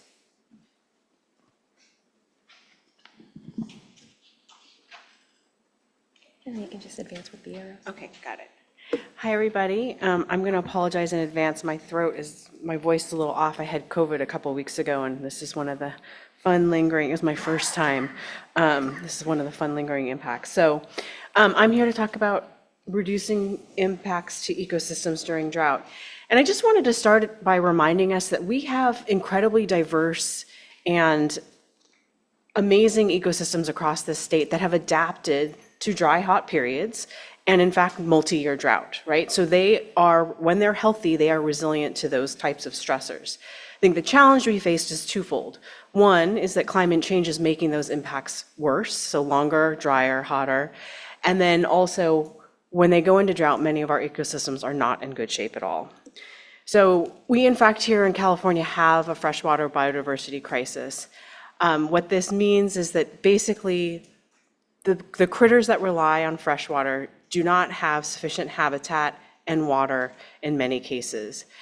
The statistic that keeps me up at night that I worry about for my son is that 50% of our plants and animals that depend on freshwater could be lost in his lifetime. I think that's tremendously, to me, it's very upsetting. It's the reason why I do the type of work that I do.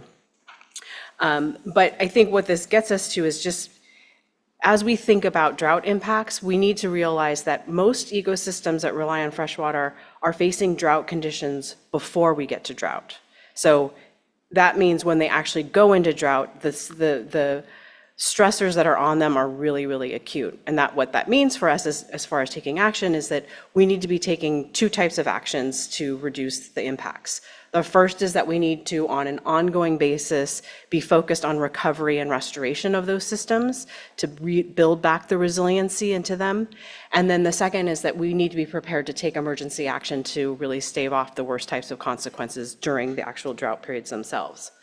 So just on the kind of getting to the restoring ecosystems, it's not rocket science, right? If they don't have enough habitat and they don't have enough water, then those are the things we need to work on during the non-drought periods. In particular, one thing I want to call out is there's a tremendous system of public lands in our refuge system across the state where we've protected the land to sustain the Pacific flyway and migratory birds. But in fact, those lands don't have enough water to fully realize their habitat potential. Again, before we even get into a drought situation. So it's in a normal year. We also have the fact that in California, flows can be taken out of our rivers until they go dry. And we're seeing that happen on an increasing basis. In fact, the last drought, our iconic Merced River went dry, which I find ridiculous. But because we can take so much flows out of our river, we really have to think about how we can protect them again in the non-drought periods. This has been really hard to do as a state because it's hard to figure out what flows are needed when and where. And a lot of times it's driven by single species type of management. The good news is we now have a scientific framework. It's a scientifically based framework that can help lead us to identifying what flows are needed to support ecosystem function by focusing on specific times of the year and specific types of flows in a way that's reconciled with human uses. It's called the California Environmental Flows Framework, and it's something that we can begin using now to identify what flows are needed at different times of the year.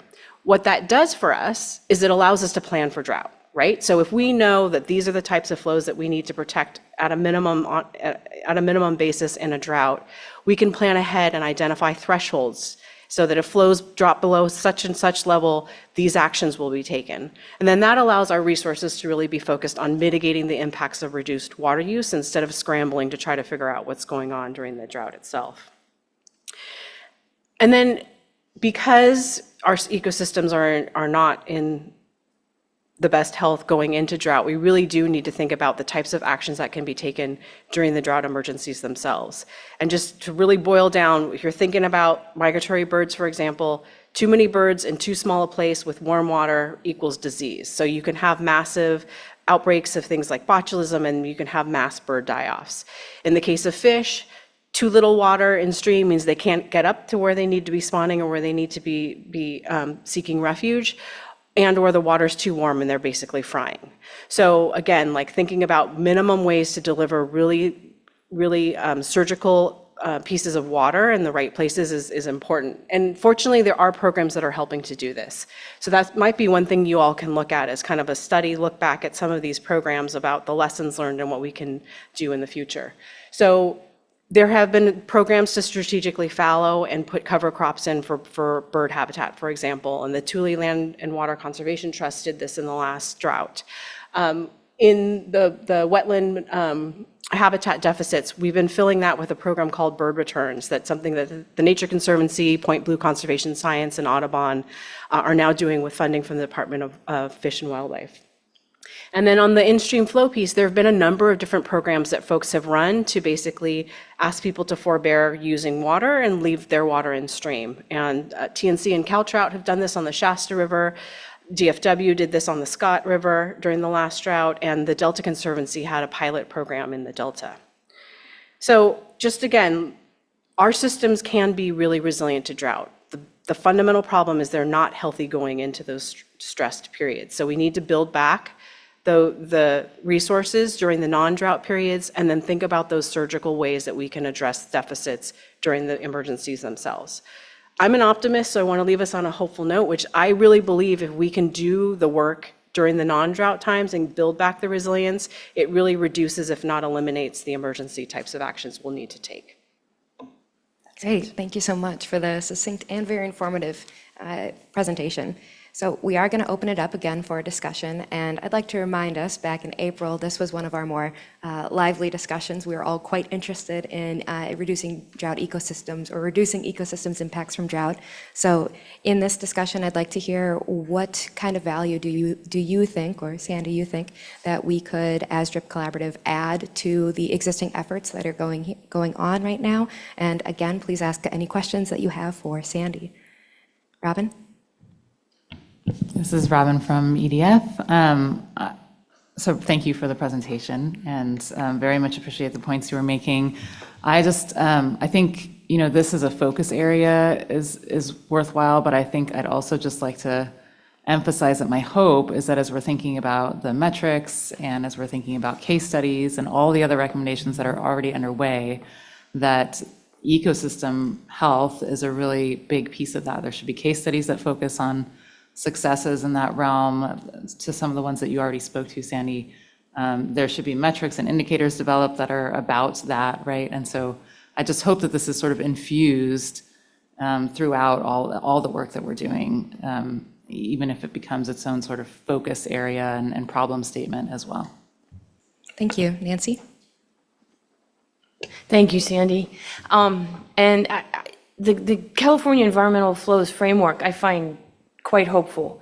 Do you know what it needs at this point, where it stands? You don't have to answer that now, but that might be, if there's, I probably should ask Josh before I spoke up, but it would be good to know the status of that effort, because I know it involves a lot of partners, and it'd just be good to know what they need to promulgate the recommendations on in-stream flows. Yeah, I definitely think there are a number of rivers where we are trying it out, and that's kind of like getting into the actual process of working with stakeholders and identifying the flows. And then I think the other piece of it is the way that we've been using it is to identify specific flow needs, and then working with the community and the watershed to do projects to address those specific flow deficits. And I think the more that we have some of those win examples in what less altered watersheds where we can actually solve the problem, then it shows how things can, like proactive action can actually be beneficial for water supply reliability and for ecosystem health. And so that's sort of been our strategy, is really to find the places where there's a willing community and willing group of folks to engage. And then obviously it's going to take funding to get the projects on the ground. But I think having those examples of it actually solving some of the problems is going to be pretty powerful. Thank you. Yeah, and I just add, using the tools. I mean, and we've been starting to use these tools just at the department, and looking at different questions, even in drought scenarios as well. And so I think that's part of the the power of this group, it's not just state agencies, federal agencies, it's NGOs, it's a pretty comprehensive group, UC. So starting to use the tools, I think, is super helpful. Great. Reggie? Yeah, I just want to thank you again, Sandy, for presenting. Yeah, I just want to add one final point and a question for you too. I think that, the points that Sandy made are obviously spot on, and just to add some emphasis to the in-stream flow, needs and what we're looking at in normal years. Give two examples. In the Shasta Valley, it's an adjudicated stream system, and we're under current emergency regulations.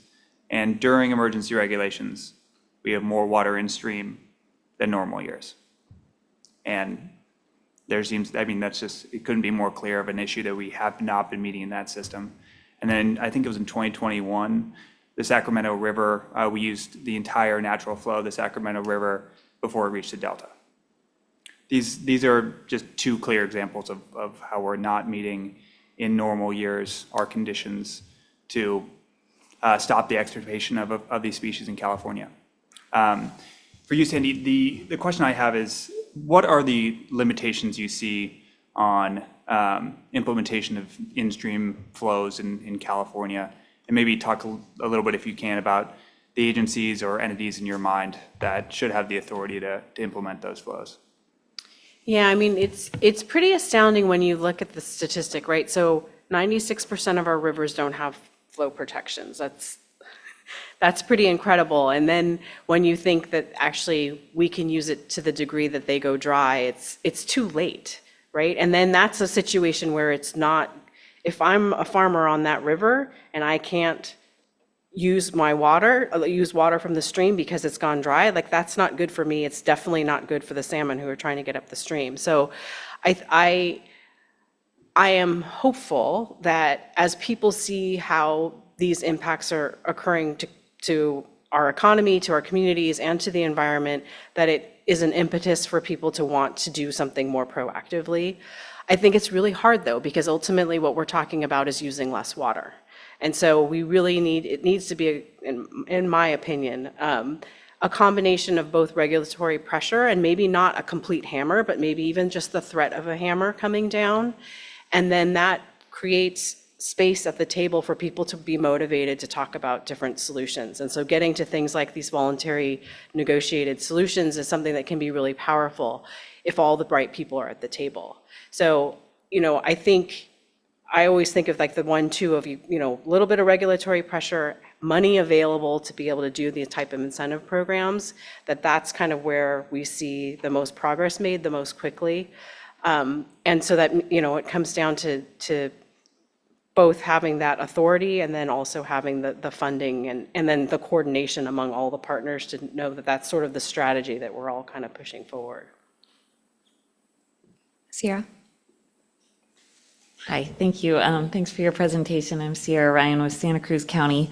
First, I do want to put a little plug in for the environmental flows framework. We've been working on our well ordinance update, and as part of our assessment of basically allowable diversions under a ministerial permit, we've been using this to help us, and it's been a really interesting and useful exercise and a tool that we're happy to have access to. So first, thanks for that and for making sure people are aware of it. We constantly are dealing where I work with in-stream flow issues, and I feel like some of the barriers we've come across are they feel kind of insurmountable, like water rights. If people live on the river and it's not adjudicated, then they have a riparian right. And here we are trying to limit the impact of a domestic well, which may take a small fraction of what someone who could just pull directly out of the stream can do. We've looked into in cases where we've had our streams go dramatically from flowing well to zero flow when we have really big heat waves and we have a lot of evapotranspiration from all our tree cover. We haven't been able to get fish rescues done quickly enough because you need permission, especially if you've got endangered species, which we do. And then they just all died because we couldn't get action fast enough to get permission to save them. So I'm wondering if you have any thoughts on these like big, I mean, I'm talking about like water law and the Environment and the Endangered Species Act, but, which might be a little bit more than DRIP is able to take on. But if there's any thoughts that you have about like incremental improvements that this body might help support. Yeah, I mean, yes, and so little time. So one thing that you mentioned that I did want to emphasize is you made a really important connection between protecting both in-stream flows, right, water in river, and also groundwater, right? Because if you do one and not the other, then you know what the next action is going to be, right? So that is an important part of this, is really thinking about all the tools to I mean, those are all ways of protecting flows and the health of our systems and water supply reliability, right? Because at the end of the day, the only water supply in a lot of places that we have during drought is groundwater. And if we're over pumping that, then, you know, not only is it taking water out of the streams, but people don't have supply. So I think that was a really important, and I'm glad that Santa Cruz is looking at trying to deal with both of them. You know, one question I have for you is, as there's these events where there are fish visibly being lost, and especially in smaller creeks where the community can actually take action and they're seeing the direct impact of what happens when you don't, I wonder if those are moments that can be like a catalyst for action in terms of, you know, let's not let that happen again. And here are 3 ways that you could help prevent this problem in the next drought.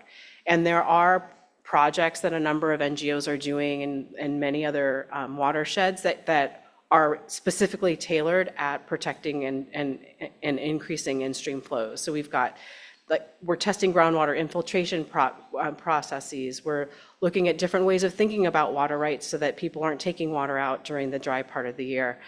There's a group called the Environmental Water Network, and they are a group of practitioners where we kind of share all of these kind of like the projects that people are doing across the state, specifically again to boost flows in streams, and they're community-based, local organization-based types of projects that anyone can. So we've got like resource conservation districts and small nonprofits in the local streams that can help do, you know, take protective action in ways that, and then add up projects, right? Because it's at the end of the day, especially in the smaller streams where there's a lot of smaller ownership, it is individual actions by, you know, tens if not dozens of people. So there are some groups out there that can help inspire some of that if there's local interest.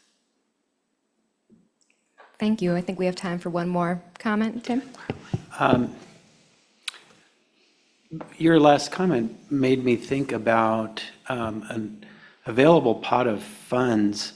The Farm Bill in recent years has actually developed quite a lot of funding available for projects that protect source water quality, which is not, it's tied to the resilience and essentially the ecosystem health as well as to human health. But I'm wondering, here in California, I don't think there's been much progress on tapping into those source water protection funds.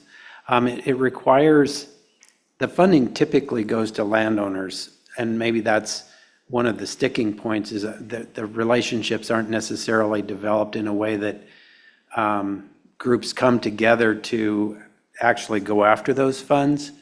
But I'm just wondering if there's an opportunity to look at that as a source of funding for some of the projects that could protect or could improve source water quality with additional sort of benefits to the environment. Just a thought.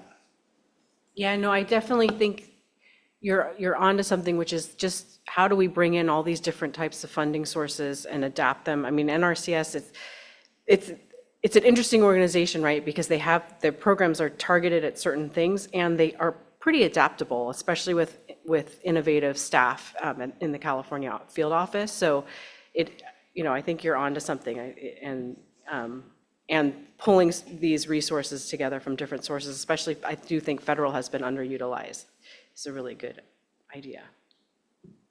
Great, thank you. Thank you so much for your time and Thanks, y'all. presenting with us today. Okay, I'm going to bring up another of our subject matter experts. Our next subject matter expert will be Eric Chu with the Governor's Office of Planning and Research. Eric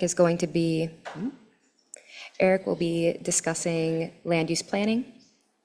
And again, as we're listening to this presentation, be thinking about what value can DRIP add to the existing efforts that Eric will discuss, and what sort of questions would be useful to answer to get more at the problem statement underlying this focus area.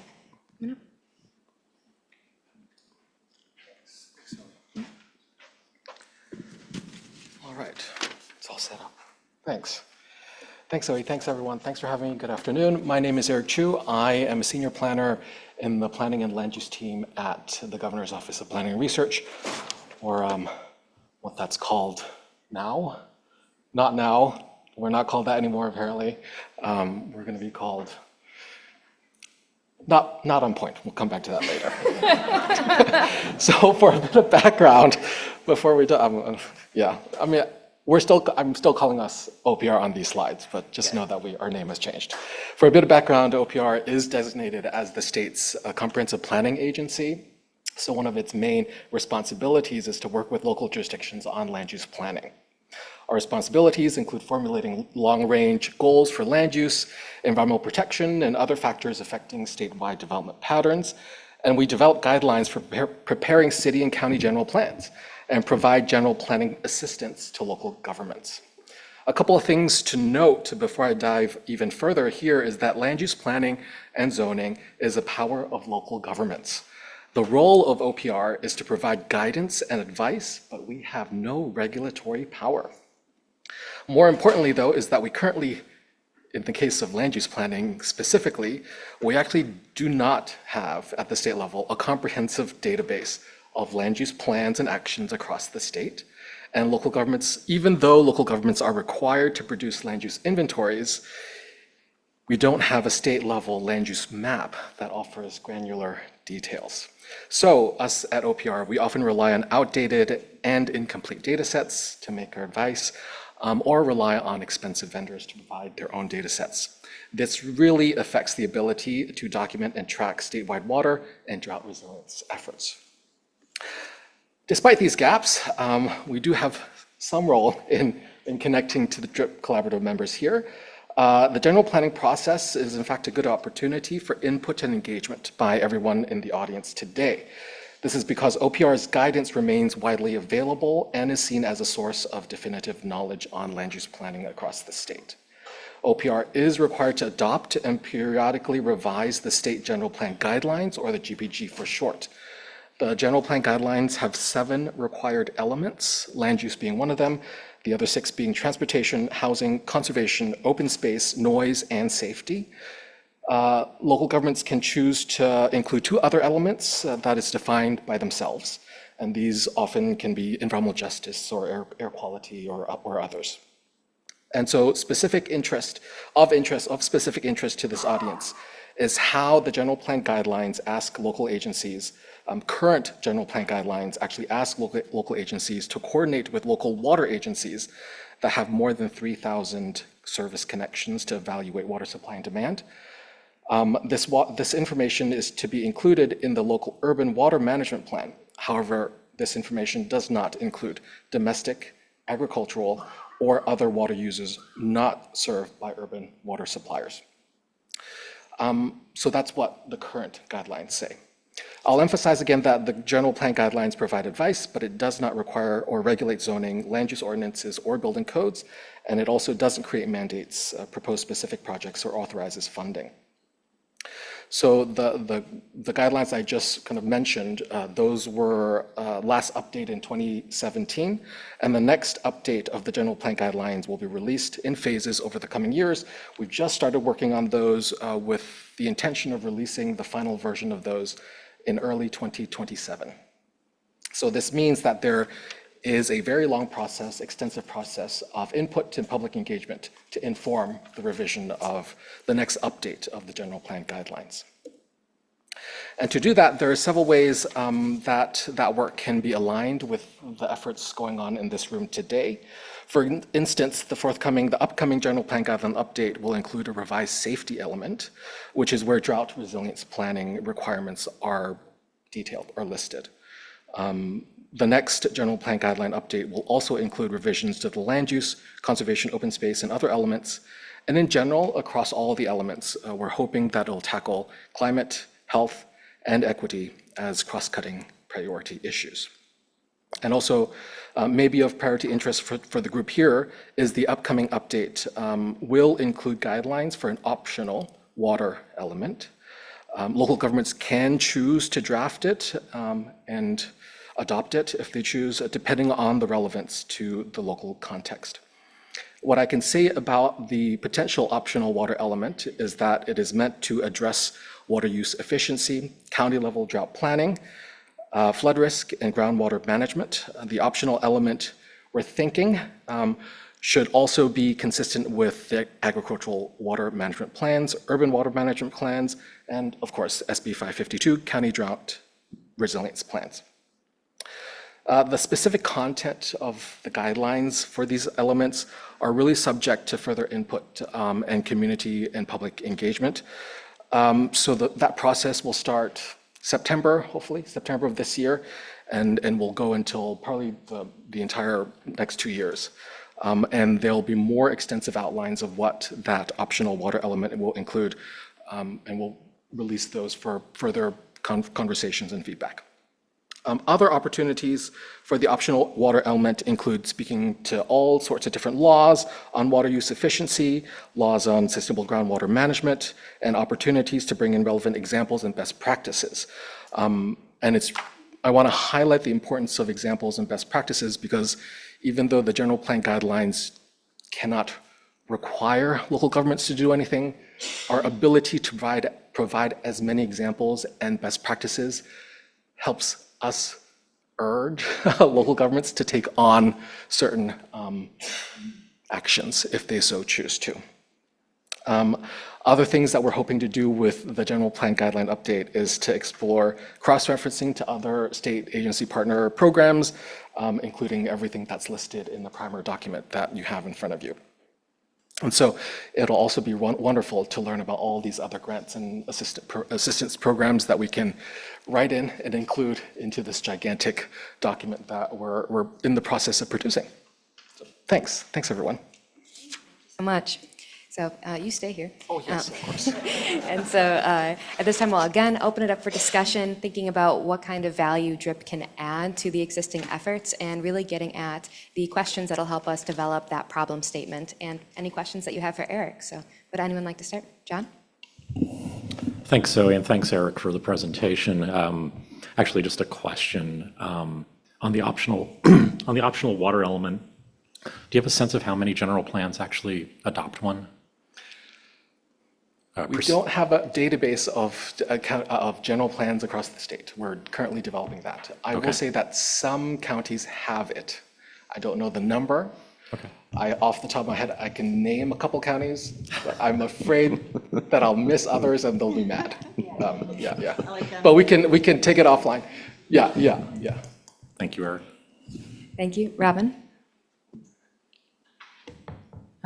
Thank you for the presentation. This is Robin from EDF. I feel like land use planning is so sort of integral and critical for drought resilience and drought response that so I don't have thoughts in particular about this. I don't know a lot about this particular process the state engages in. This is sort of a first presentation I've gotten on it, actually. It's interesting to me that water is optional because they should be so more closely tied. And I think the other thing I wanted to say about this group's consideration of land use planning and recommendations we might develop around it is, I'll just make another plug. I mentioned this program earlier, but I think the multi-benefit land repurposing program within the Department of Conservation is a really, really important program and underfunded currently.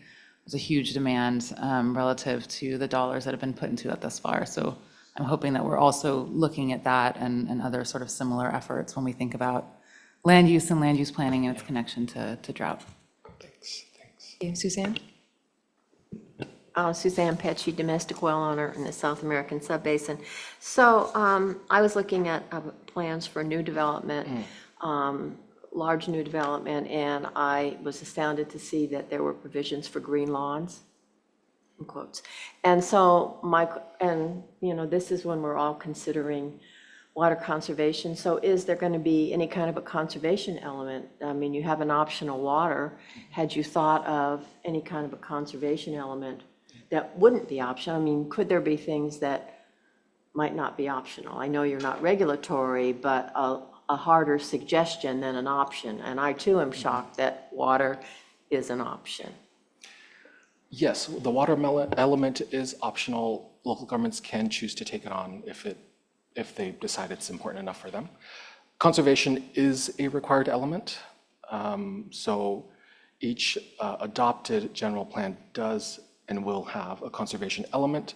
Sometimes it may not be called conservation specifically. It could be called ecosystem.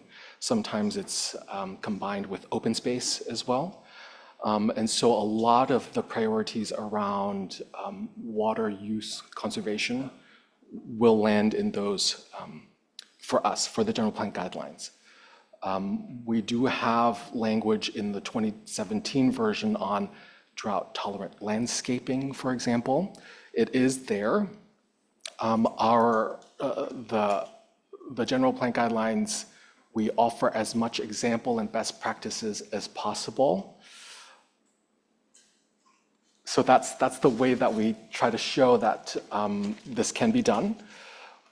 The last mile for implementation really depends on local governments and how they do their own zoning and land use, and whether or not they actually take on the many different rules and codes that we have on drought-tolerant landscape. Yeah, maybe not many, but several. Yeah.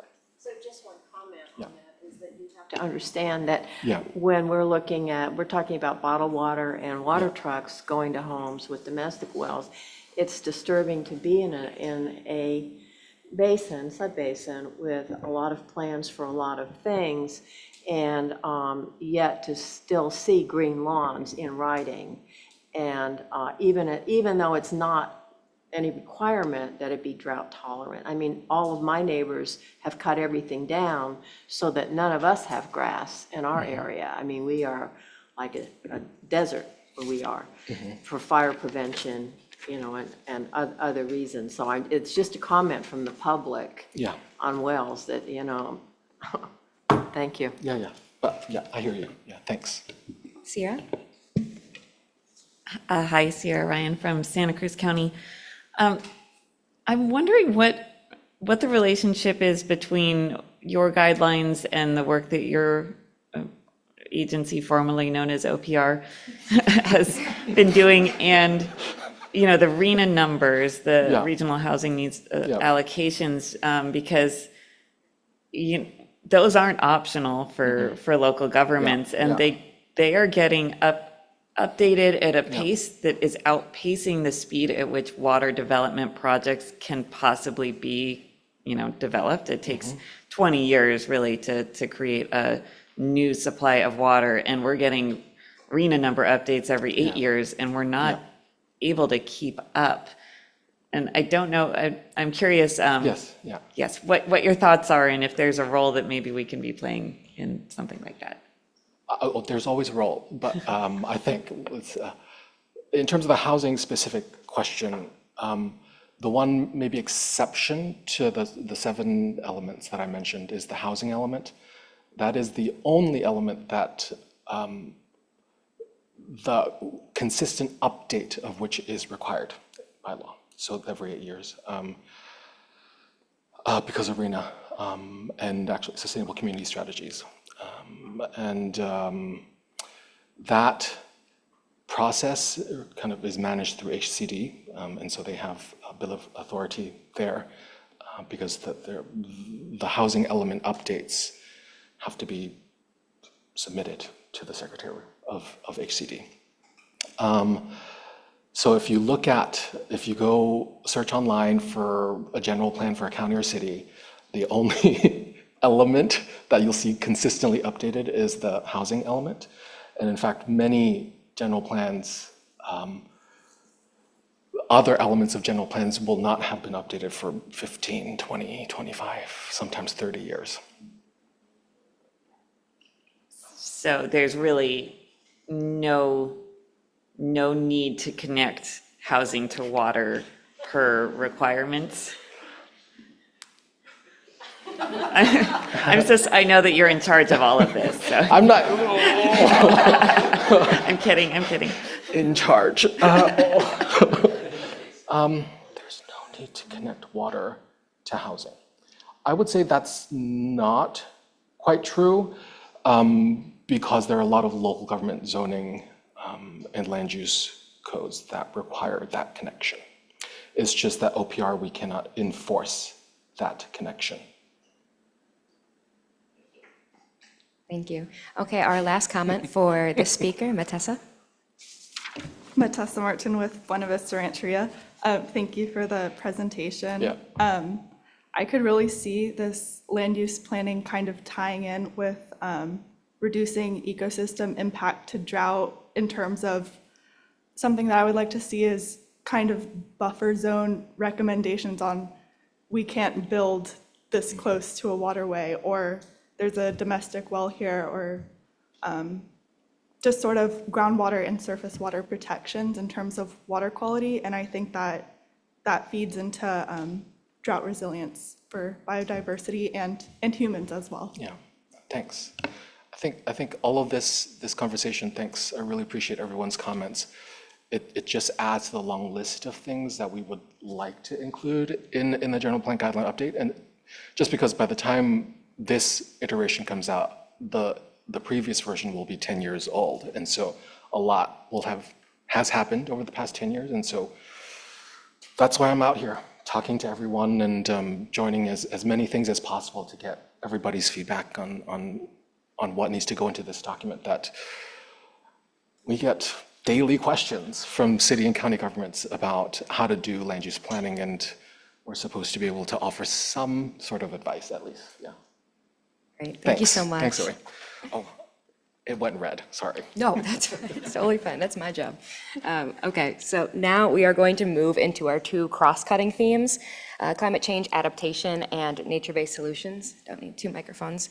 The key difference here with our cross-cutting themes is that these can be interweaved into all of the focus areas that we've been talking about so far and already have developed problem statements for, and could be incorporated into many of our recommendations as well.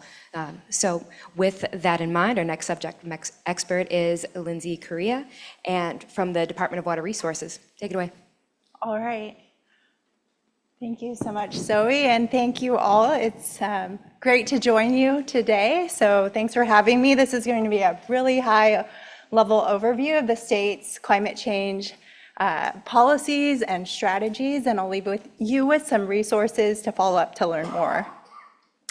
So California's efforts to achieve climate resilience are really supported by several statewide policies and executive orders, legislative actions and executive orders that have been enacted over time, evolved over time. This is a short list here.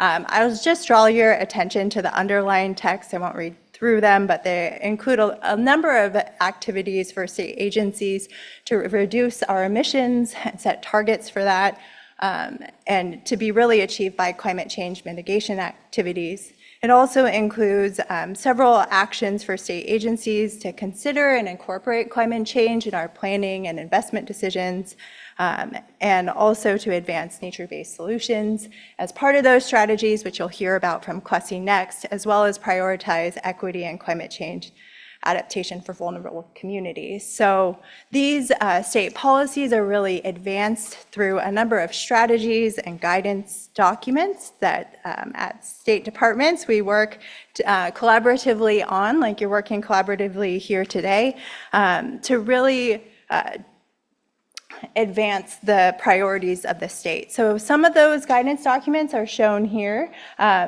Two in the middle, I think a number of you are really familiar with being really tied to the water sector.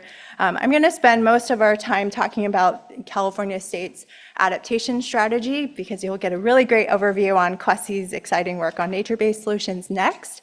I think the state adaptation strategy is of importance to DRIP because in looking at the primer, it looks like you're looking at other initiatives. I think this is really a cross-sector adaptation strategy for the state that really looks across beyond water, but looks at some of the issues that have been discussed already around ecosystem restoration, around housing, around wildfire risks to communities. It really sets forward a number, 6 priorities to protect vulnerable communities, bolster public health and safety under climate change, build a climate resilient economy is a 3rd priority, accelerate nature-based solutions, make decisions based on best available climate science, and then the 6th priority is to really advance partnerships and collaboration for climate change adaptation.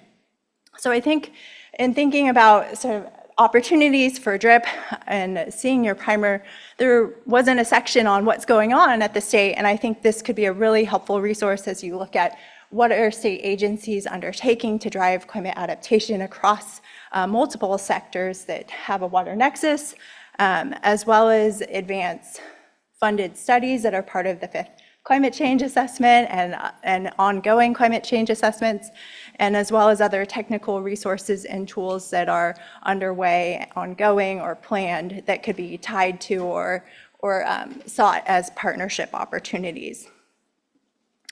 So I will also note, just in closing, in terms of other resources, that the Department of Water Resources has a climate change program that under John Andrews' leadership has really advanced the department's efforts and our partners in preparing for and adapting to climate change. We have a number of resources that help our own department, but also really drive on supporting regional and local water management, planning, and preparedness under climate change.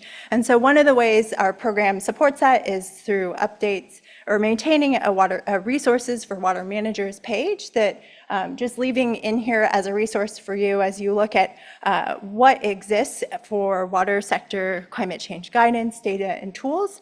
This touches on a number of different water sector planning guidance from water or urban to ag issues, as well as some of the easy resources to access for existing tools and models or some of the plans that you've seen on the slides earlier. So that was just a really quick flyover of what's going on at the state level. So happy to, I think, take questions after we hear from CLESI. Thank you so much. I appreciate the brevity. Wow, great job. And so yes, we're going to move straight into our next subject matter expert. Hold all your questions for Lindsay for just after CLESI's presentation. So our final subject matter expert will be CLESI Bennett from the California Natural Resources Agency. CLESI will be talking about the cross-cutting theme, nature-based solutions. This will be a virtual presentation, and I think I'm working the slides, right? All right. Go ahead. All right.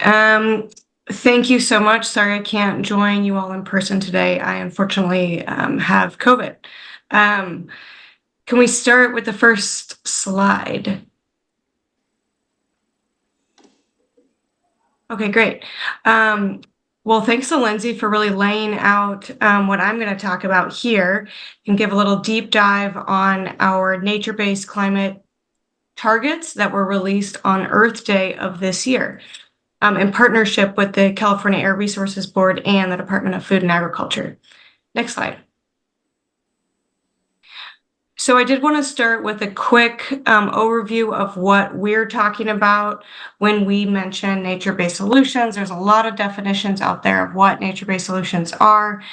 For these targets and pursuant to the legislation that we were fulfilling, we're really talking about land management activities, land management practices that are building the health and resilience of our landscapes in order to unlock the carbon and other climate benefits that they provide. And you can think about these natural systems also similar to the backbone natural infrastructure that is included in the most recent update of the California Water Plan.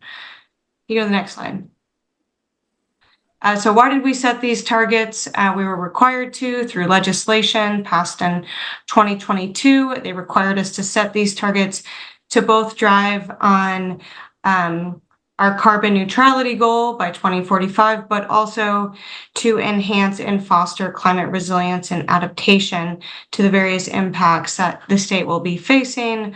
We're required to integrate these targets into the state's scoping plan, which is the state's roadmap to carbon neutrality, which will be updated in 2027, and other relevant state policies. We're also required to report on progress and the outcomes that these targets deliver every 2 years starting next year. Next slide.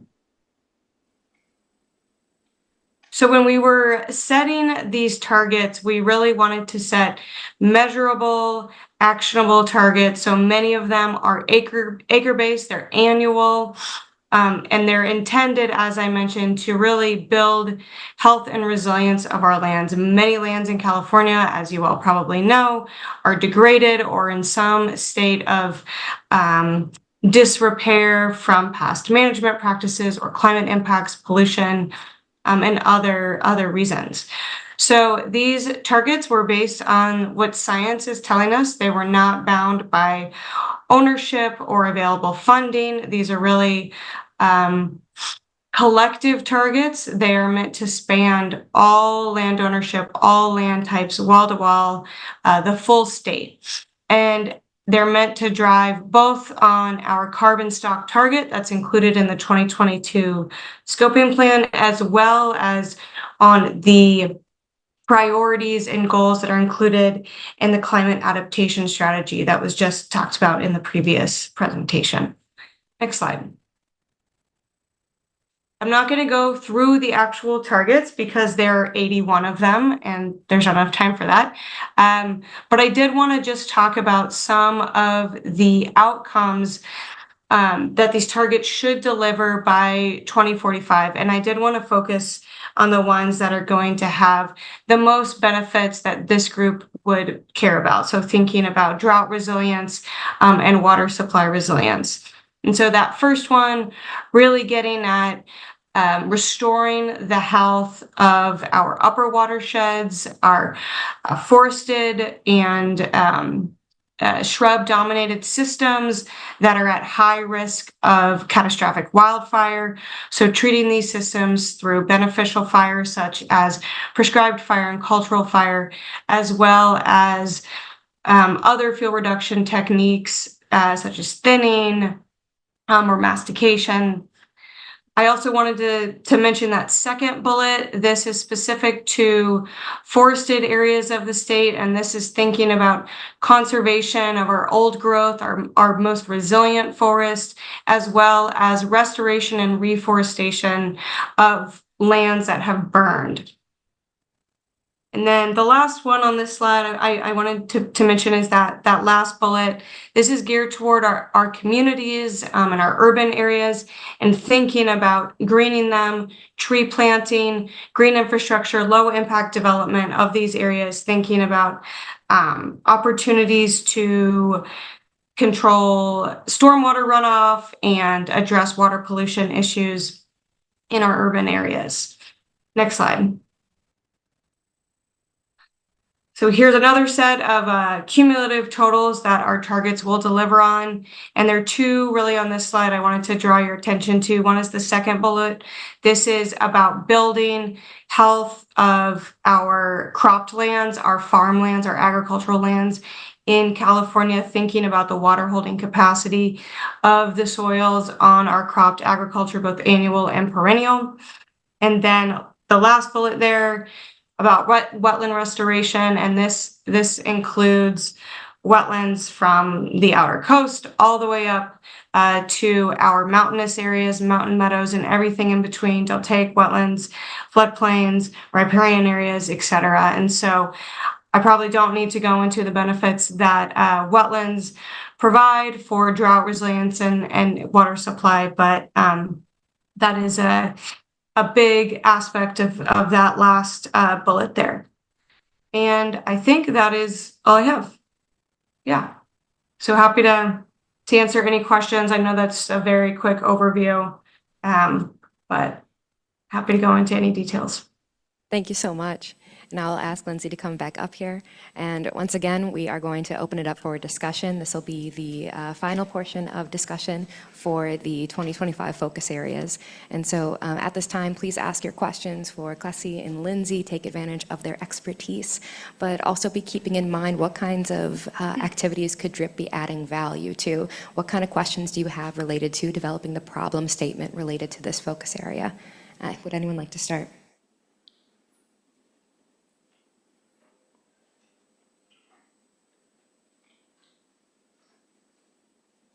Thank you, Nancy.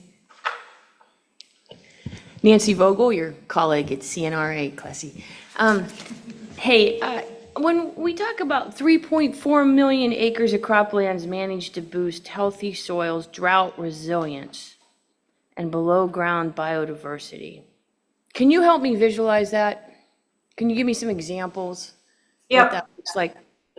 Yeah, so some of the practices that would include might be things like compost application or other organic amendment application, cover cropping, hedgerows, buffer strips, riparian restoration in farm areas, whole orchard recycling, various practices to build soil organic matter essentially on these farms, especially those that have poor soil quality, in order to build microbial diversity, to reduce their GHG inputs by replacing synthetic nitrogen or other GHG-based inputs, and then increasing that water holding capacity of the soil. Thank you, that helps. Would it include, I'm assuming no, but it wouldn't include, for example, taking permanent crops and switching to annual crops so that you then can fallow in a drought year? Because that doesn't have the carbon element, I guess. I don't think that's included in the target itself. But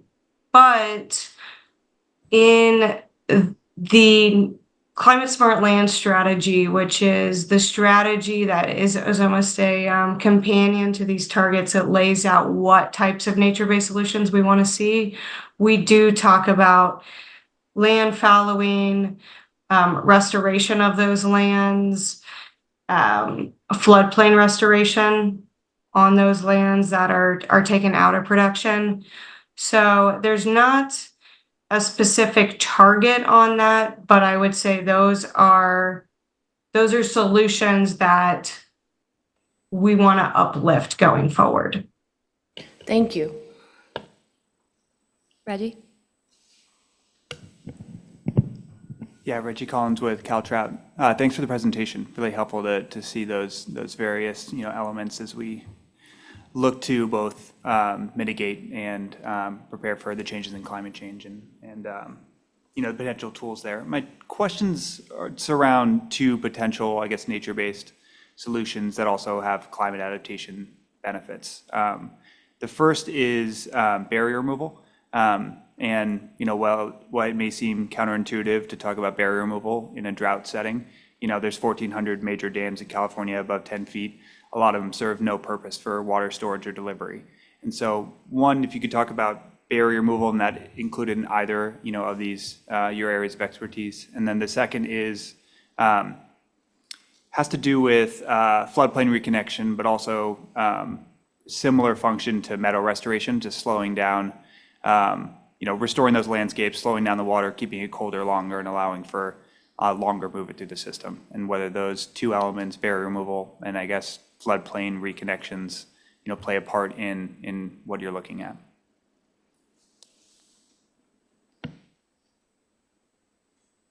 I guess I'm curious if Klesi wants to go first on the nature-based solutions component, and then I can follow up as well, but. Yeah, Either definitely. way, it's hard with Yeah. I can start. So barrier removal is not included in the targets because the targets had to have both an adaptation and mitigation component. That was part of the legislation. However, barrier removal is included in our climate smart land strategy as a nature-based solution, as a priority nature-based solution. So it's not necessarily reflected in the targets because of the restrictions from the legislation. However, similar to Nancy's question, it is included in the strategy where we basically lay out what are the priority nature-based solutions that we want to undertake throughout the state. And the other one, remind me again, you were talking about, was it upper watershed restoration? Yeah, I guess I can conflate the two oftentimes, but I mean, the basic principle that we look at Caltrout when you're, looking at climate mitigations or adaptation solutions and nature-based solutions are restoring, the original function of ecosystems where you can slow water down. And those two elements that we most work in are mountain meadow systems, high elevations, and then, reconnecting, floodplain habitat within the Central Valley mostly is where we work, but.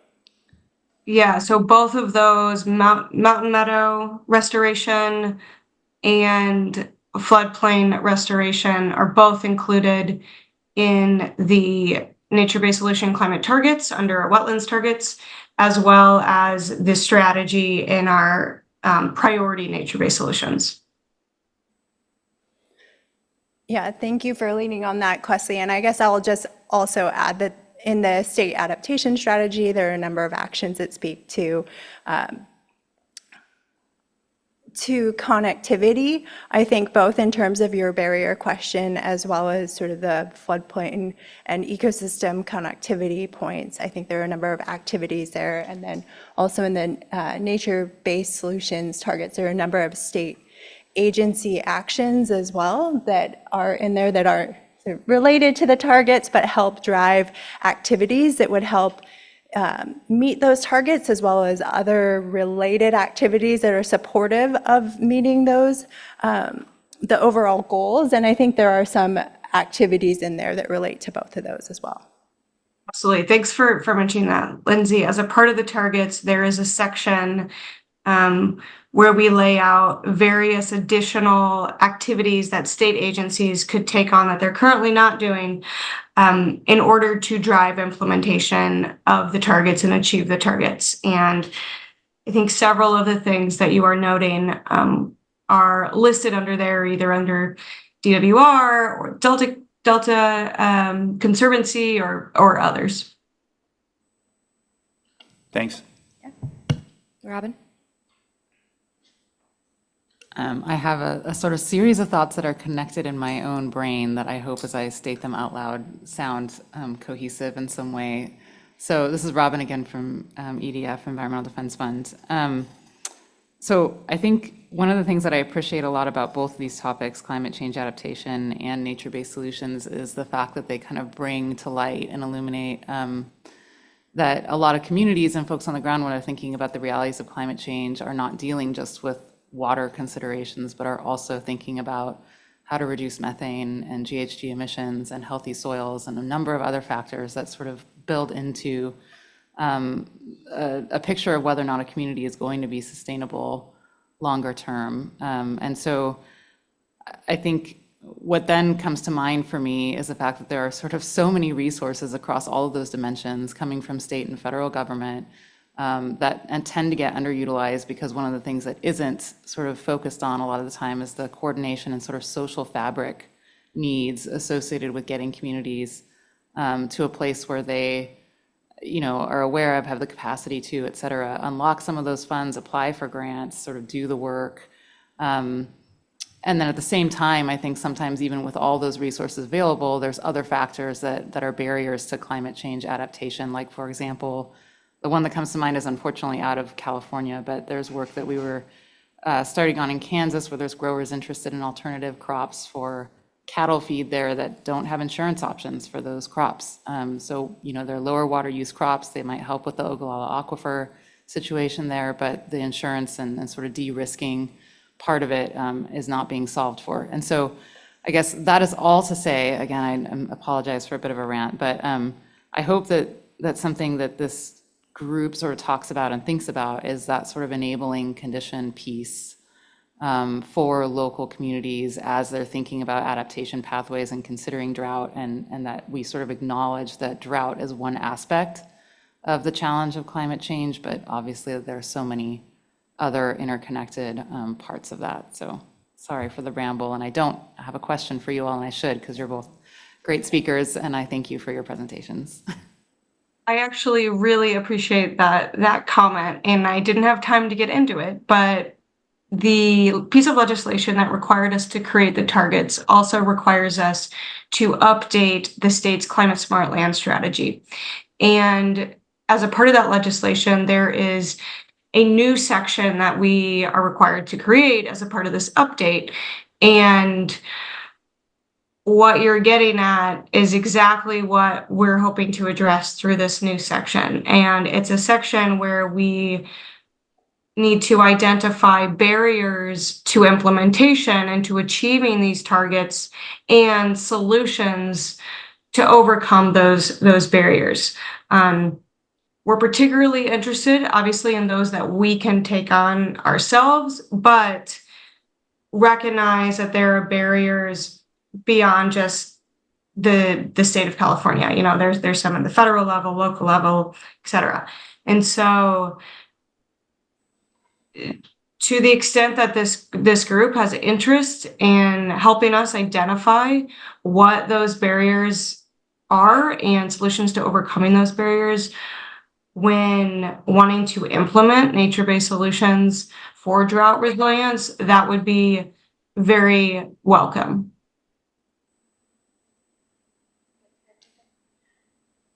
Say thank you.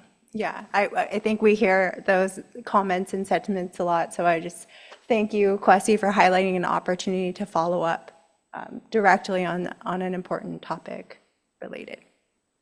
Next comment from Tim. Hi, Tim Worley with the California Association of Mutual Water Companies. I think it was last week. Anyway, this month, the State Water Board adopted the regulation on making conservation a California way of life.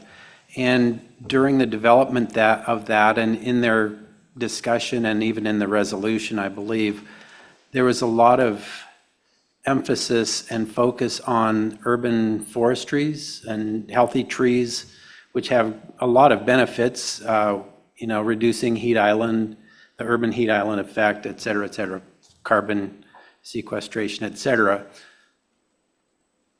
Most water districts and cities do not have a lot of expertise in managing urban forestry, I would say. And so there was a recognition of a great deal of technical assistance needed. And I was just curious, Kwesi, if the work you're doing can be a resource for some of that work that needs to be done to keep trees healthy and help agencies and communities, towns and cities know what they need to do. Yeah, absolutely. I think that the targets, at least, our hope is these can be used for us all to go out and get more funding. These are legislatively mandated targets. We're required to report and achieve these targets in order to meet our legislatively mandated climate goals. And so, my hope is that we can take these ambitious targets to the legislature, to private funders, to others, to get more resources for capacity building, for implementation, for education. I think that some of the documentation that we put together should raise some level of awareness and education of what needs to be done. It may not be to the level of assistance that's needed, getting down to what is the specific species palette for this area and whatnot. I do want to give a plug, though, for CAL FIRE on that. I don't know if there's anyone in the room who works in the urban and community forestry program at CAL FIRE, but they do have regional urban foresters who are there as resources for local governments and thinking about how can we create and sustain and maintain a healthy urban tree canopy. There's also another related piece of legislation. I'm going to blank on the number right now, from, I believe, 2022 as well, about expanding our urban tree canopy 10% by 2035, I believe. And so I imagine through that, there will also be more resources and education. I know CAL FIRE's got to create a strategic plan to get to that. And so my hope is that will also create another opportunity for local governments to plug in and learn and build capacity for how to care for their urban trees.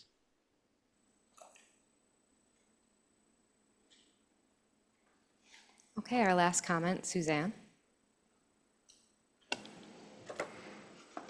Suzanne Pecci, domestic well owner, and I kind of want to ramble on about land use relative to watershed areas and development.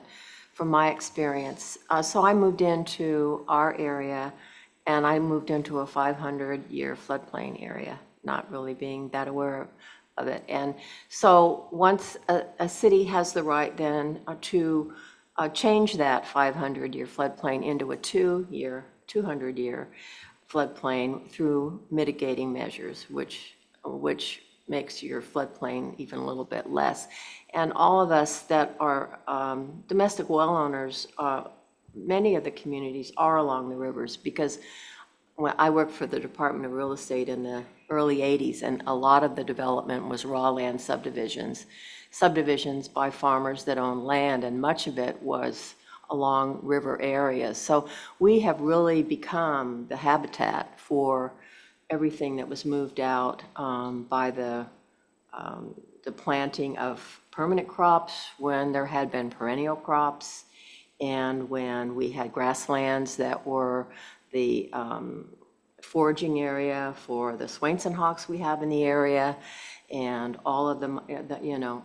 So I really think that there could be some some intersection between watershed restoration and some kind of an impact on land use, and their ability even to fill wetlands in watershed areas and mitigate them elsewhere. I mean, so there are a lot of issues with land use that maybe could be approached politically. I know that this is a very tough topic, but I mean, all of these things have happened within a time period that I'm aware of, huge changes within that time period, which I know have impacted water supply. I mean, all of this has an impact on water supply, the interconnectedness of a river. I used to be able to ride a horse down to the Consumis River in the spring and walk into water.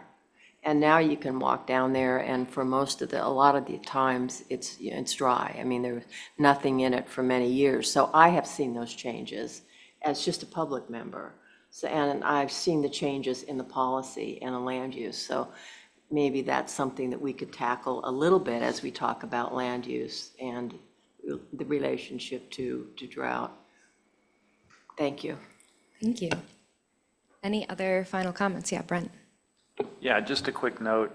I think it's I'm thrilled about 4.5 million trees, but I also want to remember that, it takes water to grow those trees. So when you grow your urban forest and you're in the urban areas, understand that as an urban water supplier, you've got to keep that alive.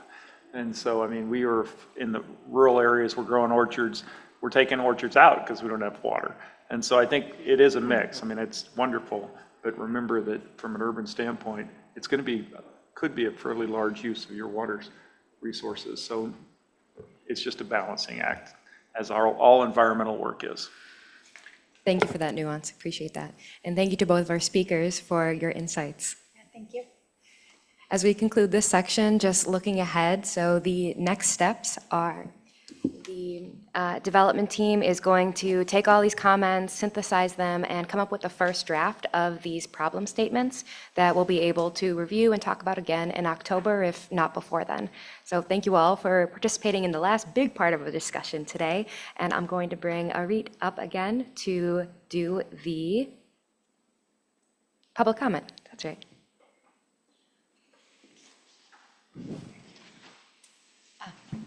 I'll take this. Okay, just checking to see if there are any public comments.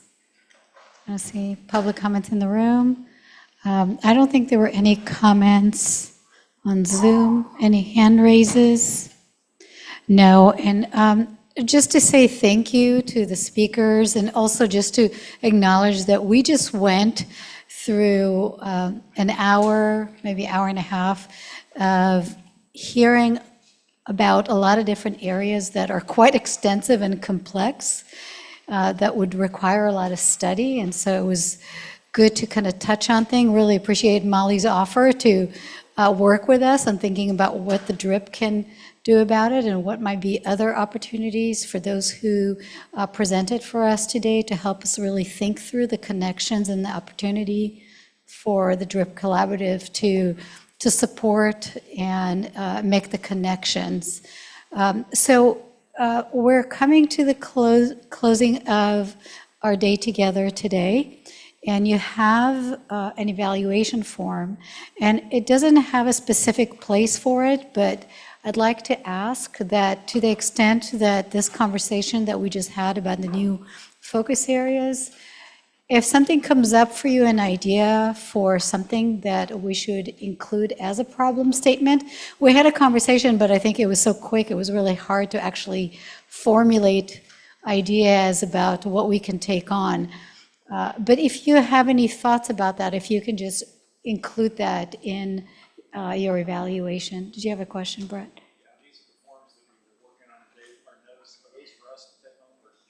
We would love to take your notes and get a sense of what you were thinking about today. So yes, please leave everything at the table. We'll collect.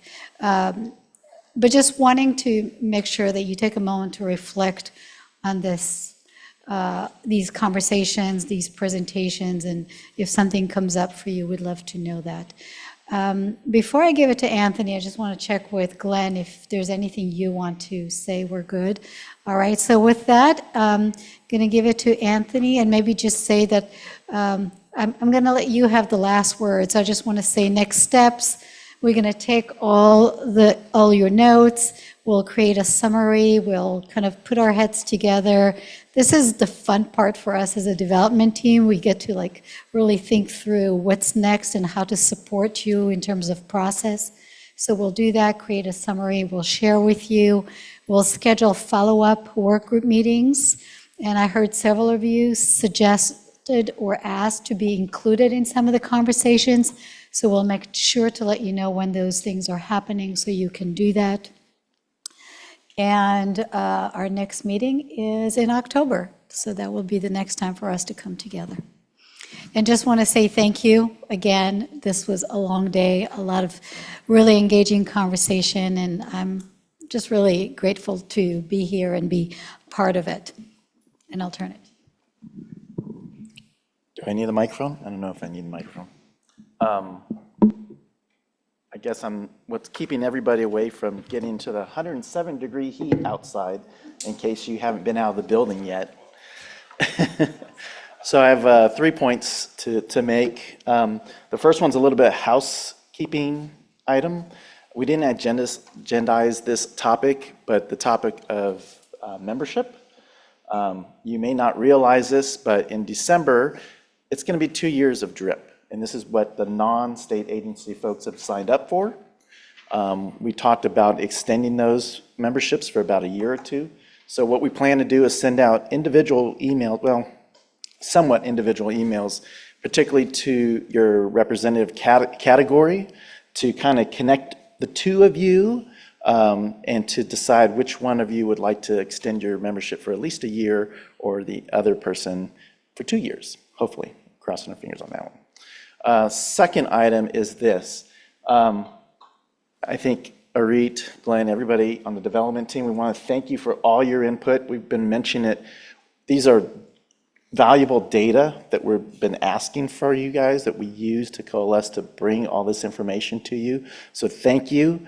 And then sorry, not sorry, if it's a lot of work on your end. I know it's a lot of emails you might be catching or missing or whatever like that, but you guys are really the kind of the tip of the iceberg. This is where we need that valuable information from you. So I do want to note that every single one of you commented during this meeting. It's so valuable to us. So again, thank you for your input. You're really playing a valuable role. So thanks. Lastly, a thought that I have on my mind as a drought coordinator for the department. Right now, going full circle back to what Janine presented earlier this morning. We're seeing record temperature heat, right? There's no doubt. There's a heat dome at the edge of the Pacific. It is something similar that happened in 2021. And depending on how, at least as I'm looking forward, depending on how this summer ends and the rainy season starts, and if it doesn't start raining in October, and if it doesn't continue,